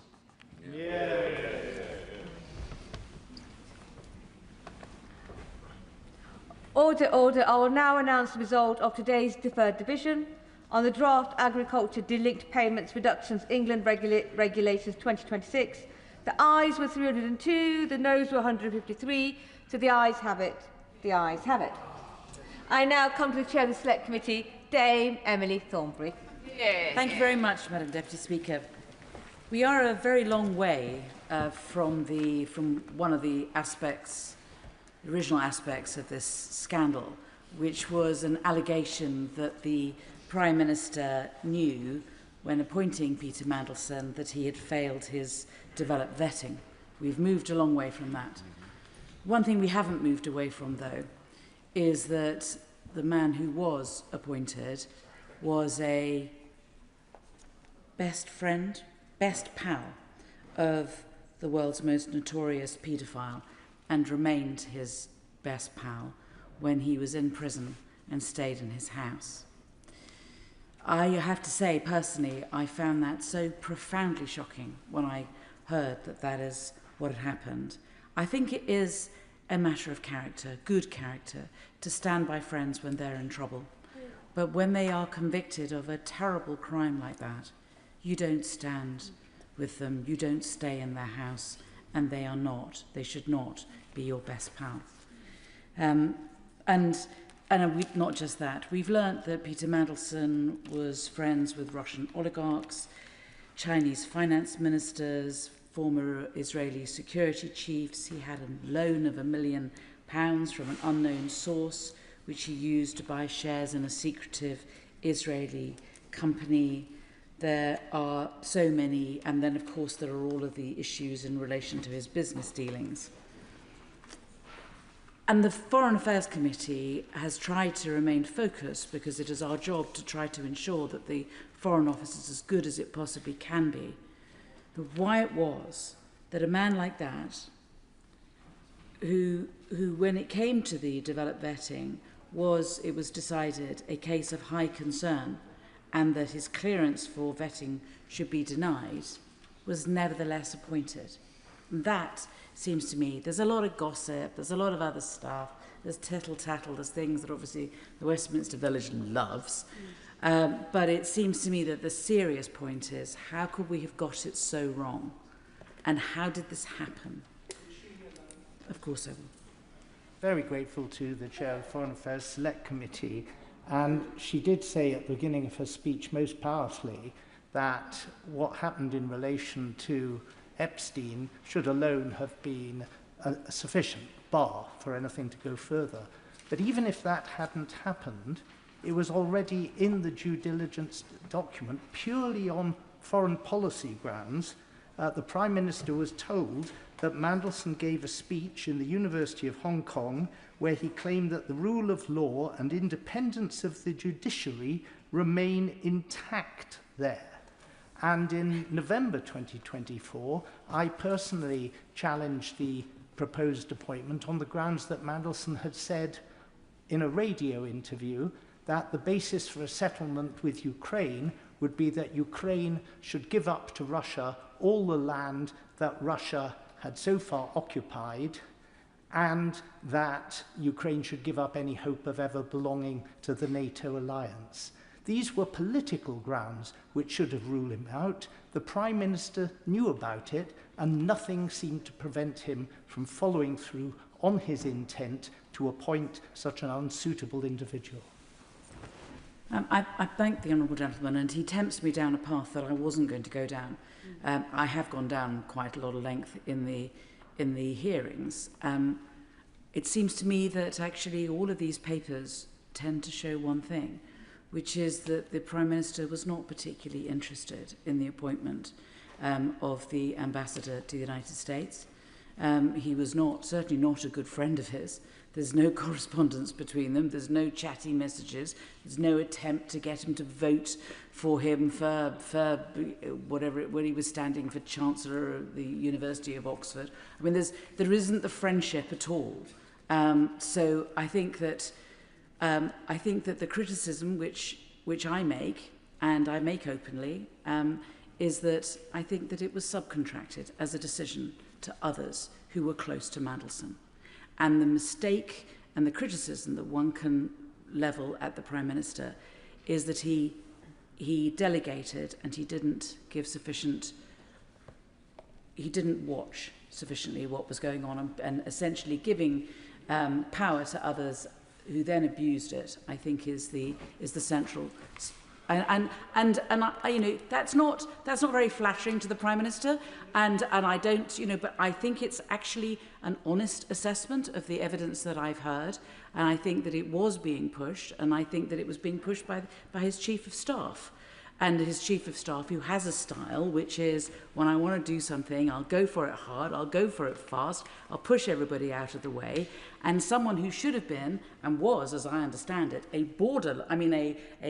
marginal candidate just in November, once he had not been elected Chancellor in Oxford, suddenly, within 2 weeks, moved from a borderline candidate to being the main person in the frame. I will take the... I'm very grateful to the Right Honourable for giving way. And she persuades us, I think, that there is a very good hypothesis, as she's described, for how this has happened. We will never know, only the Prime Minister will know. But would she accept there's another, which is that the Prime Minister was convinced earlier that this was the right thing to do, and the system accepted that that was his judgment, and nobody sought sufficiently strongly to try and persuade him otherwise until the appointment was finally confirmed? I mean, we may be talking about the same thing. I mean, another way of putting it is that his chief of staff had taken responsibility for it on his behalf and was pushing it, and the power that the chief of staff had was the power that he was the chief of staff was because he was the chief of staff to the Prime Minister. I mean, this is borderline one way or the other. I'll take one more intervention, then let me make some more progress. I do disagree with her analysis, though, because the whole point of what we've been saying from these benches is the Prime Minister himself knew of these points. He knew what Mandelson had done in relation to Epstein. He knew what he had said in relation to justice in Hong Kong. He knew what Mandelson had said in that radio interview because I challenged him about it. And I must say, although it may not meet the high standards of court litigation, that when the Prime Minister brushed aside my challenge to him on the 21st of November, he sat down with a very notable and ingratiating grin. And I turned to the person sitting next to me and I said, he's definitely going to appoint Mandelson. It was his decision. Let me move on, but let me, before I do that, just say this, which I think is, again, I think any fair-minded person will know, that presumably the job of being a Prime Minister is that there is so much on one's desk. And if someone comes to you and says, don't worry about this, I'll take this and I can sort this, the temptation to go, okay, you do that because I have 7,000 other things that I have to deal with today. I don't know, I've never been Prime Minister, but I would assume that this is the reality of the situation. So the question is, how does somebody who is so manifestly inappropriate become appointed? And is it right that it may be that those behaving in this way did so because they felt they were under huge amounts of political pressure? But how was it that someone where they were a case of high concern, where clearance was recommended that it be denied, becomes interpreted as a borderline case leaning against? How do we bridge that gap? The only way that gap is bridged is by mitigations. And so I spend my time looking for mitigations, and I can't find any. I mean, I would have thought that we might find, and I mean, Ian Collard, who gave evidence to us, who was one of the security men who was speaking to Ollie Robbins, who was at the time the Permanent Under-Secretary, he talked in his evidence, his written evidence to us, 10 times about the importance of mitigations. And Ollie Robbins talked 6 times about the importance of mitigations. I mean, it's at the forefront of their evidence. And I've already referred to an aide memoir that Ian Collard made in September, looking again at this, where he says, you know, that he looked again at the summary. He appreciates that he accepts that the UKSV's statement was, this case presents as high concern with a recommendation of clearance denied or withdrawn. And then he noted, as well as the tick boxes, red tick boxes that were ticked, UKSV stated in the final case assessment, overall, I believe that this case is a borderline case. If a clearance was awarded to the individual by the department, it is recommended that a very robust risk management model is put in place. Now, I don't know if that is just in Collard's memory of what he may or may not have read. Well, no, I know that he didn't read it. He says he didn't read it at that stage. So I don't understand where this comes from and how it can be. You can have one thing within this UKSV vetting paper saying don't give him the job, and then believing that it's a very borderline case with robust risk management. I suspect this latter bit is an interpretation, a way in which it was hoped that it could be slid over the difficulties that he was essentially being refused vetting into he could be given the job so long as there were robust mitigations. But where are they? I mean, when Sir Ollie gave evidence before our committee, I said to him, I don't really follow why you would know the contents why you would not know the contents of the UK SV document and their concerns, or even that they said it was of high concern about Peter Mandelson. I don't understand how you could not know that if you were considering what the mitigations are. You cannot have the mitigations without knowing what the problem is. And he says, the risks were explained to me, but I have not seen the underlying documentation. That is what I am saying. That obviously strikes members of the committee as odd. Well, it certainly did. But in all my years as a civil servant, many of them relatively senior, one, I've never seen a UK SV document other than the ones that I've... I mean, it's ridiculous. If he's putting down mitigations in order to be able to deal with legitimate concerns and a security threat, he needs to know what the security threat is, and he needs to understand that UK SV is saying that it is very serious and that he shouldn't be given the job. And yet he says, I don't know. I just thought it was borderline leaning the other way. I mean, this is Alice in Wonderland. I'll give way. I thank the right honourable lady for giving way. She's making a very important series of points. Does she not also think that the fact that the vetting wasn't done, as we now know, before Mandelson arrived in Washington, means that there was somebody in post in Washington seeing highly classified information, but he was not fit to see it because there were no mitigations in place, even though the process subsequently threw up the fact that he would need them, although, as she is saying, he probably shouldn't have had the job given the mitigations were warranted. Well, I really don't know. I mean, I don't know.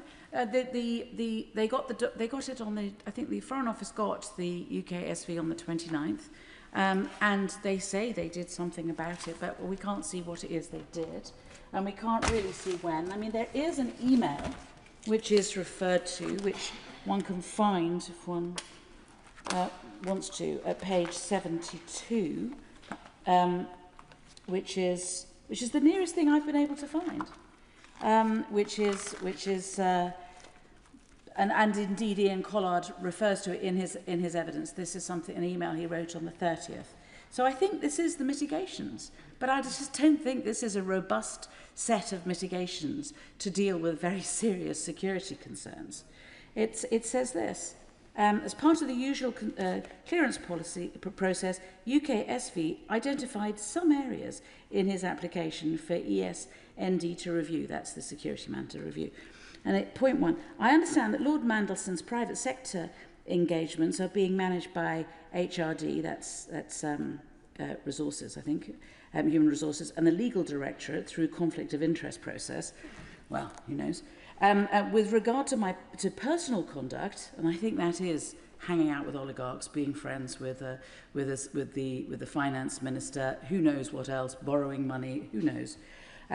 With regard to personal conduct, I understand that Lord Mandelson has received a letter from Mervyn Thomas informing him of his responsibilities as an FCDO employee, including under the diplomatic service regulations. I mean, is that it? He got a letter from a man telling him to behave himself. I mean, we haven't seen the letter. I don't know what it is. And then there is, matter pertains to his overseas contacts will certainly be reviewed by STRAP. Well, STRAP is another issue.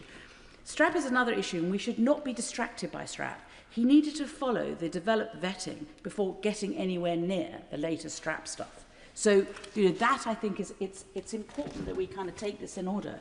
So we have that email, which is about as pathetic as it can be, I have to say.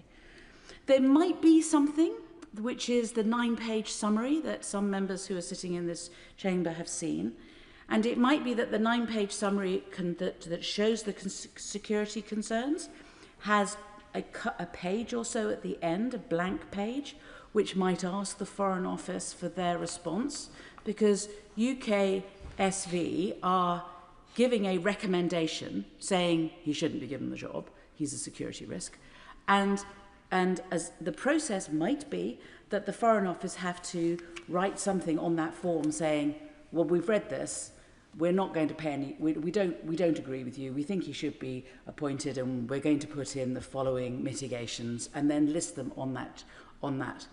Or it might be that they didn't fill that in properly, and it might be that that bit of the form remains blank, and I don't know whether anybody is in a position to be able to enlighten me one way or the other. or whether we will have to wait for the police to give us the document. I don't think the honourable gentleman is one of the people I'm referring to, but yes, of course. But surely that would be precisely the sort of information that could be safely entrusted to the ISC, and they ought to have been entrusted with it. Well, they didn't. I suspect they may have been. That's what I'm trying to say. Yeah.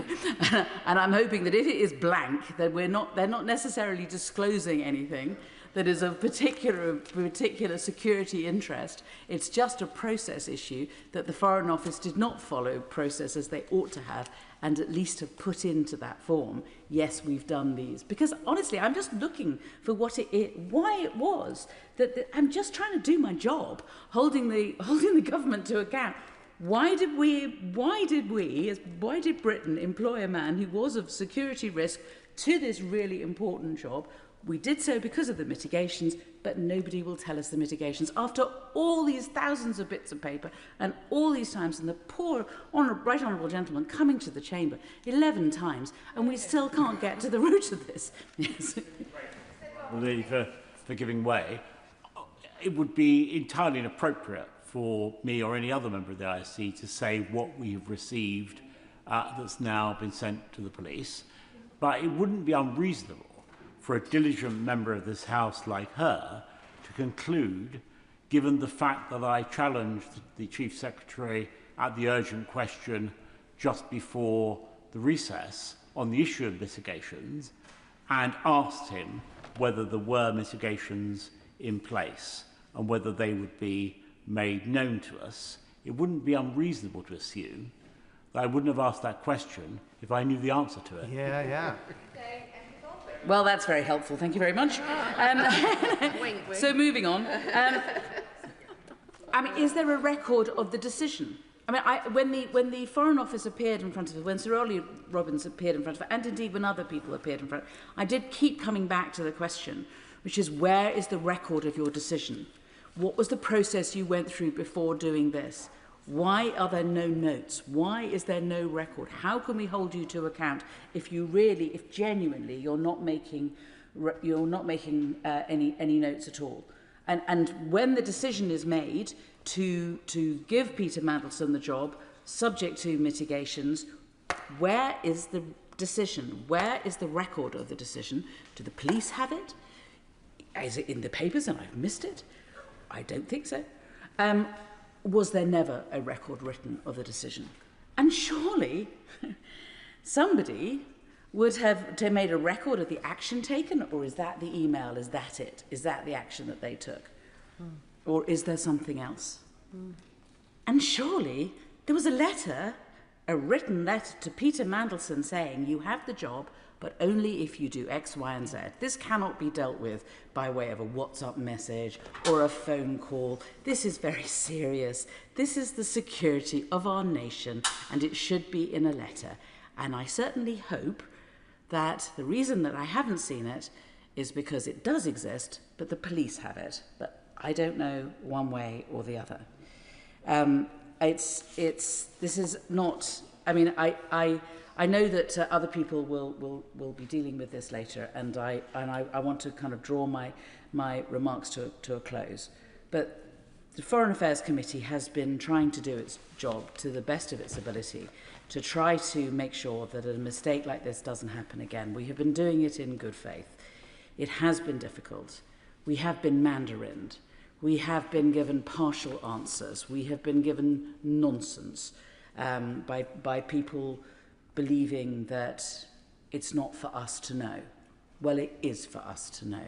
And it's for us to know because we are trying to make our government better. And that is our job as backbenchers to do that. Thank you very much. I call the Liberal Democrat spokesperson, Ian Salmon. Thank you very much, Madam Deputy Speaker. The Chief Secretary reminded the House on Monday that he's now made 10 updates on the Mandelson affair to Parliament. It will be 11 today, as the Mr General reminded us. Over 1,500 pages of documents in this release alone, the largest government response to a humble address in parliamentary history. And still, there is one account we have not received. In April, I said in this chamber that when the Prime Minister simply says he should not have appointed Peter Mandelson to the UK's most important diplomatic posting, that it was, in his words, an error of judgment. He gives a description of an outcome, not an account of his judgment. I use the analogy of a driver saying, "I should not have crashed the car," without ever accounting for the actions that led to the crash. That matters if we are to properly understand what went wrong. It matters for preventing it from happening again. And it matters for judging whether the driver should still be behind the wheel. And if the House will indulge me in extending the analogy, these 1,500 pages give us the crash scene in more detail than Parliament has ever received on any comparable matter. We have the vehicle's full mechanical history. We have the account of every passenger. We have what the bystanders observed from the pavement, what the recovery team found when they arrived. But what we still do not have, after all of that, is the driver's account. What did the Prime Minister weigh in his decision? What did he conclude? And where does he now think he went wrong in his reasoning? Madam Deputy Speaker, when the Prime Minister received the due diligence in December 2024, it documented Mandelson's association with Epstein, that he had stayed in Epstein's home while Epstein was serving a prison sentence for sexual offences against a minor. The document described that as a reputational risk. A reputational risk. Not a moral question about what it means to appoint someone who maintained a friendship. Not a question about what message it sends to the victims and survivors of Epstein's crimes. Just a reputational risk to be managed. Did the Prime Minister consider any of those questions? We don't know. All we know is that he proceeded anyway. As my honourable friend, the member for Eastbourne, said on Monday, in these 1,500 pages, Epstein's victims are not mentioned once in any document dated before Mandelson's appointment. The only reference to them seems to be in an email written after he was sacked. They were not just an afterthought. They were given no thought at all. And the published documents also highlight failures once Mandelson was in post. The due diligence was explicit. Global council interests would have to cease on appointment. During Mandelson's 7 months as ambassador from February to September 2025, he retained a substantial shareholding in Global Council. In February 2025, weeks into his ambassadorial role with that shareholding intact, he accompanied the Prime Minister on a visit to Palantir's Washington headquarters. No formal minutes of that meeting were taken. And in July 2025, he wrote to Number 10 suggesting the Prime Minister should meet Palantir co-founder Peter Thiel while in London. Palantir was a Global Council client. So how was an ambassador who retained a commercial stake in a lobbying firm permitted to accompany the Prime Minister to a meeting with one of that firm's clients with no formal record of what was discussed, and then suggest a further meeting with the firm's founder? The due diligence said those interests should cease. They had not. Nothing in the published documents suggests anyone asked why. The documents also reveal that in February 2025, Mandelson advised the then Technology Secretary to include, in his words, more positive language about AI in a speech to the Munich Security Conference. The Secretary of State replied that it was all the good advice which I'll action. Text speak, obviously. This again while Mandelson retained his shareholding. A firm that represented both OpenAI and Palantir, and while Mandelson himself described OpenAI's chief executive as his chief AI buddy. My honourable friend, the member for Hazel Grove, has today written to the independent advisor on ministers' interests calling for an investigation into that, and she's right to do so. And those are only some of the conflicts Parliament can currently see.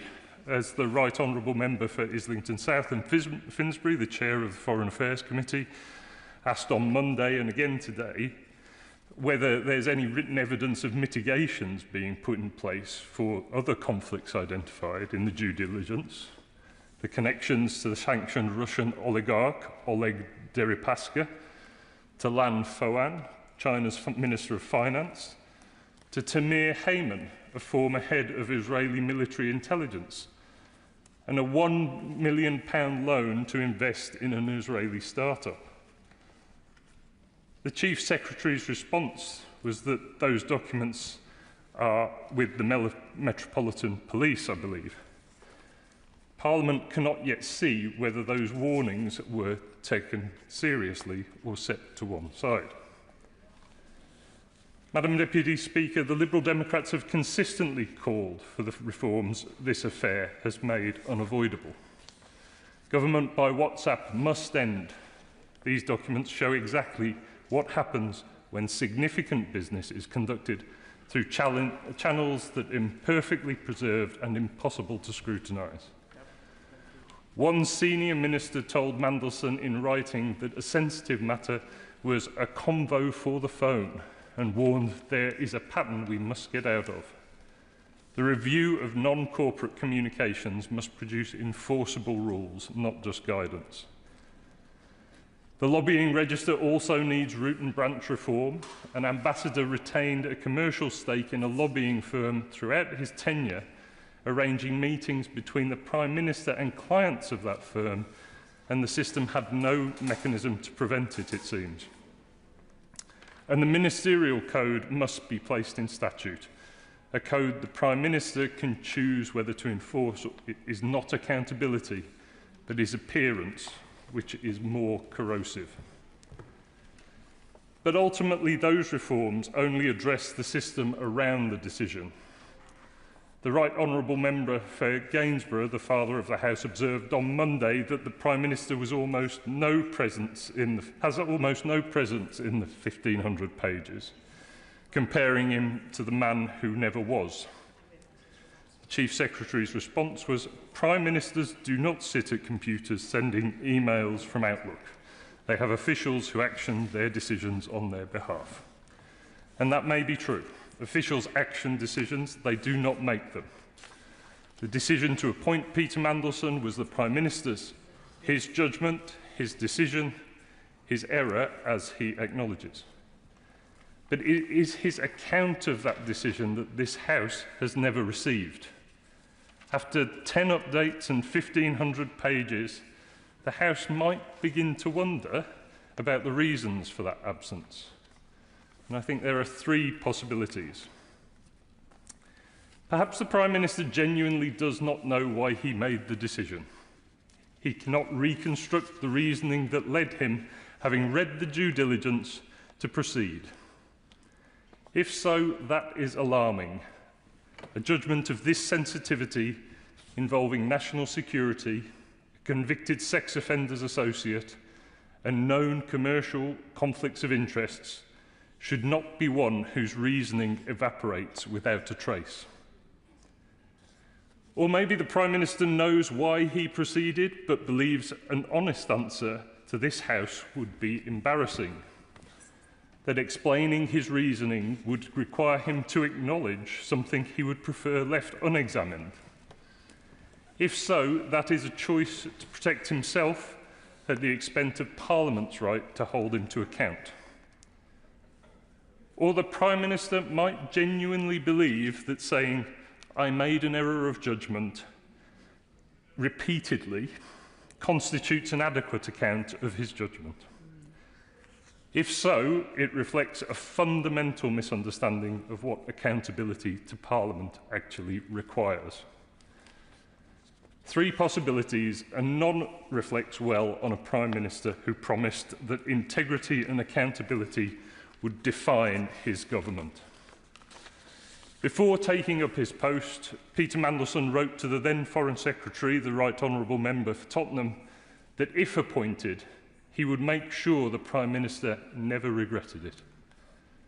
The Prime Minister has now expressed regret. But regret without explanation is not accountability. This House and Epstein's victims deserve more than that. They deserve an answer. Thank you. Alex Davis-Jones. I think what has struck me most about this whole affair is not what has been said, but what has been missing. Over the past week, we have seen endless coverage of private messages, political embarrassment, and Westminster intrigue. We have heard discussions about powerful people, powerful networks, and powerful reputations. But amidst all of this, we have heard far too little about the victims. For all the headlines that have been generated by this story, the people whose lives were devastated by Jeffrey Epstein's abuse have too often been reduced to a footnote. And that should concern every single one of us. Perhaps the most revealing aspect of these disclosures is not simply who ministers were meeting, but who they were not.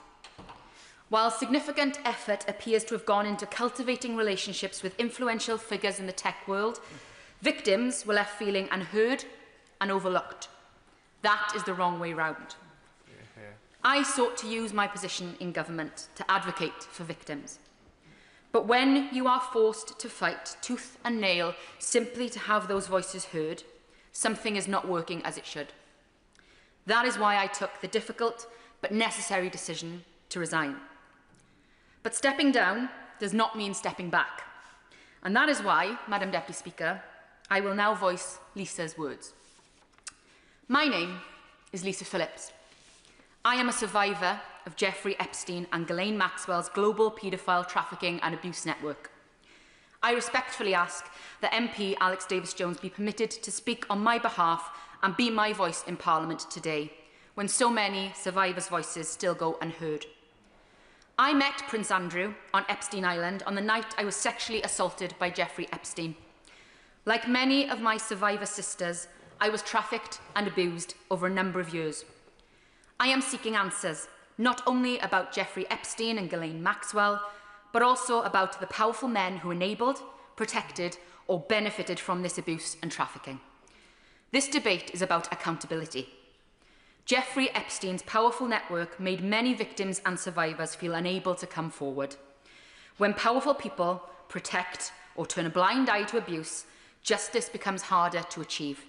That must change. Many UK survivors came forward to the Metropolitan Police, yet they too were left without the answers and accountability they deserved. As a survivor, I struggle to understand why Prime Minister Keir Starmer appointed Peter Mandelson when his association with Jeffrey Epstein had long been publicly known. For survivors, this raises serious questions about whether the lessons of the Epstein scandal have truly been learned. I have repeatedly requested the opportunity to meet with the Prime Minister, but those requests have all been ignored. Must I now wait for the next Prime Minister to acknowledge me and my survivor sisters? With respect, Prime Minister, your apology alone means little without meaningful action. So I ask you directly, Prime Minister, do you and the government you lead support a full public inquiry into Jeffrey Epstein, Ghislaine Maxwell, and those who enabled, protected and participated in or benefited from their crimes, including those on British soil? The simple answer, yes or no. Regards, Lisa Phillips. The least Lisa deserves, and the many other British brave survivors, is an answer. Yet they are being met with silence. Lisa's testimony reminds us all that this debate cannot be confined to any one individual, though. It is about a culture where power protects power, a culture where influence and connections can matter more than accountability. The disclosures made available to this House paint a troubling picture. A picture of senior figures discussing how to build relationships with powerful tech billionaires and Silicon Valley elites. A picture of a government seemingly preoccupied with winning over the likes of Elon Musk and maintaining close relationships with figures such as Sam Altman. And I think this raises an important question. What was the priority? Because at precisely the same time as these ministers were discussing how to secure the approval of tech oligarchs, ministers such as myself and my friend, the Honourable Member for Birmingham Yardley, along with campaigners, safeguarding experts and survivors, were all calling for stronger action on online harm. We were calling for action on violent pornography, action on misogynistic content, action to better protect children online. Yet too often, our voices were ignored, sidelined or dismissed. And as someone who has spent much of their career campaigning to tackle violence against women and girls, I and my honourable friend found that deeply frustrating, to say the least. Because the role of government should not be to seek approval from the world's most powerful technology companies. It should be to stand up for the people we are sent here to serve. And when people look at these disclosures, they see a government that appeared more interested in cultivating those relationships, as I've said, with the tech elites, than listening to the warnings about the harms being experienced by women, girls and young people every single day. That matters. Because the public increasingly feel that there is one set of rules for the powerful and another for everyone else. They see the same names, the same networks, the same circle of influence, the same men, and they see powerful institutions closing ranks when difficult questions are asked. That perception damages trust. But what concerns me almost as much as the disclosures themselves is how, in fact, they came into the public domain in the first place. Not because the government chose transparency, not because ministers proactively provided answers, but because Parliament forced the issue. Because members in this place demanded scrutiny. Because this House insisted on accountability. And that takes us to a much bigger question. Why is transparency so often dragged out of institutions rather than freely given? Why do victims, campaigners and Parliament so often have to fight for information that should be freely available from the outset? And perhaps the most striking contradiction of all concerns transparency itself. Because while this government has spoken passionately about the importance of openness, accountability and a duty of candour, these disclosures raise serious questions about whether those principles were being lived as well as preached. The public are entitled to ask how confidence and transparency can be maintained when disappearing messages were being used at the highest level of government. They are entitled to ask why survivors have appeared to struggle to secure the same level of access and attention that was afforded to some of the most powerful figures in global technology. And they are entitled to ask whether the voices that mattered most were truly being heard. Because when victims and survivors feel ignored, while those with wealth, influence and power are actively courted, something has gone badly wrong. That is not the culture the public expect from government, and it is certainly not the culture that victims deserve. And that is why this debate, this whole issue, should strengthen our resolve to deliver a genuine duty of candour. Not a slogan, not a soundbite, not something invoked only when convenient, but a genuine legal and moral obligation on those exercising power to tell the truth, to preserve information, to be transparent, and to place accountability ahead of any self-protection. Because too often in this country, transparency is not volunteered. It is extracted, painfully. It comes only after leaks, only after investigations, only after victims, families, campaigners and parliamentarians sometimes spend decades fighting for information that should have been available from the outset. The disclosures before us today did not emerge because government chose openness. They emerged because Parliament forced scrutiny through the SO24 process. That should concern every member of this House. Because if transparency depends on being forced, then we do not yet have a culture of candour. And until we confront that honestly, we will continue to fail the very people that this House serves to exist. Not with words, but with action. Not with promises, but with accountability. Sir Jeremy Wright. Thank you very much, Madam Deputy Speaker. It is a genuine privilege to follow the Honourable Lady for Pontypridd. I have to say that knowledgeable and passionate ministers are a huge asset to any government, and she is a significant loss to this one. And if I may say so, exactly the same can be said of the Honourable Lady for Birmingham Yardley, who sits next to her.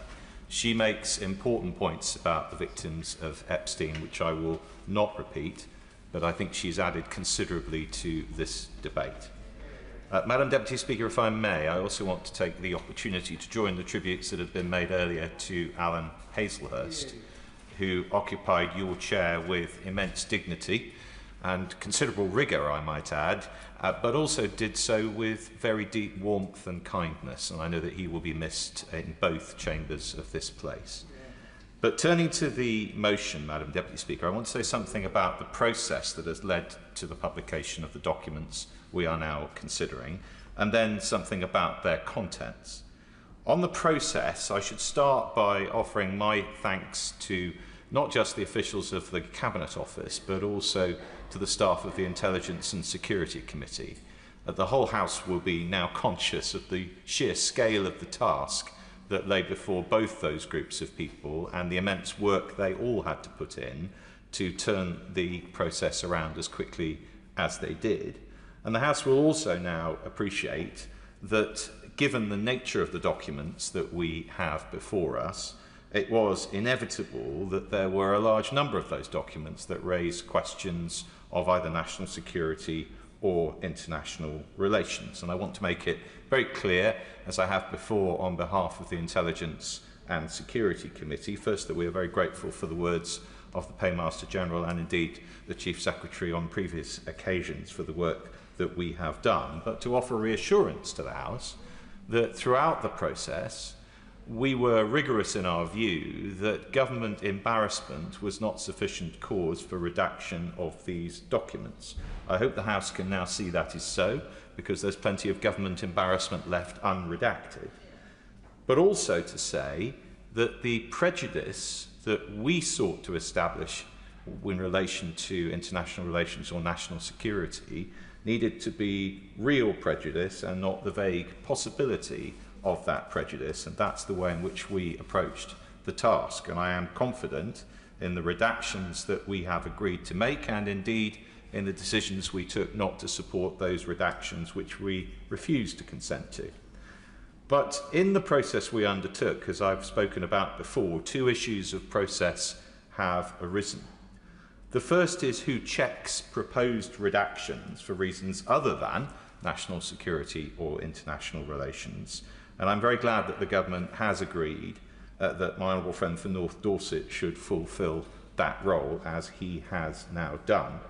And the other is grounds for redaction beyond the protection of national security or international relations. Now, as many who've heard these conversations before know, I have been and remain critical of the way the government has maintained the unilateral right to redact for other reasons. I don't propose to go through all of those arguments again. But my position is not because I do not think the government has, I will in a moment, a good case to do that, but because I think it's wrong for the government to assume Parliament's consent to that case. I'm happy to give way. Could it be clear, is the redaction done in Downing Street in government and then sent to your committee, to the members' committee, or is the redaction done by the committee on grounds of national security and international relations? Yes. I'm happy to give him that clarity. The documents that we received were unredacted documents, but marked on them were proposed redactions the government sought to make for reasons either of protecting national security or international relations. Where we agreed with the government, we agreed that those redactions should be made. Where we disagreed, then those redactions were not made. So we saw all those documents unredacted. We decided whether to accept the government's proposals for redaction or not.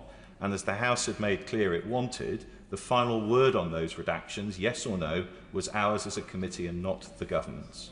I hope that's of assistance to the right honourable gentleman. Happy to give way to my right honourable friend. Just for the sake of completeness, will my right honourable and learned friend explain, with regard to the third category of documents redacted or withheld because of the police inquiry, did the committee see those, or does the committee labour under the same degree of ignorance as the rest of us? Well, I think we may have to wait for the Chief Secretary to explain the position from the government's perspective. I can only say that what was put in front of us were not, I think, the documents that the police had sought to have withheld.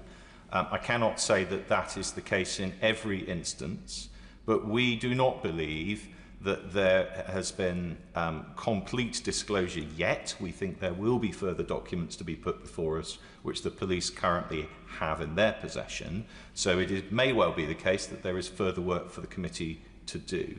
But I know he recognises from his long experience that we will apply the same degree of rigour and the same degree of impartiality to any further documents put before us that we have with the documents we have already seen.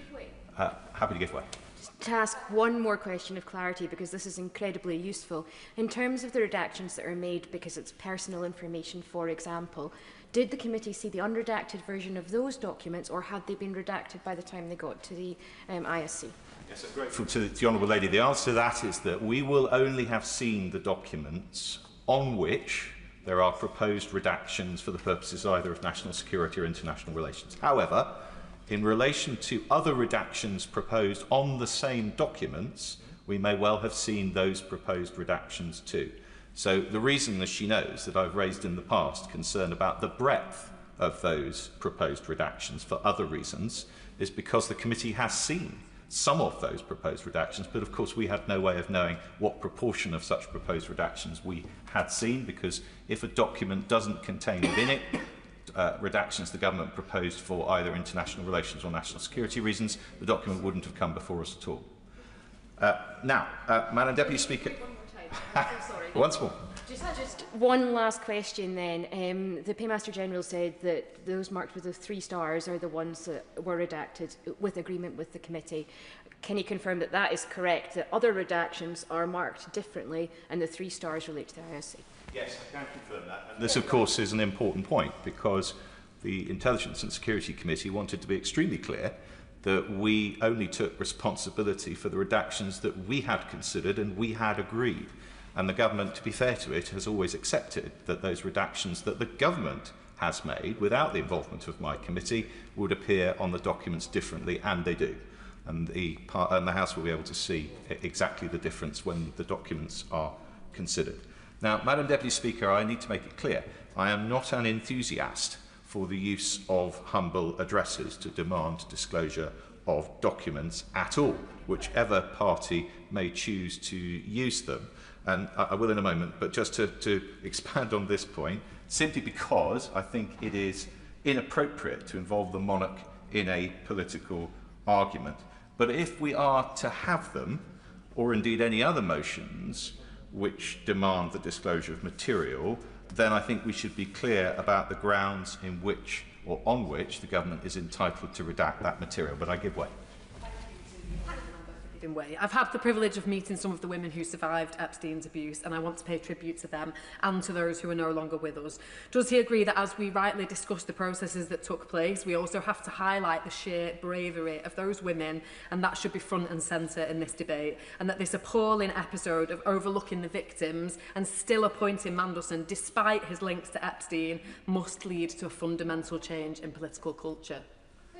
I do agree with the point she makes, and I think that argument was put very forcefully and very eloquently by the Honourable Lady for Pontypridd, which she may have heard a moment or so ago.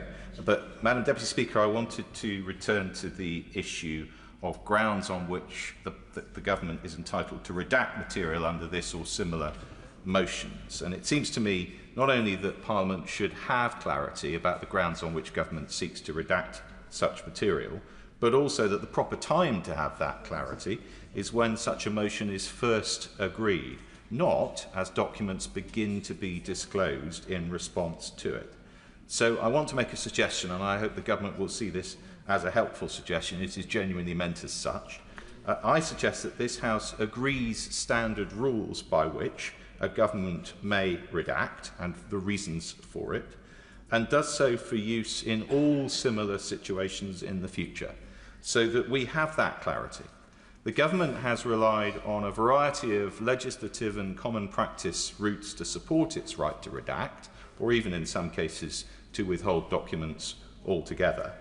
in relation to this humble address, and I think that process would benefit from consolidation of those reasons into a single document, which the House can then endorse and save this argument being rerun in the future, or at least limit it to a discussion of any specific grounds for redaction the government seeks to rely on beyond the list of agreed reasons to do so.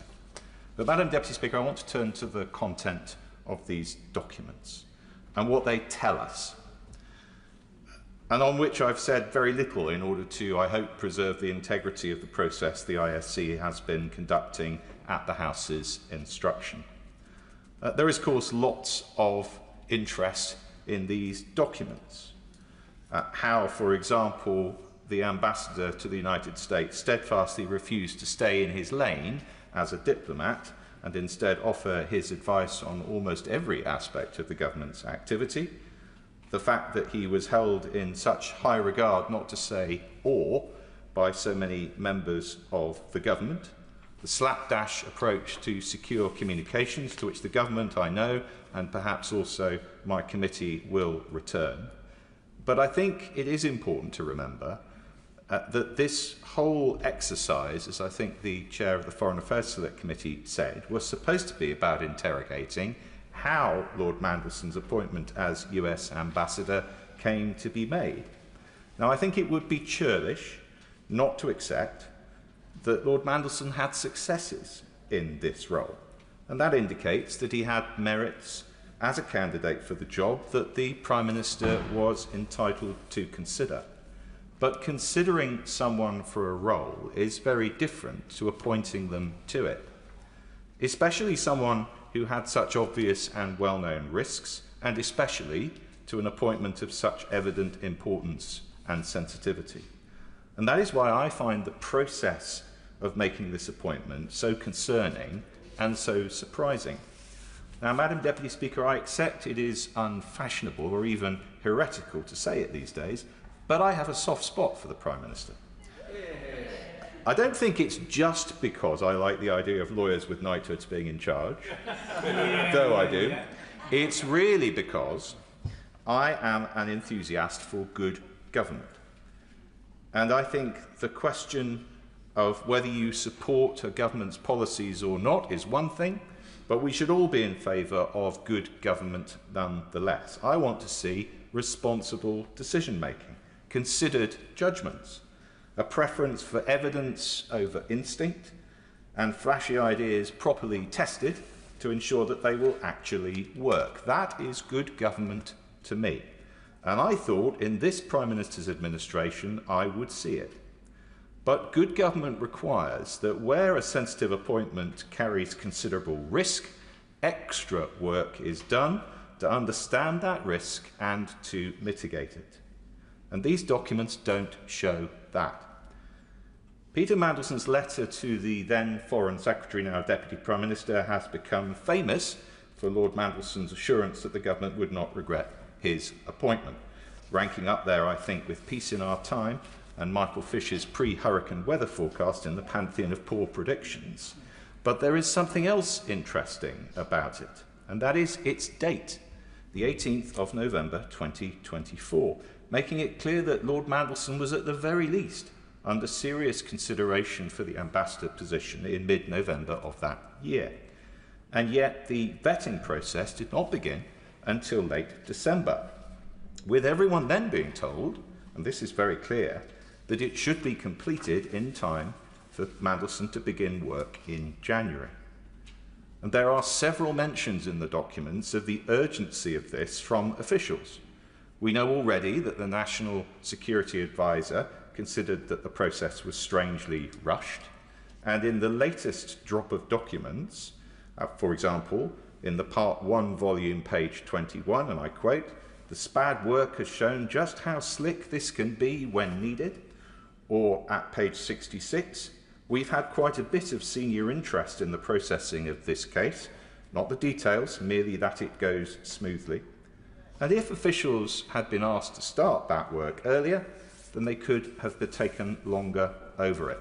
And surely more time and consideration would have been beneficial in this complex and controversial case. Indeed, the haste with which things were being done was apparent elsewhere. In another document, an official points out that the Prime Minister had announced his choice for ambassador before agrément has been granted. In other words, the United States had not agreed to accept Lord Mandelson as ambassador at that point, and that, the official says, should not have happened. Now, it is and was clear to everyone that this was a controversial appointment, perhaps high reward, but definitely high risk. There were substantial reasons to worry about it. We've heard already several of them. And those were almost all very public knowledge. Now, that should have given everyone, perhaps especially the FCDO as appointing department, pause for thought. And yet, we know from part 3 of these volumes, page 106, that UK security vetting informed the FCDO of their recommendation in the last week of January 2025. And the FCDO granted developed vetting certificate on 29th of January 2025. Not much pause for thought there. Worse still, as others have pointed out, mitigations which were clearly agreed to be necessary, we have seen not evidenced anywhere. Madam Deputy Speaker, good government this was not. It has been said by many on the government's behalf that mistakes can be made, and that is of course true. But the Prime Minister pointed out in opposition more than once that Prime Ministers are accountable for the tone and character of the governments they lead and how those governments transact their business. And he was right. These documents show that in the making of this very important and sensitive decision, there is much wrong with the tone and character of this government. Ian Benn. Thank you, Madam Deputy Speaker. The latest Peter Mandelson scandal epitomises everything my constituents in Liverpool West Derby detest about the political establishment and why so many are losing faith in this place. Here was a man who brought government into disrepute on multiple occasions, a man who repeatedly placed personal interest and profit ahead of public service. Yet instead of being consigned to political history, he was rehabilitated by senior figures in my own party and elevated to a position of extraordinary, unelected influence. Why? Because his value to the political establishment was never rooted in principle or public service. It was rooted in his history of brutal factional manoeuvring, his network of powerful contacts and his ability to pull strings behind the scenes. Even his association with one of the world's most notorious paedophiles was seemingly outweighed by the usefulness of those connections, and shamefully for those responsible for his appointments, with no apparent regard for the victims of Jeffrey Epstein. And I'd like to thank my honourable friend from Pontypridd for her speech, which outlined that so powerfully. The latest documents, while revealing moments of embarrassing sycophancy, tell us little that we did not already know. Mandelson's fingerprints are all over this government. His involvement stretched from ministers and advisers to the very centre of power. Just yesterday evening, we learned that the Chancellor asked Mandelson to visit her in the Treasury to advise on trade matters while he was chair of the private lobbying firm Global Counsel. No record of the meeting was disclosed. His influence, exercised through figures such as the Prime Minister's former Chief of Staff, Morgan McSweeney, was vast, unaccountable and entirely undemocratic. And based on the great lengths McSweeney and others went to ensuring Mandelson was given the job as US Ambassador, including applying pressure on civil servants, it's very reasonable to conclude that Mandelson's influential position was reward for support of the Labour Together faction. The damage this organisation has done to my party and this government cannot be ignored. So I once again reiterate to my right honourable friend for a full, transparent and independent inquiry into Labour Together and all those involved in the organisation. Madam Deputy Speaker, the question many of my constituents are asking is, how can an unelected figure whose public record is so controversial wield such influence over the decisions of governments while facing so little scrutiny or accountability? That lack of accountability also helps explain why the latest disclosures were not far more uncomfortable for Mandelson and those around him. As we know, despite requests to do so, he refused to hand over his personal phone as part of the evidence-gathering process. This speaks of a wider problem of culture in Westminster and Whitehall, and is exactly why we need the duty of candour that a Hillsborough law would introduce. There can be no more exemptions from transparency for the powerful. There can be no special rules for those at the top. Public confidence depends upon accountability applied equally to everyone. I, like many others, await government's actions on the progress of this crucial piece of legislation, and I hope my right honourable friend can shed some light on its stalled progress when he winds up the debate. The ongoing police investigation means Mandelson may yet face further scrutiny. However, the absence of so much correspondence, together with the significant redactions in material already published, means the true extent of his influence over government decision-making may never be fully known. My particular concern, Madam Deputy Speaker, centres on the relationship between this government and the US technology firm Palantir, a former client of Global Counsel. The documents reveal Mandelson arranged meetings with Peter Thiel, Palantir's founder and a historic supporter of Donald Trump, and with Lewis Mosley, the company's UK head. These meetings followed the Prime Minister's visit to Palantir's Washington headquarters in February, a meeting reportedly brokered by Mandelson, for which there were no official minutes or transcript produced. Following this, later on in the year in September, during the state visit of Donald Trump, there was a pledge by Palantir to expand its work with the Ministry of Defence to a value of $750 million over 5 years. I, and many others in this place and beyond, do not believe a company associated with the military operations in Gaza and the facilitation of aggressive immigration enforcement in the United States should be entrusted with expanded influence over any public services in this country. But my greatest concern is Palantir's growing role within our National Health Service, a matter which the Science, Innovation and Technology Committee today described as an unacceptable point of weakness, which could leave our data at the mercy of hostile actors. I first raised concerns about this company in 2023 when the Federated Data Platform contract was awarded. Since then, I have repeatedly called on this government and the last government to exercise the 2027 break clause and end this relationship. Yet, despite widespread concerns from parliamentarians, healthcare professionals and members of the public, for some reason, Palantir's presence within our NHS and access to patient data has only continued to grow.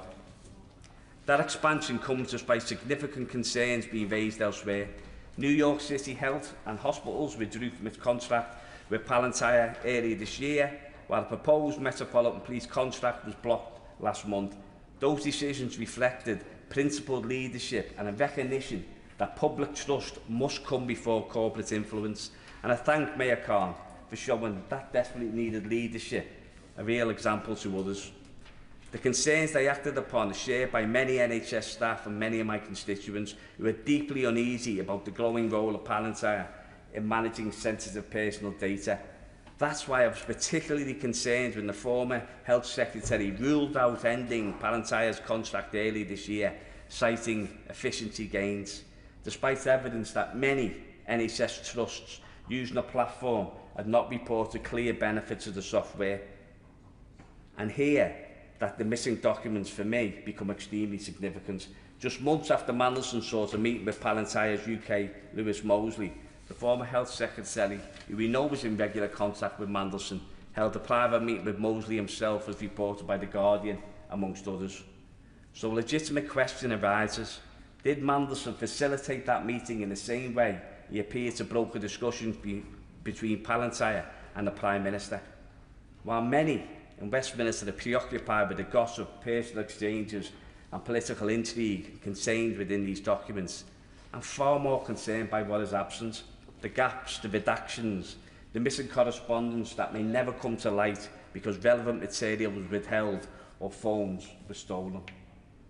Because those missing pieces would not simply demonstrate that Peter Mandelson was embedded within the machinery of the government, they would reveal the consequences of that influence.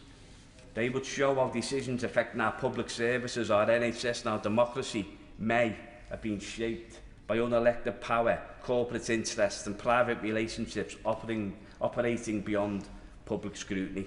Until there is full transparency and genuine accountability for how decisions of national importance are made, public trust in this place will continue to erode, and that, Madam Deputy Speaker, is a very, very dangerous place to be going.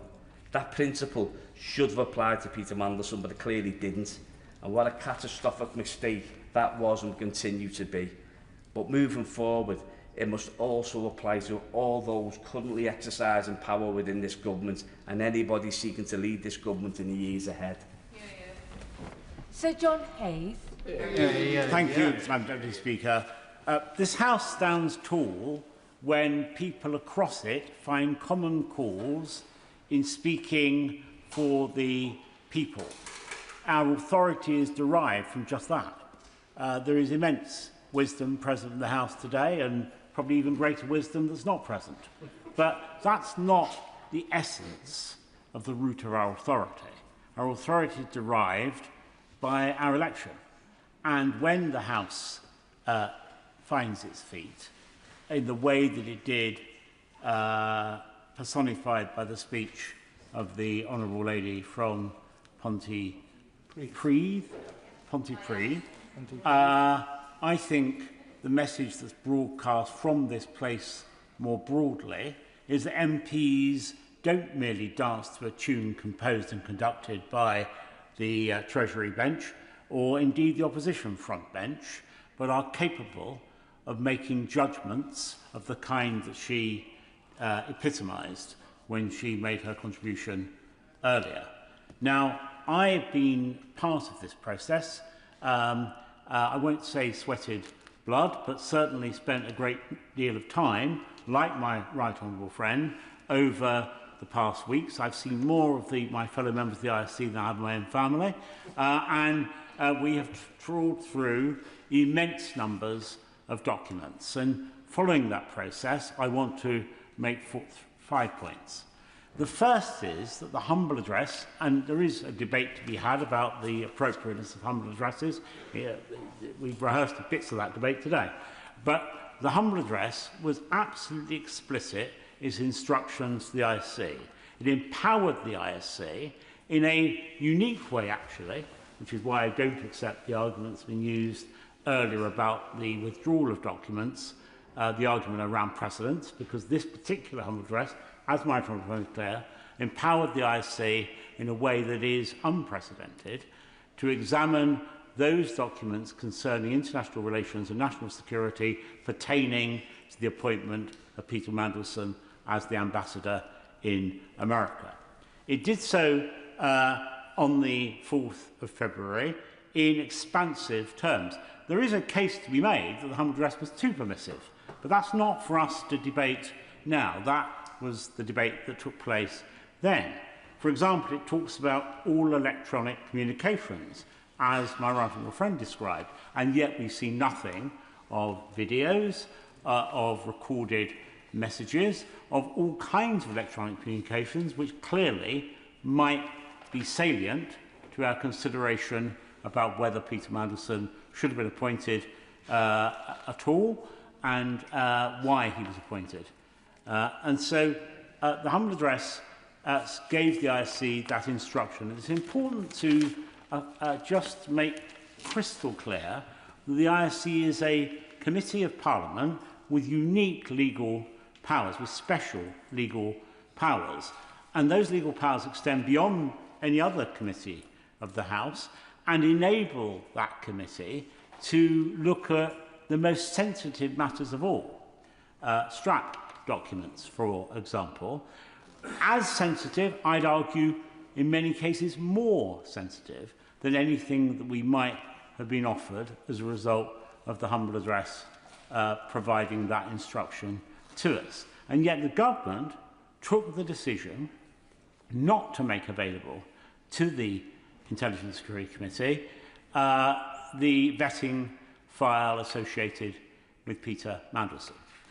The argument used is that if it did so, it would have a chilling effect on the whole vetting process. I regard that as a specious argument because it confuses scrutiny with disclosure. The ISC was never going to disclose any of that material, a point made by my right honourable friend, its former chairman. And so it was a matter for the government to have faith in the ISC, as clearly the House had faith, or at least for the government to reflect the faith of the House in providing all the relevant material to the ISC. But let's leave that to one side. The Minister may want to come back to this again, because my right honourable friend who sits on the ISC with me, indeed is the Vice Chairman of that committee, came to the House in the form of an urgent question and explicitly requested that the government return to the subject of the humble address to see if they wish to amend it to legitimise their decision not to provide that information. The government chose not to do that. They chose not to ask the House for consent. I think that is a highly questionable decision, and I think it, frankly, I think the government will come to regret not coming back to the House to obtain that consent.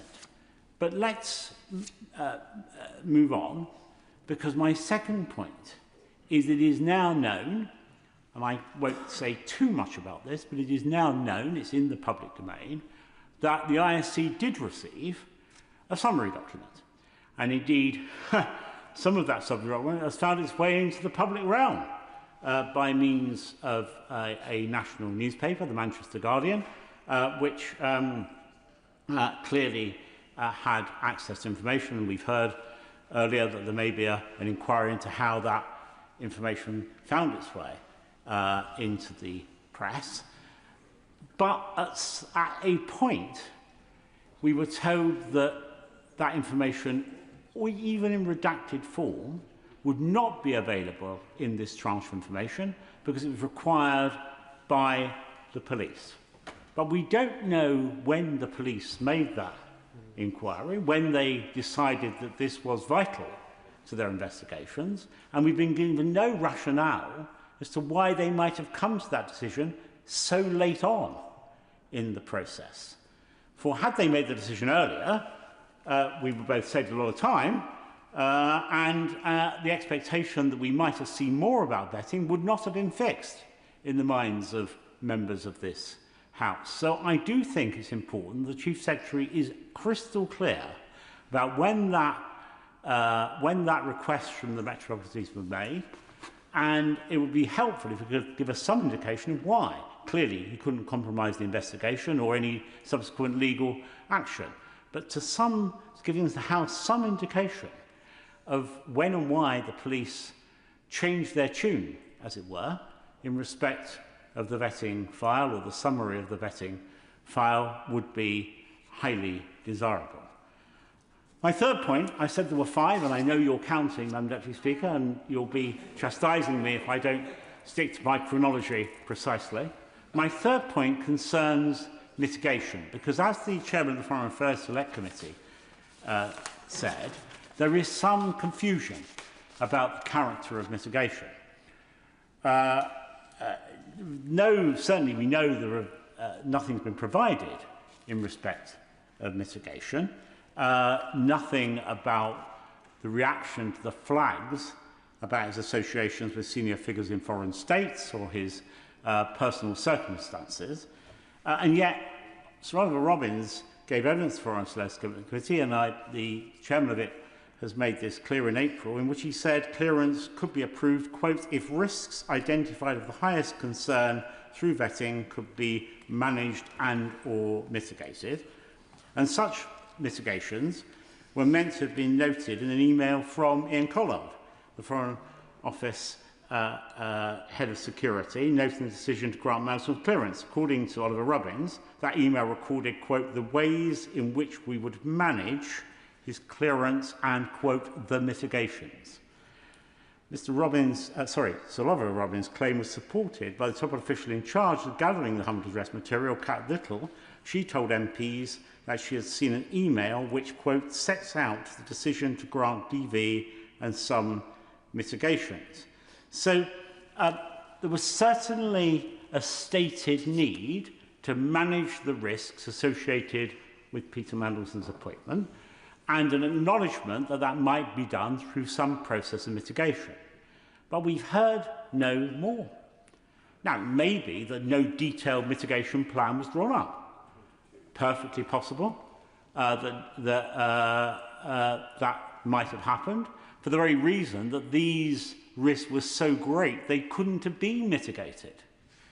But even if that were the case, surely there would have been box notes, there would have been communications, there would have been emails making all that clear between the Foreign Office and the Cabinet Office, between UK vetting and the Cabinet Office, between ministers and officials, and yet we've seen nothing. So I will happily give way to my right honourable friend. My right honourable friend for giving way. Would he agree with me that in addition to the concern he's expressed that there is no evidence of mitigations having been put in place, there's an additional concern which there wasn't much time to do those mitigations between the point at which UKSB recommendations were received and a decision by the Foreign Office was made to grant vetting, then there really wasn't much time for mitigations, as well as very little evidence that they were provided. That's true, and that indeed might have been reflected in some of the messages that I have suggested to the government, that they might, even at this late stage, make it available either to our committee, perhaps that's the most sensible thing given the terms of the humble address, or if and subsequently in a redacted form more widely. So even if it were true that because of the pace of the appointment that a full plan couldn't be drawn up, I find it inconceivable, I go as far as to say unbelievable, there were no communications of any kind associated with the measures referred to by Sir Ollie Robbins and by Ian Collard. I give way to the... Right honourable gentleman, I'm just. I hope this is helpful. In the evidence, in the written evidence that Collard gave to us, he said at point 6, when was the receipt? When was the? In answer to this question, when was the report received by the department? So that's they received an email from UKSV at 1:52 on the 29th of January, informing PSD that the report was ready for the FCDO to review. So that's the date you heard about the developed vetting. And then the email with which is the nearest thing we have to anything that has any mitigations, is dated the 30th of January at 10:12 in the morning. Well, the right honourable lady will know, furthermore, that Ian Collard, through a letter sent on behalf to the Foreign Office, told MPs he had sent an email, quote, recording the fact of the decision, but not any of the underlying discussions or reasons for doing so, and mitigations. So she's absolutely right. And when she said earlier she was unknowing of why this had occurred, I think the whole House would share her view. None of us quite know why on earth that material doesn't exist, or if it does exist, why it's not being made available. My fourth point, I'm coming to my exciting conclusion in a moment, so I know you'll be pleased to hear that, Mr. Speaker. My fourth point concerns the declaration of interest form. Now, we know from the first tranche of documents that were relayed to the House that a blank template on declaration of interest for Peter Mandelson to complete was made available. But the completed declaration of interest, from which presumably detailed actions could be derived, has never been made known. I understand this is another document that may have found its way into the hands of Metropolitan Police. If so, when did that occur? When did they request it? And again, why did they requested. Greater clarity from the government on the declaration of interest would be most welcome. Finally, Madam Deputy Speaker, I'd say this, thanks to the learning of the Paymaster General, we were able to speak a little earlier of Gladstone and Disraeli. And Benjamin Disraeli, whose picture I carry with me at all times. Many people carry pictures of their children, their grandchildren. I carry a picture of Disraeli. Benjamin Disraeli, I'd be happy. Should I carry a picture of Gladstone? Well, I would recommend not. Before the honourable member responds, regardless of whichever picture Mr Martin would wish to carry, it's always decent to make sure you're in the chamber long enough to intervene on someone that's giving a speech. Sir John Hayes. I think, Madam Deputy Speaker, I'll say no more, but Come on, John, show us you're dizzy. Except this. Disraeli said that circumstances are beyond our control, but we all have control of our conduct. And, of course, it's true. The context in which the appointment of Peter Mandelson was made was beyond the control of the gentleman who's responding to this debate tonight. But the conduct of the government, as described by my right honourable friend, is a matter for which he and other members of the Treasury bench are answerable. And the conduct of this affair seems to me to be, at best, highly questionable, and at worst, something much more serious. So I simply say to the Minister winding up, there is still a chance to right some of these wrongs in what happens next. Some of the questions posed from across this House as it found its feet earlier today can and still should be answered. We won't get the full detail until the Metropolitan Police have conducted their own inquiries, I understand. But there's much that can be done to provide further explanation as to about the things we haven't seen and why. Fleur Anderson. Thank you, Madam Deputy Speaker. Thank you for the opportunity to speak in this debate.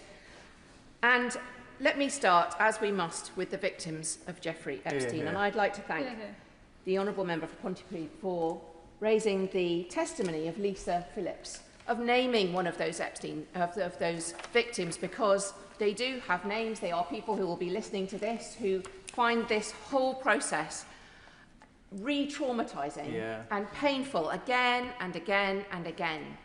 And the fact that this all seemed to happen from the ultimate boys' club situation of a boys' club which surrounded Epstein, a boys' club that surrounded Mandelson, a boys' club that was in number 10, that led to all of this happen. I think we've been just drawn here, even today, into this vortex that happened. And I don't like the fact that we are still having to be part of it, still saying his name when he did such dreadful things to so many people. But I'd like to also pay tribute to the women and girls who were abused and exploited by him and his associates, and that they do deserve truth, accountability, and to know that public institutions have learned lessons.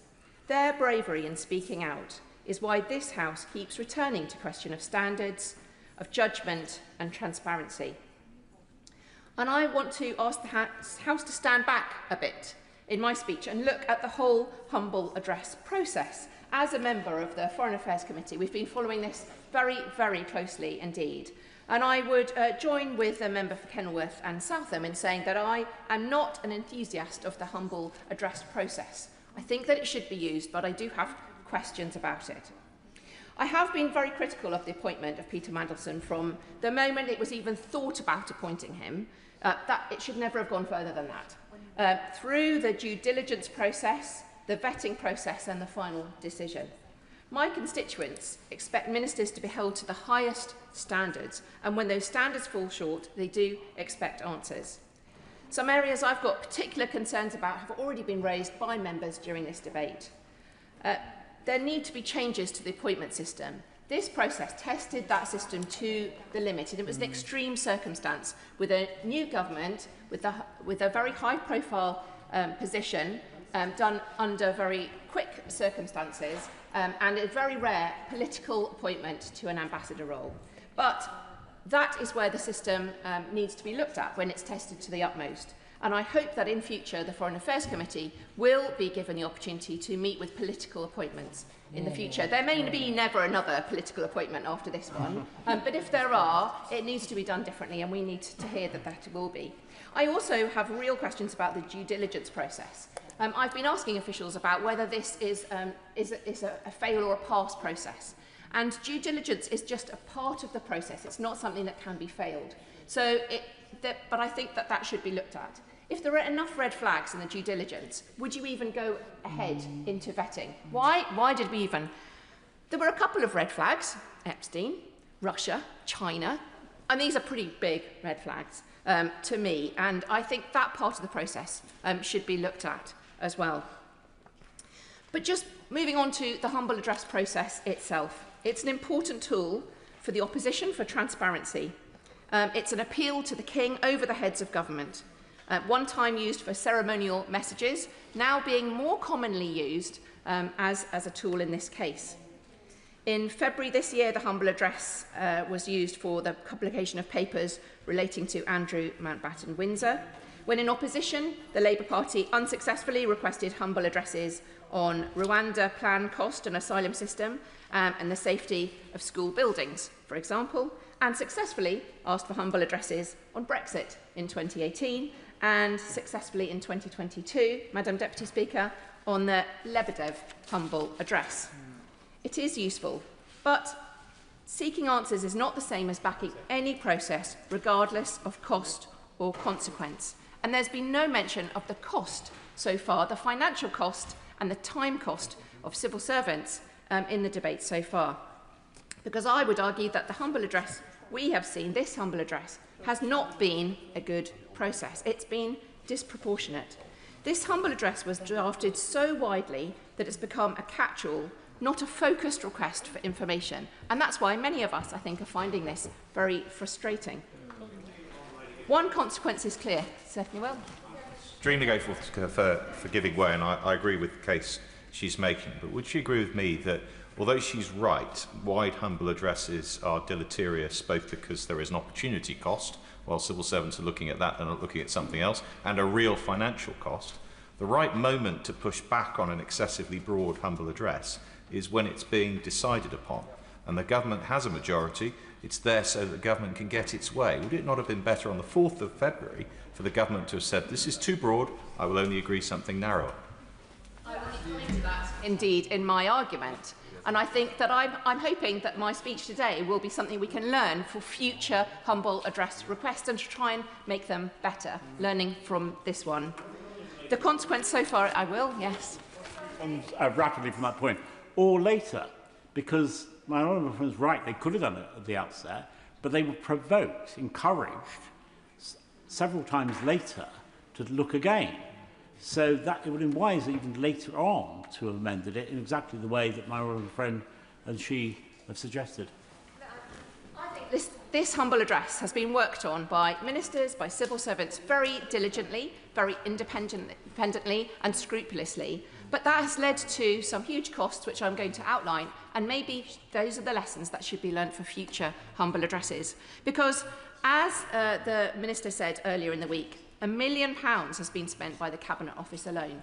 There's a further £1 million spent by the Foreign and Development Office as well, and then further costs. There have been the costs of the independent KC and the 16 to 20 civil servants entirely dedicated to this role, the Intelligence and Security Committee time, many other civil servants involved in all the departments of government in this as well.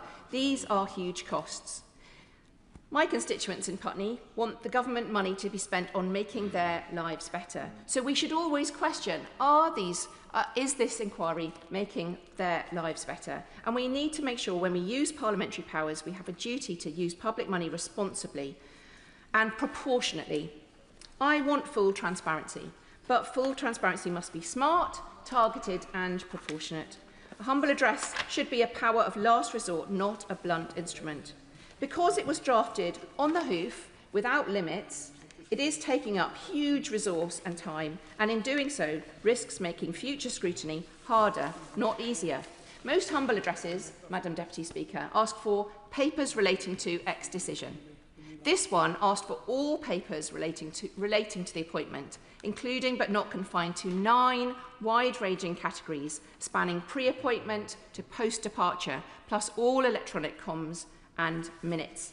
The breadth of this is why the government said that given the breadth of this motion, this process will clearly take some time. And obviously it will be taking even more time because of the police investigation. And why it has cost £2 million and rising. I reiterate the need to be able to use this as an opposition tool. Maybe one day we'll be in opposition on this side. We want to be able to use this. I absolutely agree with that. But I do think there should be some guardrails put in place. And I ask that the Procedure Committee, alongside the Public Administration and Constitutional Affairs Committee, reviews how humble addresses are used. Will she give way on that point? I will. I thank my humble friend for giving way.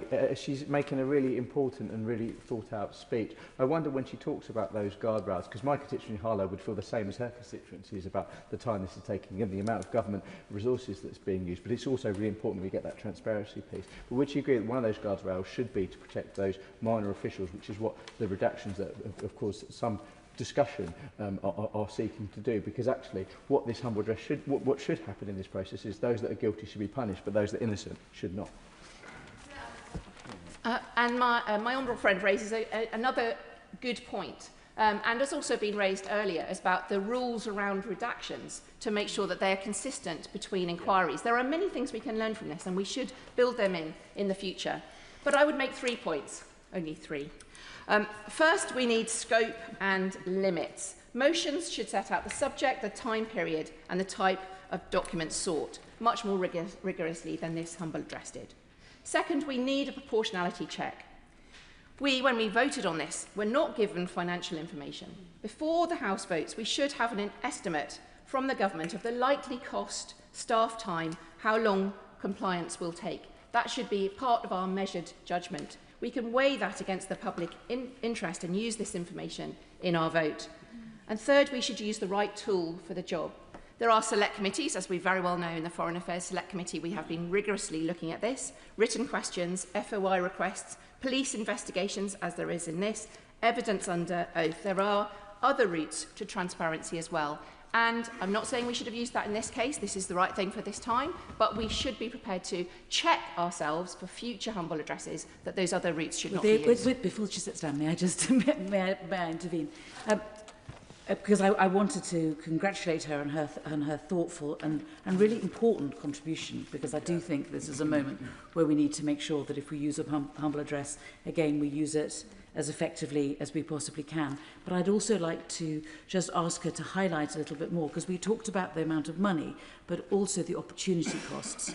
And we heard, to be not, from the Foreign Office and from the Cabinet Office about the amount of time that civil servants were spending on this. And one particular gentleman who'd come back from Iran and was an expert on that, but was spending his time on this, as opposed to being able to give the right sort of assistance to the Foreign Office when it comes to the really important issue of what we should be doing with regard to Iran.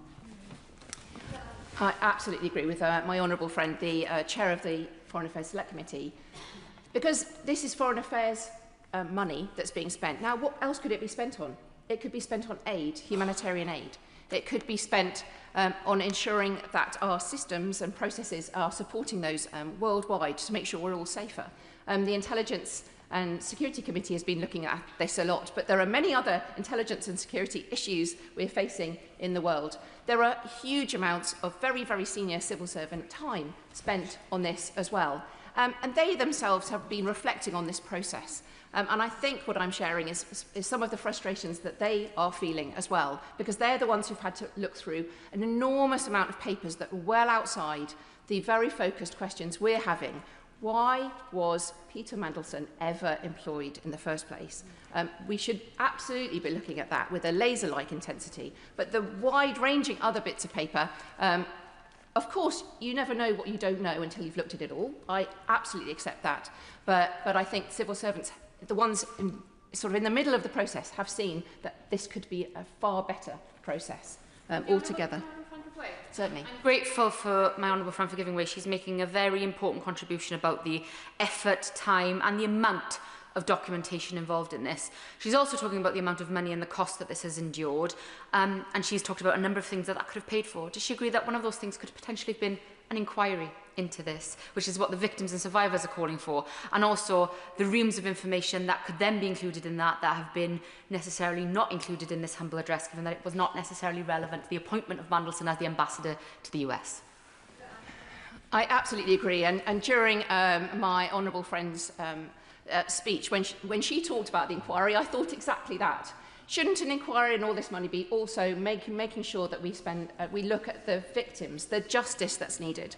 In my own constituency, I'm working with women who are the victims of the PIP breast scandal incident. 47,000 women are affected by that. They have never had any amount of parliamentary money spent on any inquiry into them. They would be looking at what we're doing here and want us to just look at the proportionality of it. And I always like to raise their case as well, Madam Deputy Speaker, so I hope you'll allow me that. But I think it's those kind of comparisons we have to have in our mind all the time. And as constituency MPs, we do. Yep. Madam Deputy Speaker, moving on from my 3 points about humble address, which I hope the Procedure Committee will be taking up, I also want to briefly address the issue about the full internal vetting document being published. I understand why colleagues opposite want this to be published, and I share their frustration about how the appointment was handled. But I cannot support publishing the raw vetting documents because it would do lasting damage to our vetting process, and I want to underline that. Vetting only works. Yes. Wants to publish that document. The point was that it was a document that could have been made available to the ISC, not for publication, not for disclosure, for scrutiny, because it might have informed our understanding of the whole process. Thank you, and I thank the honourable member for that pushback. But having spoken to those who do the vetting process, even understanding that anything you say may be disclosed to a parliamentary committee is itself an hugely chilling factor. Vetting only works if civil servants can give the most frank, professional advice without fear that anything they say will be published, shared with committees, and we may need to make sure. Very gracious in giving way again, but I'm sorry. She could still develop her case if she talked about parliamentary committees in general. But I chaired the ISC for 4 years, and the ISC has been in existence, as I said in an earlier intervention, since 1994. The ISC never leaks. If it leaked, the person who leaked anything would be criminally prosecuted. And there is no question that if these vetting documents were shown to the ISC, of it having a chilling effect on anything, because the ISC is hermetically sealed, it doesn't leak about far more important things than the miserable private life of Peter Mandelson. I thank the honourable member for that comment about the ISC, and I would just continue to take advice from that vetting process that it needs to be more hermetically sealed even than this. We need to take real care over this. Anyone oversharing of this will have an effect on everyone that's asked to sit down and give the most frank information, the most private information, and we need to make sure that they're doing that so that their potential risk to our security as a country is very, very well known. We can't allow self-censoring because of this process here. We do not need to have those far-reaching unintended consequences of this process. Would the Honourable Lady kick away? But is there not another argument, which is also that there are certain people who are thinking again about applying for jobs where they may need to have developed vetting, and those people may well be women, people from ethnic minorities, people who are gay, for whom any disclosure of this would be so profoundly embarrassing they would rather just not get the job. My honourable friend makes the point very, very well. There are minority groups. There are people who just don't know whether what they are worried about in their past may or may not be an issue, and they will not share that. They will not even go for the developed vetting, which means that they can't rise up within the Foreign Office. They won't even go for the job, potentially, for fear of that. We cannot have that as the unintended consequence of this process here today. We cannot hear about that in 10 years' time. There have been other issues that have compromised our national security, maybe because they haven't been shared, or that have robbed us of very serious talent and opportunity from across the country because they have not joined the ranks of our civil servants because of the things that we are sharing or not sharing within this process. It's not about more transparency, it's less. It potentially could leave ministers with less honest advice. It potentially could weaken accountability and put unfair pressure on civil servants who serve governments of all colours with impartiality. What the public need is the outcome of the vetting, however. I'd just like to say I agree with the Honourable Lady. As someone who has been through the vetting process repeatedly in the past, you are told when you go to a vetting interview that this information that you are going to give me is between me and you, the vetting officer, and the subject of the interview. And to even, of course, the ISC is hermetically sealed, but as a person going through that process, if you know that even if it is going to be given to anyone else other than the vetting officer, that makes you think, shall I be giving this information? And that compromises the entire vetting system. I thank the Honourable Member for that very helpful intervention and understanding the inside of it. It's got to be between you and the vetting officer and not to think that this can be shared further. That is absolutely at the heart of it. The last time I will give way. I'm extremely grateful. She's being very generous. I just want to develop this point from a slightly different angle. It could be, couldn't it, that what we're really interested in here is the conclusions of the vetting process, not in the material that led to the conclusions. So it is entirely possible that we can give all the reassurances the Honourable Gentleman makes, the Honourable Lady has made clear are important to those who contribute to the vetting process, but also make sure that in the interests of disclosure on occasions such as this House can be clear about the conclusions of the vetting process, but not be told the information, the raw information on which those conclusions were based. I thank the Honourable Member, and I honestly have enjoyed these interventions because I think there's a spirit of dialogue in the House today that I really, really appreciate as we're tackling very difficult issues and we want to get it right. So I agree. What the public need is the outcome of the vetting. Who was consulted, what risks were identified, what decisions were taken, whether proper process was followed, what on earth these mitigations were. The Cabinet Secretary or relevant Permanent Secretary can be called to a Select Committee to answer those questions directly, as we have done in the Foreign Affairs Committee. This is scrutiny, but publishing the raw document is counterproductive. So to conclude, Madam Deputy Speaker, I remain appalled by and very critical of the Mandelson appointment. My constituents deserve full answers, and I await the documents when they are released by the Metropolitan Police after their investigation. But we need to review this process that has cost so much financially and in opportunity cost, and put some guardrails around the use of these for any future humble address requests, so that it stays focused on the issues that are meant to be investigated. We must make sure that when we demand accountability, we do it in a way that's effective, responsible and sustainable. Thank you. Kirsty Blackman. Thank you, Madam Deputy Speaker. This has been interesting, wide-ranging and at times painful to listen to debate because we are talking about a really terrible decision that was made by the Prime Minister. We're talking and hearing about the re-traumatising of victims who are having to keep hearing about this without seeing justice. If we were talking about a way to get justice, then that would be a different proposition. The member from Pontypridd has made an excellent speech, and I agree she has consistently been a champion for safety for women, particularly online, but it has constantly raised those issues. We've seen throughout the debate today from other members, not from the member from Pontypridd, a significant number of dead cats being thrown around or waved around. Or in fact, if you spend a lot of time going through these documents, perhaps red boxes that have been waved around, red boxes with President of the United States written on them, because it seems there's an awful lot of time dedicated to getting a red box for the President of the United States. An awful lot of civil servant time that could have perhaps been better spent being more transparent, for example, instead of chasing the specific maker of red boxes and getting them to print things on a red box.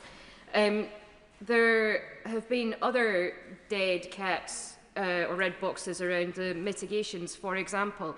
I do think it's important that there should have been mitigations. I think that's the point that was made when the Prime Minister was first given a document on whether or not Peter Mandelson should be appointed. It said the advice that was given was that mitigations would need to be put in place. But the problem wasn't that mitigations weren't put in place. I'm not saying that mitigations were put in place. I'm not saying that we know which mitigations were put in place or that we don't know which mitigations were put in place. The problem was that the Prime Minister made that decision in the first place.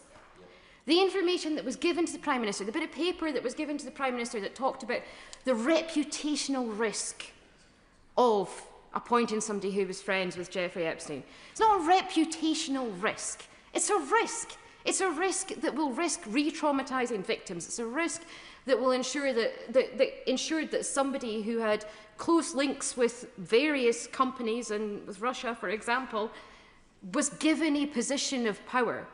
Now, the Prime Minister knew that these were problems, and it was incredibly cute of the chair of the Foreign Affairs Committee to try and talk about the fact that the Prime Minister really wasn't responsible for this. He delegated it to other people. The Prime Minister made the decision. The Prime Minister's held his hands up and said he made the decision. We can't say, nobody in this House can say that the fault is because the mitigations weren't put in place. The fault is with the Prime Minister for making a decision to make a political appointment and choosing somebody who he knew, who he was told, was friends with Jeffrey Epstein. I entirely agree with what the Honourable Lady is saying.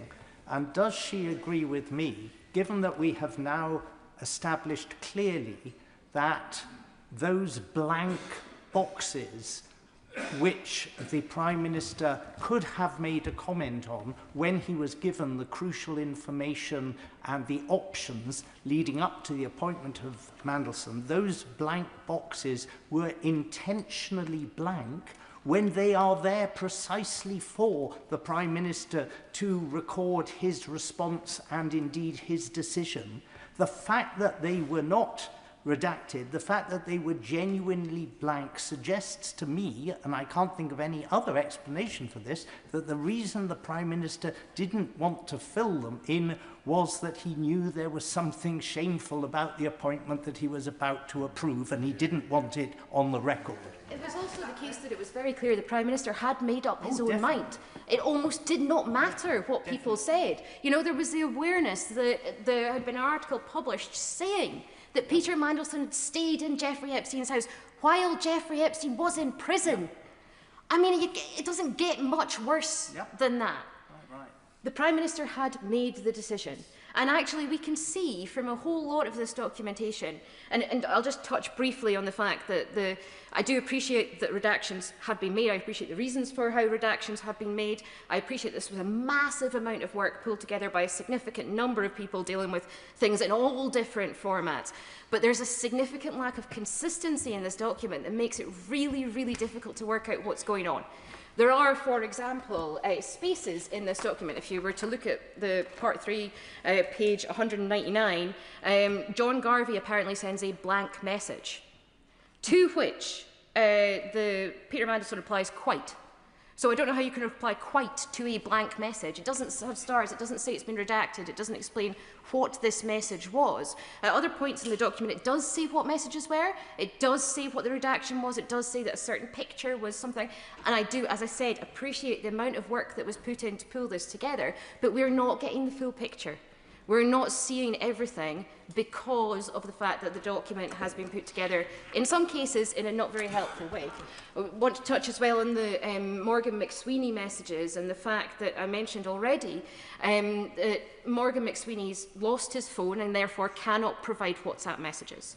However, on page 173, he's provided group WhatsApp messages. He has provided those messages, specifically says Morgan McSweeney provided them to the Cabinet Office. It would be really nice, as a member for Birmingham Yardley said, if there was an explanation of why the information that isn't there. The member for Birmingham Yardley gave back a nil return. She was asked for her messages with Peter Mandelson. She replied to say there was no messages with Peter Mandelson. It would be helpful if on the Morgan McSweeney stuff, for example, we got these group chat messages and then it said he could only access these group chat messages through another method. He could not access his own personal messages, which is why we don't see them. Or he had disappearing messages on, and that's why we can't see them. We don't know the reason for it. We don't know if it's because there was nothing or if it's because there was something but it's now gone. And I think that's deeply unhelpful in the level of transparency that we're getting here. In terms of the speech that was just made in relation to the member from Putney, sorry, I was trying to find her constituency there, the member from Putney, I've never had a constituent say that they would like less transparency. I've never had one say that they would like to know less about why the Prime Minister appointed Peter Mandelson. They want to know why the Prime Minister has appointed Peter Mandelson. I think that today's maybe the wrong day to make a call for there to be less information. I think absolutely discuss this later. Today we should be centring on talking about this decision. We should be centring on thinking about the victims and the fact that the Prime Minister made these decisions knowing about the victims, knowing about the fact that Peter Mandelson was friends with Epstein and continued to be friends with Epstein. It didn't matter what red flags were shown up by the processes. It did not matter. The political decision had been made. We know that. We know that the appointment was announced in advance of these things taking place. We know the decision was made. We know that for some reason that I'm still not totally clear about, the Prime Minister thought that Peter Mandelson was the best person for the job, was the best person for being in that role, was going to do the best thing for national security or for the people of these islands or for the Labour government. That was the decision-making process that the Prime Minister must have gone through. The member from the Liberal Democrats talked about the fact that we don't know what was in the driver's head. We do not have that piece, that really key piece of information. We can have the driver apologise and say, I'm sorry, I shouldn't have done it. But until they explain why they did it, we are not all going to understand it. And the apology sounds hollower than I think the Prime Minister would like it to. We do know that in terms of the transparency, that even though there's a significant amount of work, significant amount of documents, that we don't have everything. We don't have some things because they've been held back because of the police investigation or because of national security. I completely understand and accept that that is the case. However, there are other things that we don't have. So on the 4th of February, the day that the humble address went through, I submitted a number of Freedom of Information requests to the Cabinet Office. I received an acknowledgement for those Freedom of Information requests. On the 9th of March, I received an email telling me there was a delay in responding to my Freedom of Information requests. I have received nothing since. Despite submitting a Freedom of Information request on the 4th of February, I have received nothing but one update, an acknowledgement, then one update from the Cabinet Office telling me we're very sorry there's a delay on the 9th of March. It would be very helpful if the government front bench could ensure that I get a response to my Freedom of Information request, because it's a legal requirement for governments and the Cabinet Office to provide responses to these things and to make clear if there's a delay, why there's a delay, or if they're not going to provide a response, why they're not going to provide a response to a Freedom of Information request. I'd be interested to know as well how many members of the public have submitted freedom of information requests that relate to the decision-making process, perhaps, or messages around Peter Mandelson, and have not received adequate responses from the Cabinet Office. I don't know why the Cabinet Office have not responded to me, but I'd be concerned if they were doing exactly the same thing with members of the public who don't have the ability to stand here and criticise the Cabinet Office. The last thing I want to talk about is where things are with the Prime Minister and his currency at the moment. The Prime Minister's not standing here defending himself. The Honourable Gentleman is once again, and I do not envy him, having to fill this role. We've heard a defence from very few members of any side of this House for the Prime Minister's decision. I don't think anybody is trying to defend the Prime Minister's decision, which brings us back to the Prime Minister's judgment and the fact that he made this decision. He made this decision. It wasn't, as has been tried to say, some civil servants or special advisors that made the decision. It was a Prime Minister who made the decision. However much his arm may have been twisted, perhaps, as was suggested by the member, the chair of the Foreign Affairs Committee, it was down to others who really pushed this, who really did the decision-making here. Maybe it was down to others, in which case, why would you have a Prime Minister who could be so easily led by others that they would be willing to appoint somebody who's friends with a convicted paedophile to the role, the most senior role in the ambassadorial service? So we must assume that the Prime Minister is not that easily led. We must assume that the Prime Minister cannot have his arm twisted by officials, in which case, or by special advisors, in which case he made the decision. And he's not here, standing here, explaining why he made that decision. He's not meeting with the victims, which is, I think, the worst thing that we have heard today, the worst thing that has been uncovered today is the fact that he's had requests from those victims and not met with them, despite the fact that in these massive documents we can see the people that he did meet with, who are people that my constituents would be much less keen on him meeting with than actual victims of Epstein. I think the Prime Minister has got a significant number of questions to answer. This is not the change that he promised when he stood in his manifesto in 2024. This is not a Parliament that is working for the benefit of people. This is a Parliament that is continuing to hide things from people, that is continuing to duck away from having those difficult conversations and from listening to the people that it really needs to listen to the most.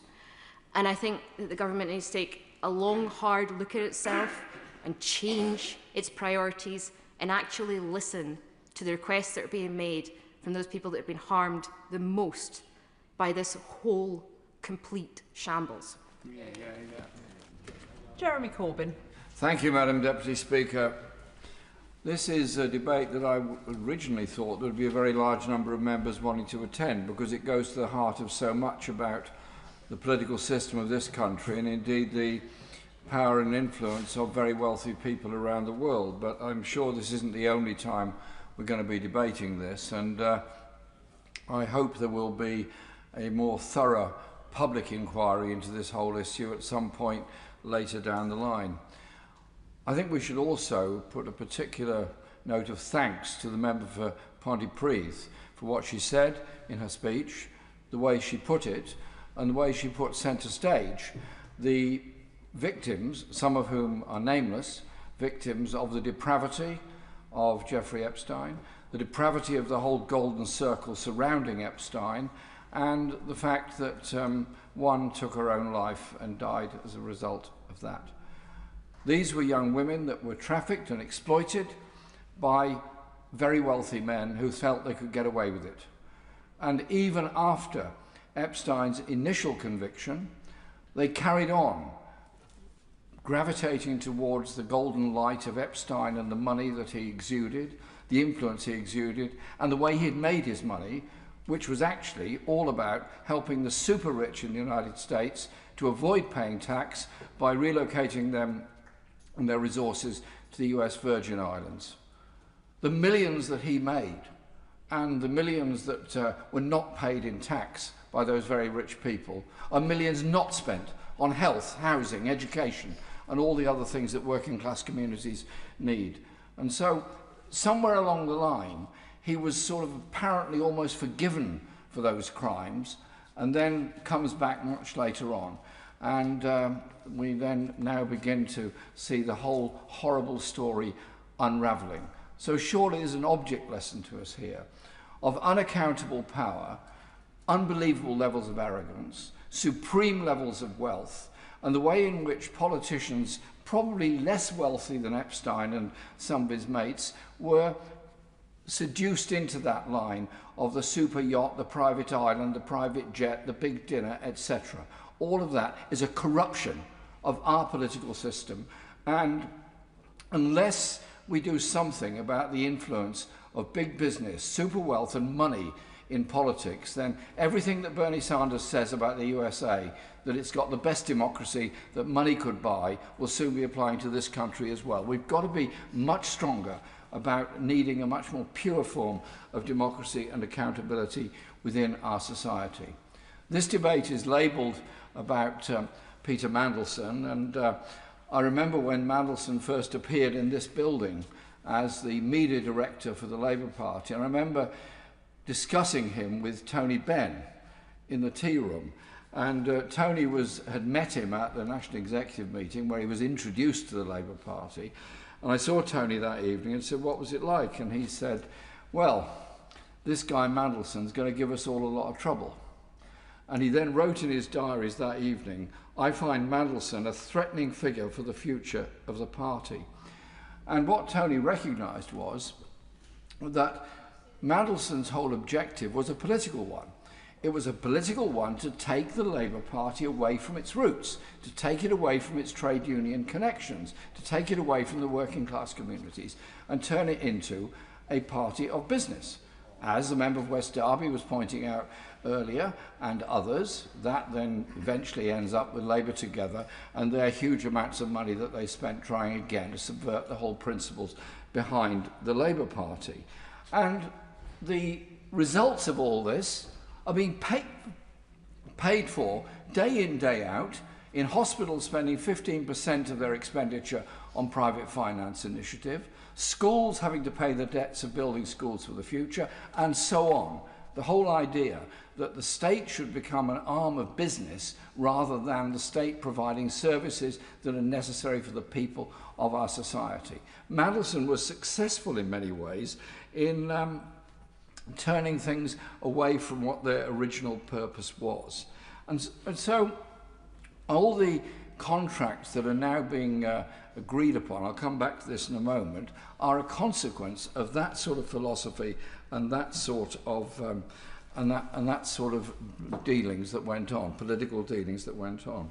When we had an early debate on this, I said there has to be a serious, open, public inquiry into the influence of business, money, and corruption on our political system. I understand the limitations of a security committee and the work you have to do. I understand the limitations of it, which is why I did the intervention on the chair earlier on.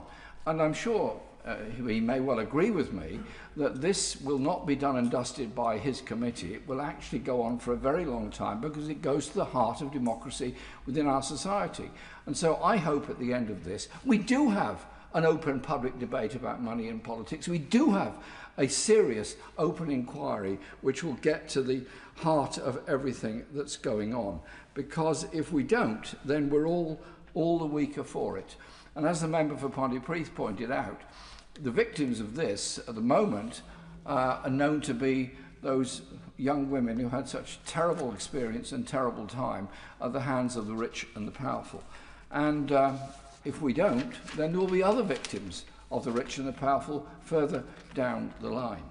I want to just talk briefly, if I may, because I realise that time is of the essence, about Palantir. On the 22nd of July 2025, that's less than a year ago, Peter Mandelson sent an email to Morgan McSweeney. The subject was a name, Peter Thiel. Mandelson wrote, "This celebrated techie is in London till August the 9th. I don't know whether you have been approached already, but it would be good for the PM to meet him." So the ambassador for Washington starts trying to set up meetings with a tech entrepreneur who happens to be a friend and supporter of Donald Trump. And then in the second tranche of the so-called Mandelson files laid before Parliament, the email is one of a series of moments in which Mandelson personally connected the UK government to Palantir, the data analytics and surveillance firm co-founded by Thiel, and to the wider network of investors around it, at a time when his own consultancy, Global Counsel, still counted Palantir among its clients. Is that corrupt or what? That the ambassador to Washington owns a company in which he is trying to introduce them to the head of the British government by a series of private emails using his connections that he obviously obtained as through the Labour Party over a very long time. And in 2024, he did not divest his significant financial stake, despite official advice that he should do so before taking up the appointment, and I quote, "The retained role and interest of Global Counsel would have to cease if appointed His Majesty's ambassador." It didn't. He carried on with that, as we well know, because we also know that the firm was met by the Prime Minister with Peter Mandelson in Washington. And that is this mysterious meeting that apparently nobody was at, but it happened. There's no record of it, but everybody was there. There was no discussion went on because nothing was reported, yet we all know it took place because they were filmed going into it. And that was only a fortnight after he'd gone into the job. And days later, on the 5th of March 2025, a partner in the Silicon Valley venture firm 137 Adventures, an investor in both Palantir and the defense company Anduril, emailed an invitation for Mandelson to attend the Hill and Valley Forum, the Washington gathering that brings together defense technology executives and Congress. The sender's name was redacted, but the file notes Mandelson will be attending with Louis, who we understand to be Louis Mosley, the head of Palantir's UK business. So this very tight connection of people goes on. And according to Ethan Stone of Open Democracy, Mandel's security mitigations forbade such one-to-one meetings with former clients like Palantir, a restriction which, like divestment from Global Counsel, the former ambassador assiduously ignored. So he didn't fulfill the requirements to divest himself. He didn't fulfill the requirements not to follow up connections of them. And as others have pointed out in this debate, he was very generous and free with his email advice to just about everybody and trying to set up things all the time. And, yes, of course. I'm wondering if my right honourable colleague remembers the Labour Party talking about the COVID issues that there were around COVID money. And so many different Conservative ministers, for example, or Conservative peers who had made introductions with companies that they were linked with. Does he remember the Labour Party jumping up and down about how people shouldn't be using their level of power and their access to get preferential access? And does he see anything ironic about the situation with Peter Mandelson? There are many ironies surrounding Peter Mandelson. The most useful thing he ever said was he hated me and wanted nothing to do with me and woke up every morning trying to get rid of me when I was leader of the Labour Party. I take that as a badge of honour, actually, because I wanted absolutely nothing to do with him and the politics that he had going on with him. But the reality was that he managed to land a deal for Palantir. That was his achievement. And in his farewell letter to the embassy staff, Mandelson singled out one achievement. The UK leaves the relationship with the United States, and quotes, in a really good condition, he went on to say, with a magnificent state visit and the new US-UK technology partnership, my personal pride and joy that will help write the next chapter of the special relationship set for next week.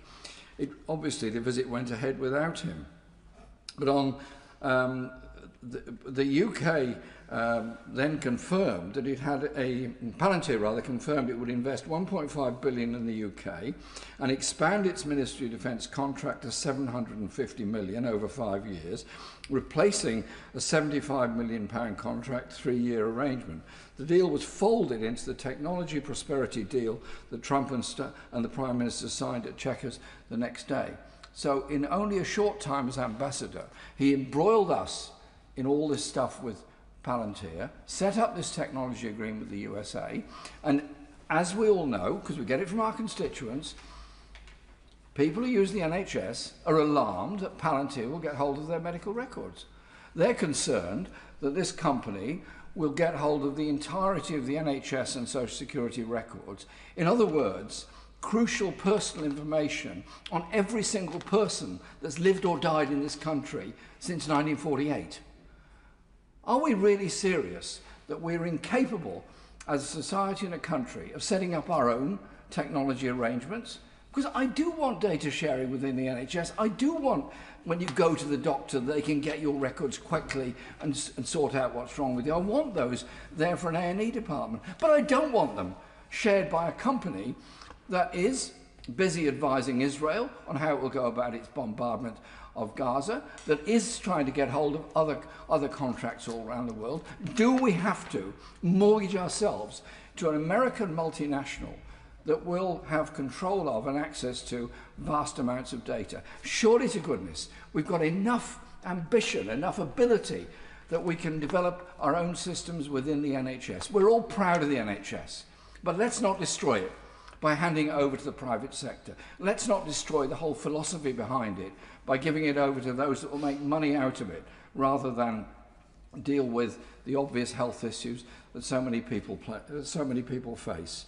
And so I hope that the lesson from all this is that when the political system becomes corrupted by a lack of principle, becomes corrupted by the amounts of money that are made available to people, and the private donations that are made and are still made by private health interests and others to members of this House and to the parties represented in this House, we are all the losers. Democracy is the losers, and ultimately the price is paid by the poorest and most vulnerable people within our society.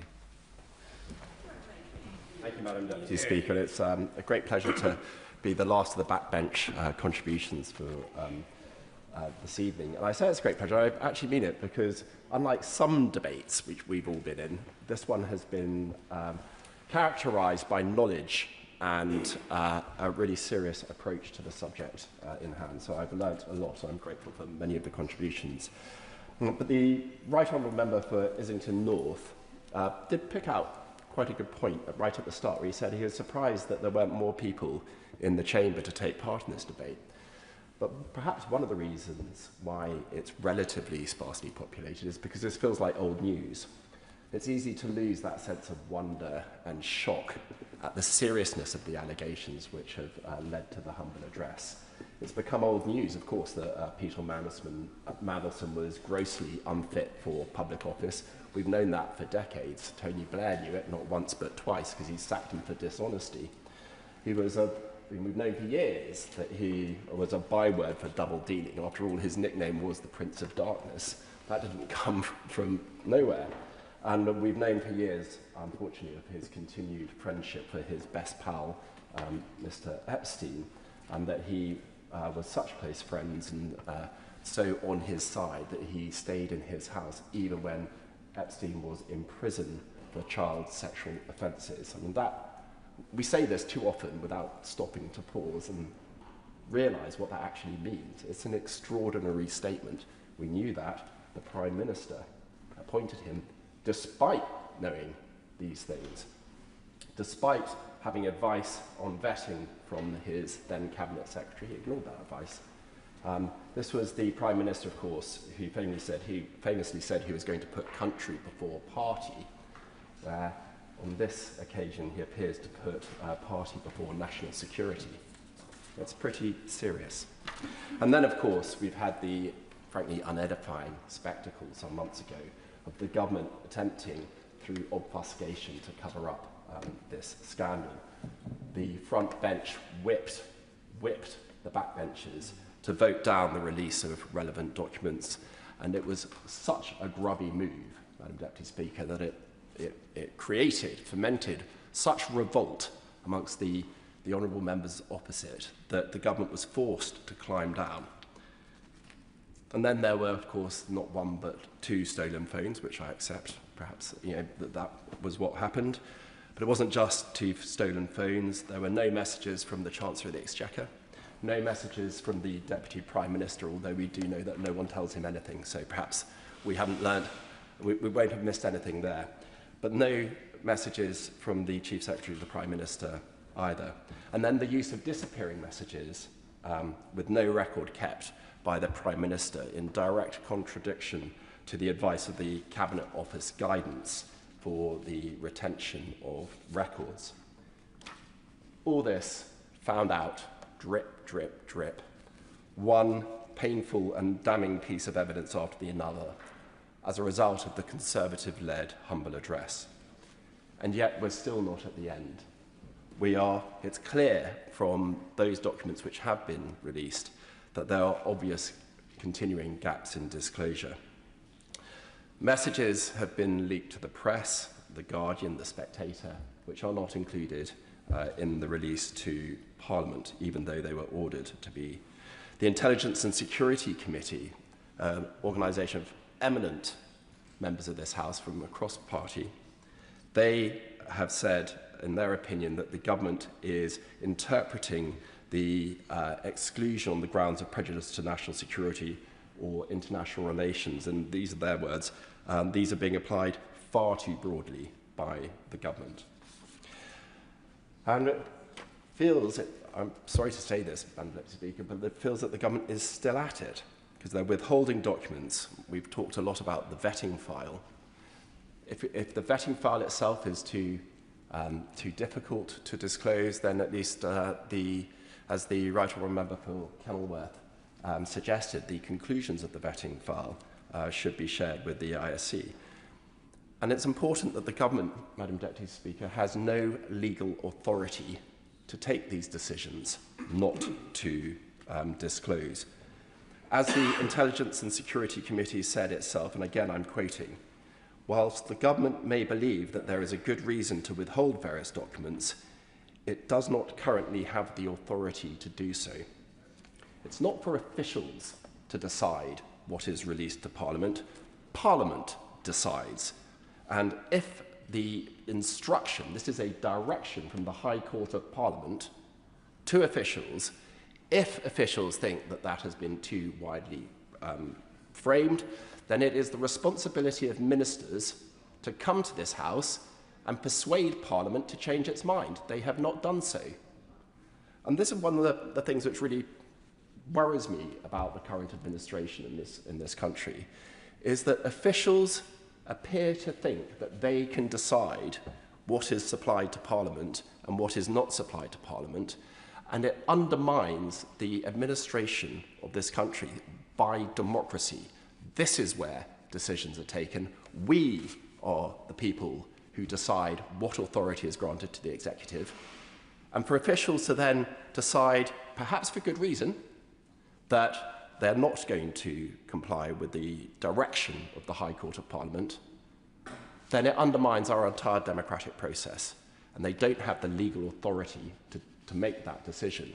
It is for the government to stand up for Parliament. If they think that Parliament has made too wide a direction, come and persuade us of that, and you will no doubt get a vote here to correct it. Yes, I will. I'm grateful. Just reflecting on the humble address and drawing particular attention to the scope, the Honourable Member will recall that it required the sharing of all communications between ministers and Lord Mandelson in the 6 months prior to his appointment, and all communications between ministers, officials and special advisers during his time as ambassador. Now that is a hugely broad scope that was drafted by the Conservative humble address.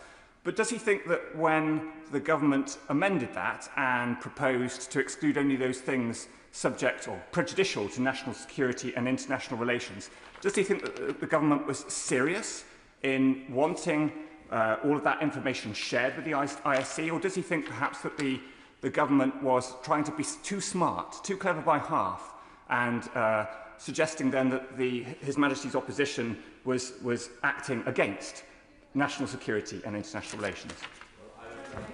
Accuse this government of being too clever by half, but I am unable to put myself in their heads, but I hear the concern that the honourable member has. So we have this drip, drip, drip, the failed cover-up, the partial disclosure, the embarrassing exposures, the continued unauthorised retention. When will the government realise that this isn't going to stop? That this painful sore, weeping sore for this government is going to remain open until they finally deliver what the humble redress requires of them. Which brings us to the front bench contributions. Shadow Secretary of State, Alex Burkhart. Thank you very much, Madam Deputy Speaker. And I'd just like to open my remarks by paying tribute to Sir Alex Younger, the former head of MI6, who has passed away suddenly during the course of this debate. He was an incredible public servant who gave an enormous amount to his country. He was incredibly wise and generous, and I know everyone in this House will miss him very much. What we have been talking about in all of these parliamentary encounters really is about the seeping of a kind of great poison. The evil of Epstein has seeped out into his relationship with Peter Mandelson, which has seeped out into Mandelson's influence on government, which is seeping out still to the way in which government has allowed itself to behave. And it's sort of time for it to stop. And I think that we are approaching the point where we may be able to draw a line, but that point is still quite a long way away because we're dependent on the police releasing their documents. And it's why, thinking in these ways, that I want to ask the Chief Secretary to the Prime Minister that we try a new approach now, that we build on what's already happened, but that we go further so that the House can be more reassured about what is being shown sight of and what it's not being shown sight of. There is, as far as anyone can see, no good reason why the government cannot tell the House more in terms of high level. As I said earlier, the Chief Secretary of the Prime Minister on Monday gave us something more high level in the 4 categories. But as I mentioned in my remarks, there is further that we can go. I also believe that there is no good reason why the information that has been given to the police cannot be given to the ISC. And the government could unilaterally decide to do that, doesn't need to ask anyone's permission, as has been raised by my right honourable friend who used to be the chair of the committee, my right honourable friend who is not in his place, who is a current member of the committee, and my other right honourable friend still is a committee. This House has complete trust, the ISC. It entrusts it with the most confidential material that the state has on offer, strap-level material. And so I don't think anyone here would believe that sharing the material given to the police with the ISC would in any way run the risk of prejudicing a trial. And consequently, I genuinely invite the Chief Secretary of the Prime Minister to give the House that. I also think all of us, even those who are not members of the ISC, should be entitled to know a bit more.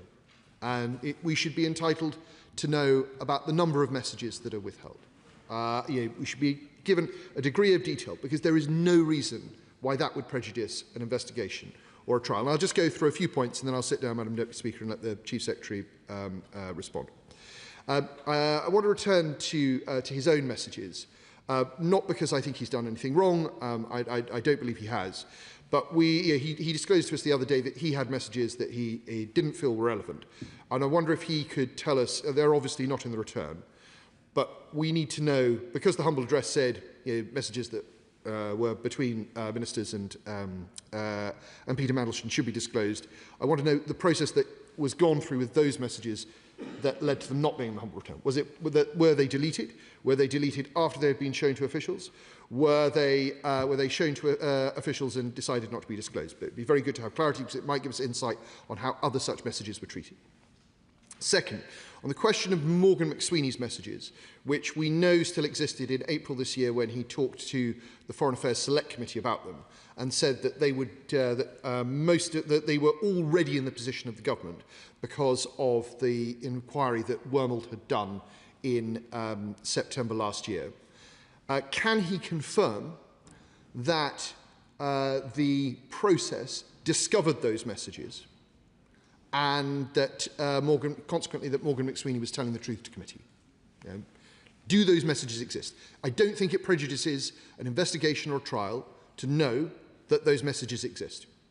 Similarly, with Morgan McSweeney's messages, with the Prime Minister's messages, with the Chancellor of the Exchequer's messages, and so on, we deserve to know how many messages to whom are being withheld. There is nothing in that data that would prejudice an investigation or prejudice a trial. And I know that that's what we care about. I know that's what he cares about. And I think if the government were to cooperate in that way, it would show a willing and a transparency that we have not previously had. On the related to this is the issue that I raised that was raised by several other members from the backbench about other forms of electronic communication, particularly pictures, videos, voice recordings and attachments, none of which have made their way into the humble address returns. It seems very unlikely that all of them have been retained by the police, particularly when the messages they're related to are in the humble address return. And it feels like this is something that has slipped through the net. Can he tell us a bit more about that? And lastly, to return to the point the Chair of the Foreign Affairs Select Committee made and my right honourable friends behind me made. During the course of this debate, I believe we have ascertained that the ISC did not see the mitigations. The Chair of the Foreign Affairs Select Committee has not been able to detect any mitigations. I think we deserve to know whether there were any mitigations. Even if we can't be told what they were, even if we're effectively being told that they're being retained by the police, there is no good reason why we should not be told whether they exist or not. There is nothing in that information that would prejudice an investigation or prejudice a trial. It is time for the government to just take us to the next level of transparency. I very much hope that that is what the Chief Secretary to the Prime Minister wants to do, because ultimately all of this will come out in due course. And if it does, and it turns out that the government was unnecessarily withholding information, the scandal will continue again and again, and it will infect more and more people. It doesn't need to do that. Let's clear this up now. Thank you, Madam Deputy Speaker. Secretary to Prime Minister Darren Jones. Thank you, Madam Deputy Speaker. Can I thank members from across the House for their contributions this afternoon and share in the condolences expressed by the Shadow Chancellor of the Duchy of Lancaster on the news of Sir Alex Younger, the former Director General of MI6, who we have learnt during this debate has passed. As I've said to the House before, whilst it is right for members to discuss process and how the government has responded to the humble address, we must not neglect to remember the women and girls who are at the very heart of this matter. Their suffering cannot be forgotten in this pursuit for justice, a pursuit that has been denied to them for too long. On that point, can I start by particularly paying thanks to my honourable friend, the member for Pontypridd, for her powerful speech this afternoon, and take the opportunity to thank her for the work she carried out so diligently as part of this government as the Minister for Victims. The accounts that she has shared with this House this afternoon from victims like Lisa are harrowing and should remind us of the anger and suffering they rightly continue to feel each time we have had one of these debates. But my honourable friend's speech has made me think, Madam Deputy Speaker, that just reading the words on this page alone feels insufficient in the context of the cultural challenges that she raised. And I think, with your permission, I'd like to just take a moment to take that opportunity to ask myself questions about my relationship with Peter Mandelson. Did I consciously ignore the stories that followed Peter Mandelson? Indeed, know about many of them from many, many years ago. I don't think that I did. Did I ever ignore warnings that were put to me about Peter Mandelson? I didn't receive any to do so. But as I reflect on my honourable friend's speech, it made me think, did I, at best, subconsciously treat Peter Mandelson differently because I believed him to have influence and power within the Labour Party? And I think the answer to that question is yes, I did. Have I benefited from that relationship in the time I've been an elected politician? I think in part the answer to that question is yes, I did. And for that I'd like to apologise to the House, to the victims, to Lisa, and commit to then doing something about it. And in the first instance, can I say that I hear my honourable friend's request for a meeting with the victims of Jeffrey Epstein.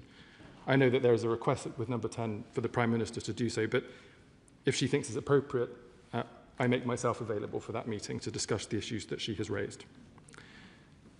And can I also just say, Madam Deputy Speaker, that I know my honourable friend will continue to be a strong advocate from the backbenches for the action this government is taking to halve violence against women and girls, as well as to pursue the duty of candour on which I know she works so hard.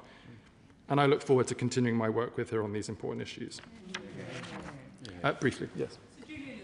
The Minister has shown once again what a decent man he is, and he is doing a very difficult job in defence of somebody who knew a lot more than he did. He was not Chief of Staff at the time that the Mandelson appointment was being carried out. And on page 8 of the first bundle, we have the note from the Private Secretary to the Prime Minister, which says, we have sought a due diligence review, and your Chief of Staff, Morgan McSweeney at the time, has discussed Peter's relationship with Jeffrey Epstein, which we will go through with you, but your Director of Communications is satisfied with his responses to questions about contact. Yet we also know from earlier in the bundle that the Prime Minister specifically knew that Mandelson had stayed in Epstein's flat while Epstein was in jail for abuse of an underage girl. So the Prime Minister knew all that at the time. And then, what is the purpose of having a box at the end of this marked for the Prime Minister's comments on the alternatives he's being given, when, in fact, as we now know, clearly explained by the Paymaster General, there has been no redaction, the Prime Minister did not comment. Why did the Prime Minister withhold any remarks on this highly contentious matter, and where did he comment, and where did he give his decision? Because he certainly didn't do it in the place that he was supposed to do it. Thank you, Madam Deputy Speaker. In relation to the first part of the Right Honourable Gentleman's question, he knows, because I've confirmed at the dispatch box to the House previously, that questions were put by the Prime Minister's former Chief of Staff to Peter Mandelson following the due diligence report to ask for further information about the stories that had been reported in the newspaper, and that Peter Mandelson replied to those questions. That information was then considered by those in number 10. As I've confirmed to the House, that document, the questions and its answers, are one of the documents that have been held by the Metropolitan Police, and I have been advised repeatedly that I am not permitted to disclose what I have seen in that document on the floor of the House. And so I'm afraid it's just going to have to be one of those questions that remains until such time as the Metropolitan Police publishes its documentation. In relation to the second part of his question, I refer the Right Honourable Gentleman to the Paymaster General's answer earlier today, which is the answer to that question. Madam Deputy Speaker, this is now my 11th update to the House on this matter, and I'm grateful for the opportunity to answer members' questions. I'll speak to a number of issues first before turning to some specific questions from members and then setting out what the government intends to do next. Since the humble address was passed on the 4th of February, the House will know that a huge disclosure exercise has been undertaken by government officials. The motion called for the disclosure of documents in respect of the appointment and dismissal of Peter Mandelson as His Majesty's Ambassador to Washington, alongside relevant communications. The publication of documents on the 11th of March, followed by the second tranche on Monday this week, has, in the government's view, done this. I hope the government has provided the House with the reassurance it needs that with the exception of the small number of documents that are withheld at the request of the Metropolitan Police, which we intend to publish when we would be allowed to do so, that the government has discharged its duties to the House in relation to the humble address. Sure. I'm extremely grateful. In those terms, at what point did the Metropolitan Police ask for the vetting summary? Because clearly it's now a known fact that there was an assumption that that vetting summary, not the granular detail, but the summary, was likely to be published, albeit in a redacted form, having been through the normal process. If the right honourable member will forgive me, I've noted that question from earlier in the debate, and I'll come to it in grouping shortly. Madam Deputy Speaker, I note the comments and questions from members today on the process that officials have led to support the government in responding to the humble address. As I have said each time I've been at the dispatch box, the government has taken its obligations to comply with the humble address seriously, and it has done so, in its view, in full. Madam Deputy Speaker, I do, though, hear some members' calls for the government to provide further detail on Peter Mandelson's vetting. As I told the House on Monday, we have shared the vetting summary and recommendation with the Intelligence and Security Committee. However, the vetting inputs that are collected as part of those investigations would never be published because if the government did so, people would feel unable to answer those questions honestly and frankly in any UK security vetting investigation in the future, a point that had been made by a fellow honourable member who has been through that process. This would undermine our national security, not just in this instance, but the very basis of the national security system itself. This would have far-reaching impacts that no responsible government rightly should entertain.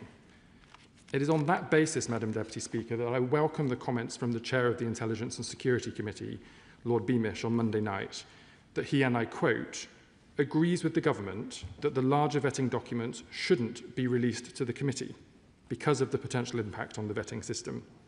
And as the former National Security Advisor, Lord Sedwell, wrote in a letter published in the Times today, and again I quote, the Intelligence and Security Committee has seen a summary of the issues that vetting inevitably raised. That should be sufficient for Parliament to judge the Prime Minister's handling of this episode. Any humble address requiring disclosure of Lord Mandelson's detailed submissions or vetting file would be a serious mistake. And in the other place yesterday, Baroness Manningham-Buller, the former Director General of MI5, said, and again I quote, I know that security vetting is very detailed. I have been subjected to it many times myself. It goes to your school, education, employers and friends, and people speak frankly. If for one moment they felt it was going to be published, security vetting designed to protect the most secret information would be of little value.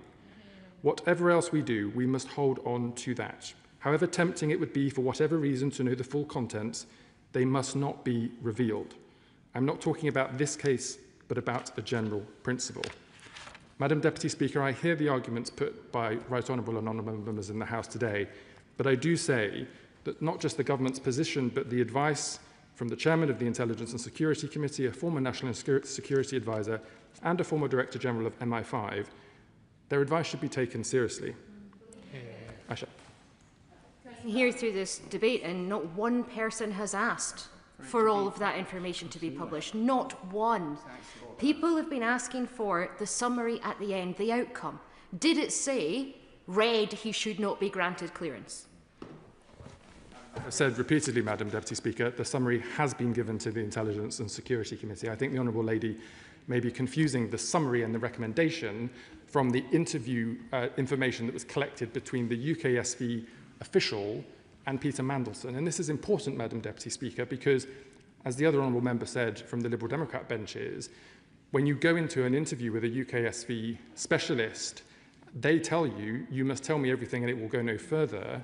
If that were to be handed over to a politician, even a politician on the Intelligence and Security Committee, it would undermine the very basis of that work.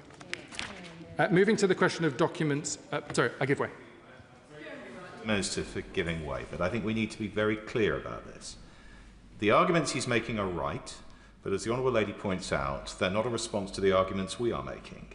The argument that's been made to him by the Intelligence and Security Committee, as he knows, is that there is no harm to be found in the disclosure of the conclusions of the vetting process. We accept absolutely that the contributing material that led to those conclusions should not be disclosed.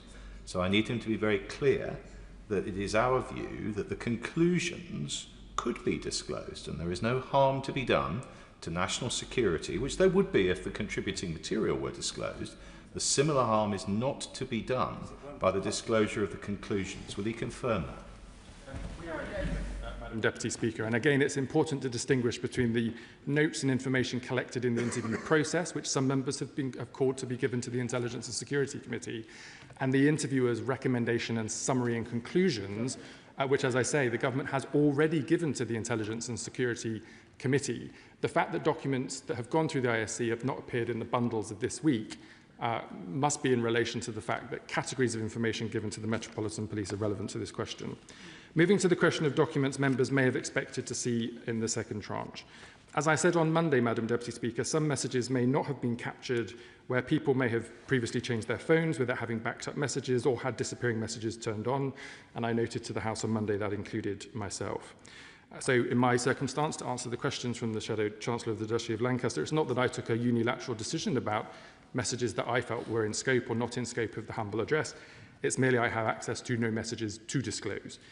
And that's an important distinction because the disclosure process that took place involved the Cabinet Office writing to every department in government, to Permanent Secretary and Principal Private Secretary level for all relevant ministers and special advisors and officials, to set out the guidance on which the disclosure process should take place.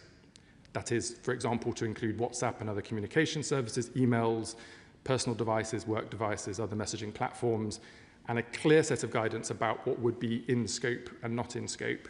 Permanent secretaries, as the accounting officers to Parliament for each of those departments, were individually made liable for ensuring that disclosure process took place in line with the guidance. The Cabinet Office did not go to each person in each department and conduct that themselves. They executed it through departments in line with the process that I have set out. Sure. I just want to make sure that I understand. I hope he'll forgive me if I don't. So in his case, was it his permanent secretary as the accounting officer who verified that the messages he had were not admissible to the process? His misunderstanding, Madam Deputy Speaker, is there were no messages to consider, and that was different. Very briefly, but I should make progress. So the reason I brought this up in the first place because on Monday he said, I do recall having some limited exchanges with Peter Mandelson over WhatsApp, including those I've discussed in the media. So I don't wish to push this point too far, but I just wish to understand there were messages. Who decided that they were not to be submitted to the humble address? Please, can you explain? I've tried to explain the answer to that a number of times, Madam Deputy Speaker. There was no decision to disregard any messages because there are no messages to consider. What I confirmed on Monday was that I have had WhatsApp exchanges with Peter Mandelson, but I haven't saved them on my devices to be able to share with my principal private secretary. The only person who could release those messages if they had them would be Peter Mandelson, who has refused to disclose his phone to the process. Mr Burkhardt, please can we observe the courtesies of the House and make sure the debate continues in an orderly fashion. Darren Jones. Thank you, Madam Deputy Speaker. And as an extension of that question, the Shadow Chancellor of the Duchy of Lancaster asked me to comment on how this relates to Morgan McSweeney's messages. I'm afraid I didn't conduct that conversation or investigation, and so I can't answer the specifics of that question. Madam Deputy Speaker, I'll now turn to some of the specific questions raised by members during the debate, which I have grouped in a way which I hope is satisfactory to the House. The first in relation to vetting information, but also information in relation to mitigations, both commercial and national security related, and then indeed in the question of attachments. I've already addressed the issue of vetting information. In relation to mitigations, just to confirm to the House, Madam Deputy Speaker, I have not personally seen any of the UKSV information, nor the summary, nor recommendations, nor any mitigation information that was put in place. So I can't speak to this question with personal experience. But what I can note is my comments from Monday that the Metropolitan Police have permitted us to confirm that categories of documents that they are holding include vetting information and conflicts of interest process material. And that, unfortunately, is all I'm able to say on the matter. The member for South Holland and the Deeping says... Oh, Asha. Can I just therefore... Does he appreciate that there may be a difference between conflict of interest information and national security mitigations. And so he's able to tell us about some, but not able to tell us about whether or not there were mitigations in order to defend national security. I do share the expectation of my right honourable friend that there would be a difference between commercial mitigations, for example, what investments you may have in particular companies, and mitigations that may have arisen from national security considerations. What I do not know is whether that was the case and how they were dealt with in any particular way, because I don't have that information to hand. Lastly, on this first group of questions, Madam Deputy Speaker, the Right Honourable Member for South Holland and the Deepings asked me to confirm relevant bits of detail in relation to the Metropolitan Police, dates and documents. As I've set out previously, I've been advised I'm not permitted to be able to put that on the public record, but I'm happy to go back to the Metropolitan Police and see if there's anything further we can add in due course. Madam Deputy Speaker, the shadow... Oh, sure. When the Metropolitan Police have concluded the investigation, all of that material will return to the ISC, and the government will then presumably want to publish the information, albeit in an appropriately redacted form. Again, I don't know, Madam Deputy Speaker, which documents the Metropolitan Police have, and so I can't speak to them in a particular fashion, but I share the sentiment of the Right Honourable Gentleman's point. The Shadow Chancellor of the Duchy of Lancaster asked me to confirm that there was a leak inquiry underway in relation to what appears to be information from UKSV being in the hands of Guardian journalists. I can confirm that leak inquiry is underway, but is not yet concluded. Questions were put to me in relation to questions of judgment and due diligence. I've already answered the point about the follow-up questions to the due diligence report, and can only reiterate the words of the Prime Minister to the Liberal Democrat spokesperson that he regrets the appointment and has apologised for it. The Deputy Chair of the Intelligence and Security Committee made what I thought was a very helpful contribution around thinking about codifying the precedent on which the government relies when making redactions in the future, and I can commit to taking that away and taking advice, not least in respect of what that might mean in terms of House business and government business, but I will do so. And my honourable friend, the member for Putney, I thought made some interesting points around how humble addresses may be used in the future, given that the House seems to have decided to want to use them more often than has been the case in the past. I was then asked by my honourable friend, the member for Liverpool West Derby, to confirm the government's continued commitment to the duty of candour legislation, which I can confirm. There have been, as he will know, discussions with families and others about refining some of the final points in that legislation. And the Honourable Lady for Aberdeen North asked me about freedom of information requests. I commit to taking that away and asking officials to try to respond as promptly as possible. Madam Deputy Speaker, the Prime Minister has set out previously that there are clearly significant lessons to be learned from the issues that arose from Peter Mandelson's appointment. So whilst the government considers that it has now duly discharged its obligations in respect of the humble address, it will nonetheless continue work on a number of important areas, including our commitment to bring forward legislation to ensure that peerages can be removed from disgraced peers, noting that Peter Mandelson has already been removed from the list of Privy Councillors, changing the process for direct ministerial appointments so that due diligence and national security vetting must take place prior to announcement.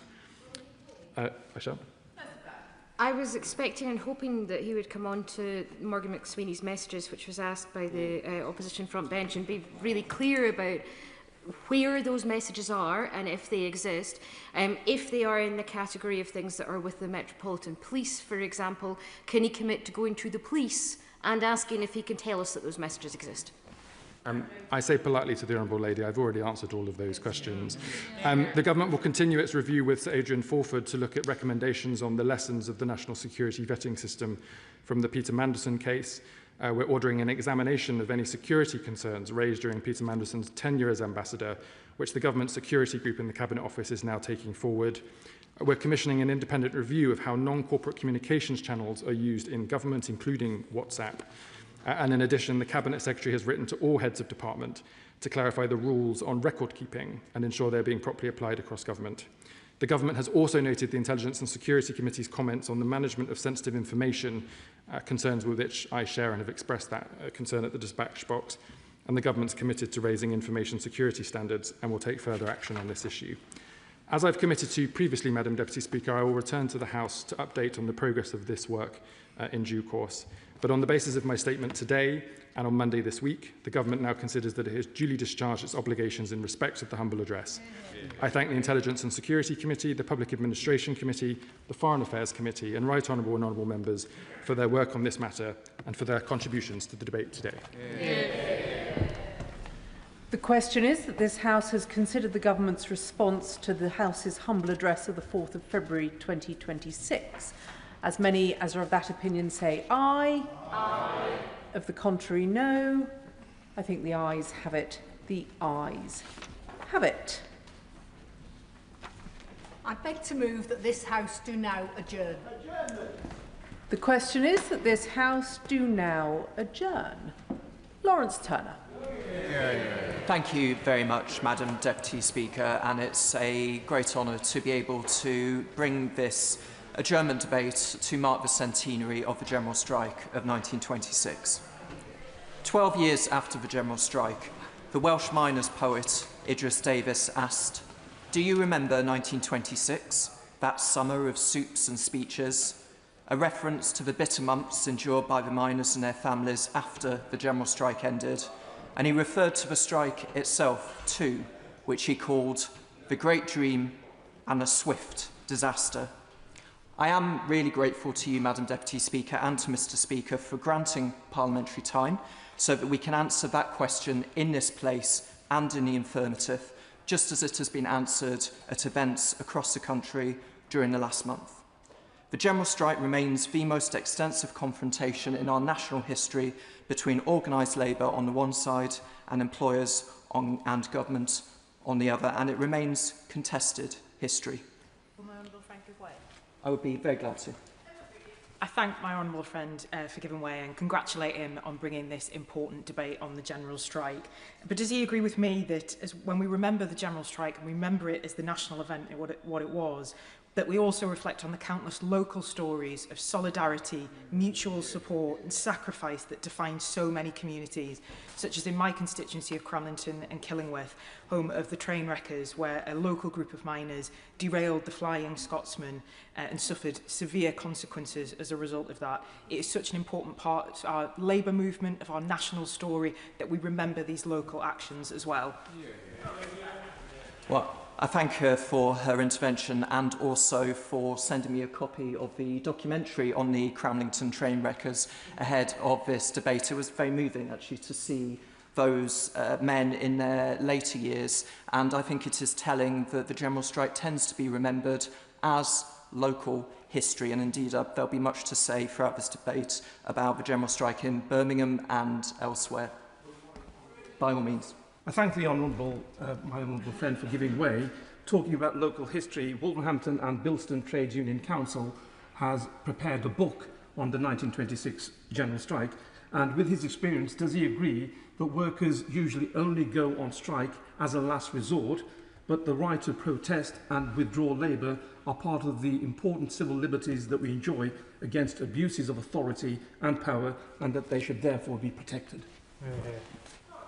I do agree with him, and it's only right to say that through his role on the GMB executive and as one of the delegates to the National Policy Forum in opposition, that he was one of the people who helped draw up the reforms to employment rights which have been carried by this Parliament.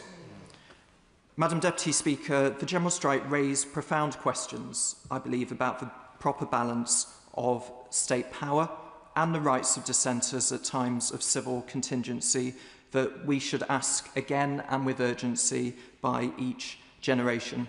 It is difficult now to capture some essence of the world that created the strike, the depths of poverty in the older mining districts and the extreme social control exercised by employers in the villages put up around the more lucrative and newly exploited seams, or the critical dependence of the nation's economy at that time upon a coal industry that killed 1 in 1,000 of its workers each year and seriously wounded 1 in 10.